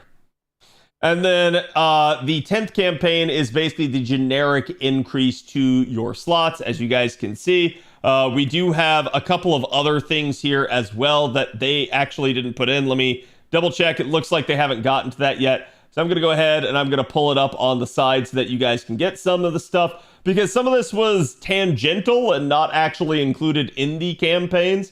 For starters, we do have the mix up here of all of our strengthening releases. So as you guys can see, actually, I'll just go ahead and I'll show that to you here on the great campaigns. That should be a little bit easier to see. Where was it? Here it was. So here is your strengthenings for each day. Basically, day number 1, we've got a 5-star Saber and 3-star Caster. I'm personally hoping it's that Artoria buff that we saw get leaked from prior year. There's plenty of people that are going to want this to be a bunch of different Sabers. I do think, you know, Sabers are in general in a pretty good spot, but there are obviously units like Arthur at this point that could really, really get some love and kind of get a little bit of an increase to their actual firepower necessary. 3-star Caster, there's a couple of options here. I'm sure a lot of people would love to see a unit like Medea get some love at this point. I'm not going to say that's going to be beyond that capability, but basically, just about anybody not named Coup Caster could get some kind of love at this point. So it'll be interesting to see who they choose for that one. Day 2 is going to be a 5-star SSR Archer. This one, obviously, there's a whole lot of potential capability. I think, and I would not be surprised to see it being a single target. You guys know I've been talking about this for years now. At this point, single target archers desperately need some love. They are kind of getting left behind by a lot of their competitor classes, and I would not hate to see them just kind of getting NP interludes and stuff all around. Exception there being Orion. OG Orion really just needs probably some skill adjustments at that point. But you could even see some AoE archers, someone like Tame Tomo, who could really use some love and is kind of underutilized, or maybe even Jarcher finally getting an NP interlude that might help her. 3-star archers a little bit more precarious. Some of the 3-star archers are really kind of cracked. We've got units like Kid Gill that really just haven't gotten a lot of attention and are kind of left behind. So I think that'll be another interesting one to see just who they go with, but it's kind of a crapshoot as to who they think actually needs it at this point. 4-star Lancer, there are a couple of options here. I could see someone like Kiyohime Lancer getting it, or Ibaraki Lancers, both of them kind of left behind, don't really have too much of a niche still, even despite Kiyohime already getting an upgrade. You do also have some potential AoE situations with Lalter kind of just sitting on top, so I think a lot of the other options, like, say, the Valkyries or something, could get some love. 1-star Berserker, I think this one's going to be Asterios, but we'll just have to wait and see. Spartacus has gotten a lot of love over time, but there's definitely units out there that, again, I think at this point, you've basically only got like 3 options for the Berserkers. So it's basically Spartacus, Bunyan, or Asterios. I think it's going to be Asterios, but let me know who you guys think it's going to be. And then day 4 is going to end up being a 4-star Rider. Now, obviously, we have the animation updates, so something like, Ann and Mary, the Yuri Pirates, could end up being something like this. But realistically speaking, there's a lot of pressure on the Rider class, particularly with units like Ushiwakamaru and even, options like Habitrot out there that just kind of make things really rough. So who knows, you might finally see something like an NP interlude to like Mordred Rider, but that seems insane, right? Like, there's no way they would do that. Or who knows, like maybe even just some of the other ones that are kind of left behind or forgotten, like Wang Fei, who you never know what they're going to do with that sort of thing. 1-star Assassin, don't have a whole lot of options. I do think it's going to be Matahari on this one. She definitely feels like she could still just use some love. Obviously, she's got decent utility, but to me, she kind of just still lacks some real purpose. So I think, her and Asterios make a lot of sense for these ones to be, in my opinion. Day 5, you got a 5-star Assassin. I certainly wouldn't mind seeing it some of the other single targets, especially after that pretty nutty comma buff. But I could also see this being another like AoE assassin buff, because some of them do feel like they really are just kind of getting trounced by the likes of, realistically, I think a lot of the assassin class at this point is getting trounced by either Melt or Tiamat over there in the alter ego category. So I think this could, realistically speaking, be just about anybody other than Kama. And then 2-star Assassin, this one is an interesting one. You've got units like Curse Harm or Sanson out there. Personally, I feel like I'd like to see another buff to Sanson, but we'll just have to see. This could be a whole lot of things, and I think days like this are definitely an interesting one to denote. Day 6, we end up having the Casters. This one to me is another interesting day. You've got another like duplicate. So 5-star caster could be a lot of units. I'm gonna say not Merlin, not Castoria, pretty much like anybody, probably anybody other than like Alice, Castoria, Merlin. God, what was the other one that I was thinking of? Ace, obviously, yeah. So like pretty much anybody other than those 4 could probably see some kind of love at this point. I don't think it'd be absurd to see a buff to like Tamamo, or even potentially someone like Scotty again. We'll just have to wait and see. Who knows? Maybe it's a buff to OG Waver, but it could be some interesting stuff for either an AoE caster or a single target at this point. Is similar deal with the alter ego situation that they're having. You also have your 2-star caster here, and this is a little bit of a toss-up. I think Shakespeare makes a little bit of sense due to the fact that he's getting that animation update, but it's entirely possible this could be like, yet again, another buff to Hans or something like that. We don't even really know at this point, but I think this will be another really, really intriguing one. Day 7 is also going to be another 5-star caster, so again, same deal as we said before. This really could just be a bunch of different options, and it's going to really depend on who the devs actually feel like desperately need it. 3-star Berserker, there's a lot of options here. A lot of people forget that Kiyohime has had some really nice love, so Darius does make a little bit of sense. He's still, despite getting 20% Buster Up, not really got a whole lot of identity at this point, so I wouldn't be surprised to see them kind of do something with him, especially since he was in that round of animation updates. But we'll just have to see. Again, this could be another really particularly peculiar one if they wanted to like touch somebody like Lu Bu or something like that realistically has not had a lot of love over the years. So definitely an interesting round of buffs. I do both simultaneously like and dislike the amount of low stars here. It's really, really nice that the low stars are getting some attention.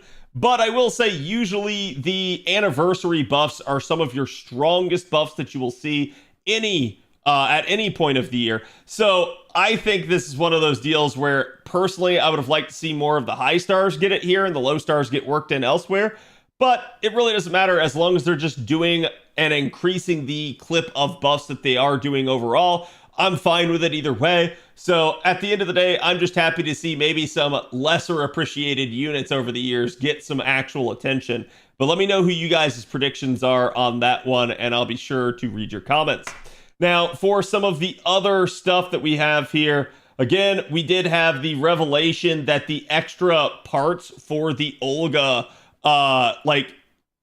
like fights, the pieces that you get from each one of them is going to end up actually combining to get you guys a free Olga. Well, sorry, not a free Olga. It's going to combine you to get you the ability to unlock and actually grand an Olga. That was kind of some of the predictions. A lot of us thought we were going to get a free Olga, but instead we ended up with the capability now to grand instead our beast classes. So it was a little bit of a like weird thing where maybe some people were thinking this was the ascension materials for Olga or something like that. None of us really knew what this was going to be. It's interesting to see how they've done it. And now we know for a fact that we are getting grands of Extra 1 and Extra 2 available to us right here soon in the month of August. Though one of them will be happening right now here during the anniversary. We're going to get another one as well during summer. So probably during the third week of the summer event, you will see the Extra 2 grand system get trotted out. Simultaneously, we also had the 1,000 quartz giveaway. This is unique. You have to finish Ordeal Call 4 in order to get this. That was not part of the 10 great campaigns. This was obviously just hype as all hell when it happened on JP at the time. Make sure you guys actually get it done. Again, if you're somebody that plays on the JP server, story is 0 AP until the end of the year. You have until December 20th to get this done. Please make sure you guys go do it. You don't want to miss out on this. 1,000 quartz is a ton. Arguably, you could argue this is better than an SSR selector ticket because you can spend this wherever you want, and it is a guaranteed pity at that point. So please, by all means, go get it done, especially if you're, worried about the upcoming summer banners and stuff. Now's the time. Strike while the iron's hot and get yourself that, because this is a time-limited reward that will go away at the end of the year. Though for me personally, I would have liked to have seen them made this permanent. Who knows? Maybe they'll expire it and then bring it back at anniversary. That would, or not anniversary, at New Year's. That would definitely be really nice. I'd be curious to see that. We do have a date finally for the end of part 2. We know for a fact this is now happening on the 20th, like I mentioned, so make sure you guys are getting all of your ducks in a row ahead of that. Stands to reason, we don't know a whole lot about it, but it stands to reason that we will be using the grands profusely during this time period, so make sure you guys do that and actually get your grands set up and prepared for this sort of thing. Again, we did get some animation updates that I mentioned earlier during this time period. This is not a list of them. Unfortunately, I didn't get a whole list of them because I didn't get to snap that slide. But there were at least, I think, was it 6 or 7 different animation updates, including a lot of low star units. So definitely nice to see the devs remembering about animation updates and things that they can kind of do just to, in general, please a lot of the player base. We did also, as another small thing that a lot of people got glossed over here, get the Mana Prism and Rare Prism cost for 4-star foes reduced permanently in the DaVinci shop. So from now on, if you want to buy your monthly 4-star foes in the Mana Prism side, it's only going to cost you 300 per instead of 500. And for rare prisms, it's only going to cost you 2 instead of 3. So definitely a nice change. This is going to help people stretch their Mana Prisms a little bit further. And then, like we mentioned, the Story Summon is only available until the end of the year. But yeah, that's going to be it pretty much for that. We did get reveals of the male summer units, as well as some of the female options here for summer. Again, as you guys can see, there's definitely going to be a lot of hype kind of coming out here with summer. Summer should be coming out basically at this point during the sort of like midpoint of August, so probably right after anniversary ends, you guys can expect summer. Also, we will have the Famitsu article rolling out here in a couple of days that my good buddy Mr. Two Love Trouble will be live translating, so feel free to catch him on Twitch. I also usually make a TLDR of that entire interview for things that people need to know that can't read Japanese. But usually I try to make it as in-depth as possible so that you guys get all the nuance and context of things that you might need for that. So again, thank you guys for watching. I will see you guys for the next one. Later.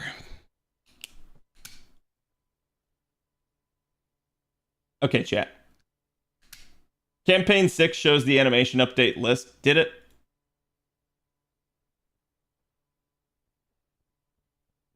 Yeah, that took me a little bit longer than I wanted it to. Partially because I got bogged down in combining the servant strengthenings. But again, I meant what I said. It's like, let me know what you guys think about the anniversary and whether or not you guys think that like there's some good stuff here and like what your overall opinion is of the anniversary. Yeah, so it was these 6, right?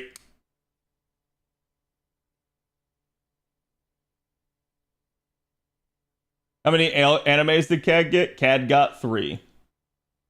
Managed to do it, so. Yeah. Chat. I'm going to end things here. Thank you guys for watching. Let me find somebody to love.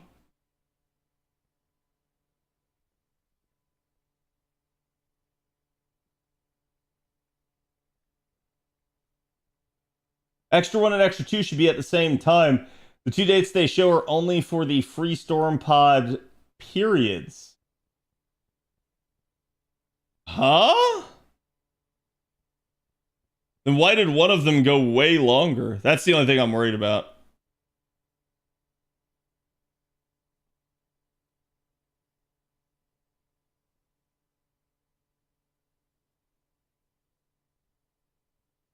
But okay. Let me send you guys over to Mr. Fino's way. Chat, we'll cover Olga tomorrow. Sorry we did not get to it today. I will try to go, like,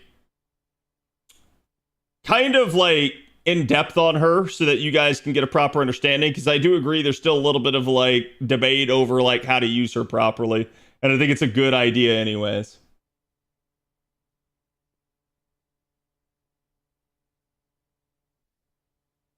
Good rest? Thank you. Okay. I'll see you guys for the next one. Go give Mr. Fino my love. Good night. And thank you guys for watching.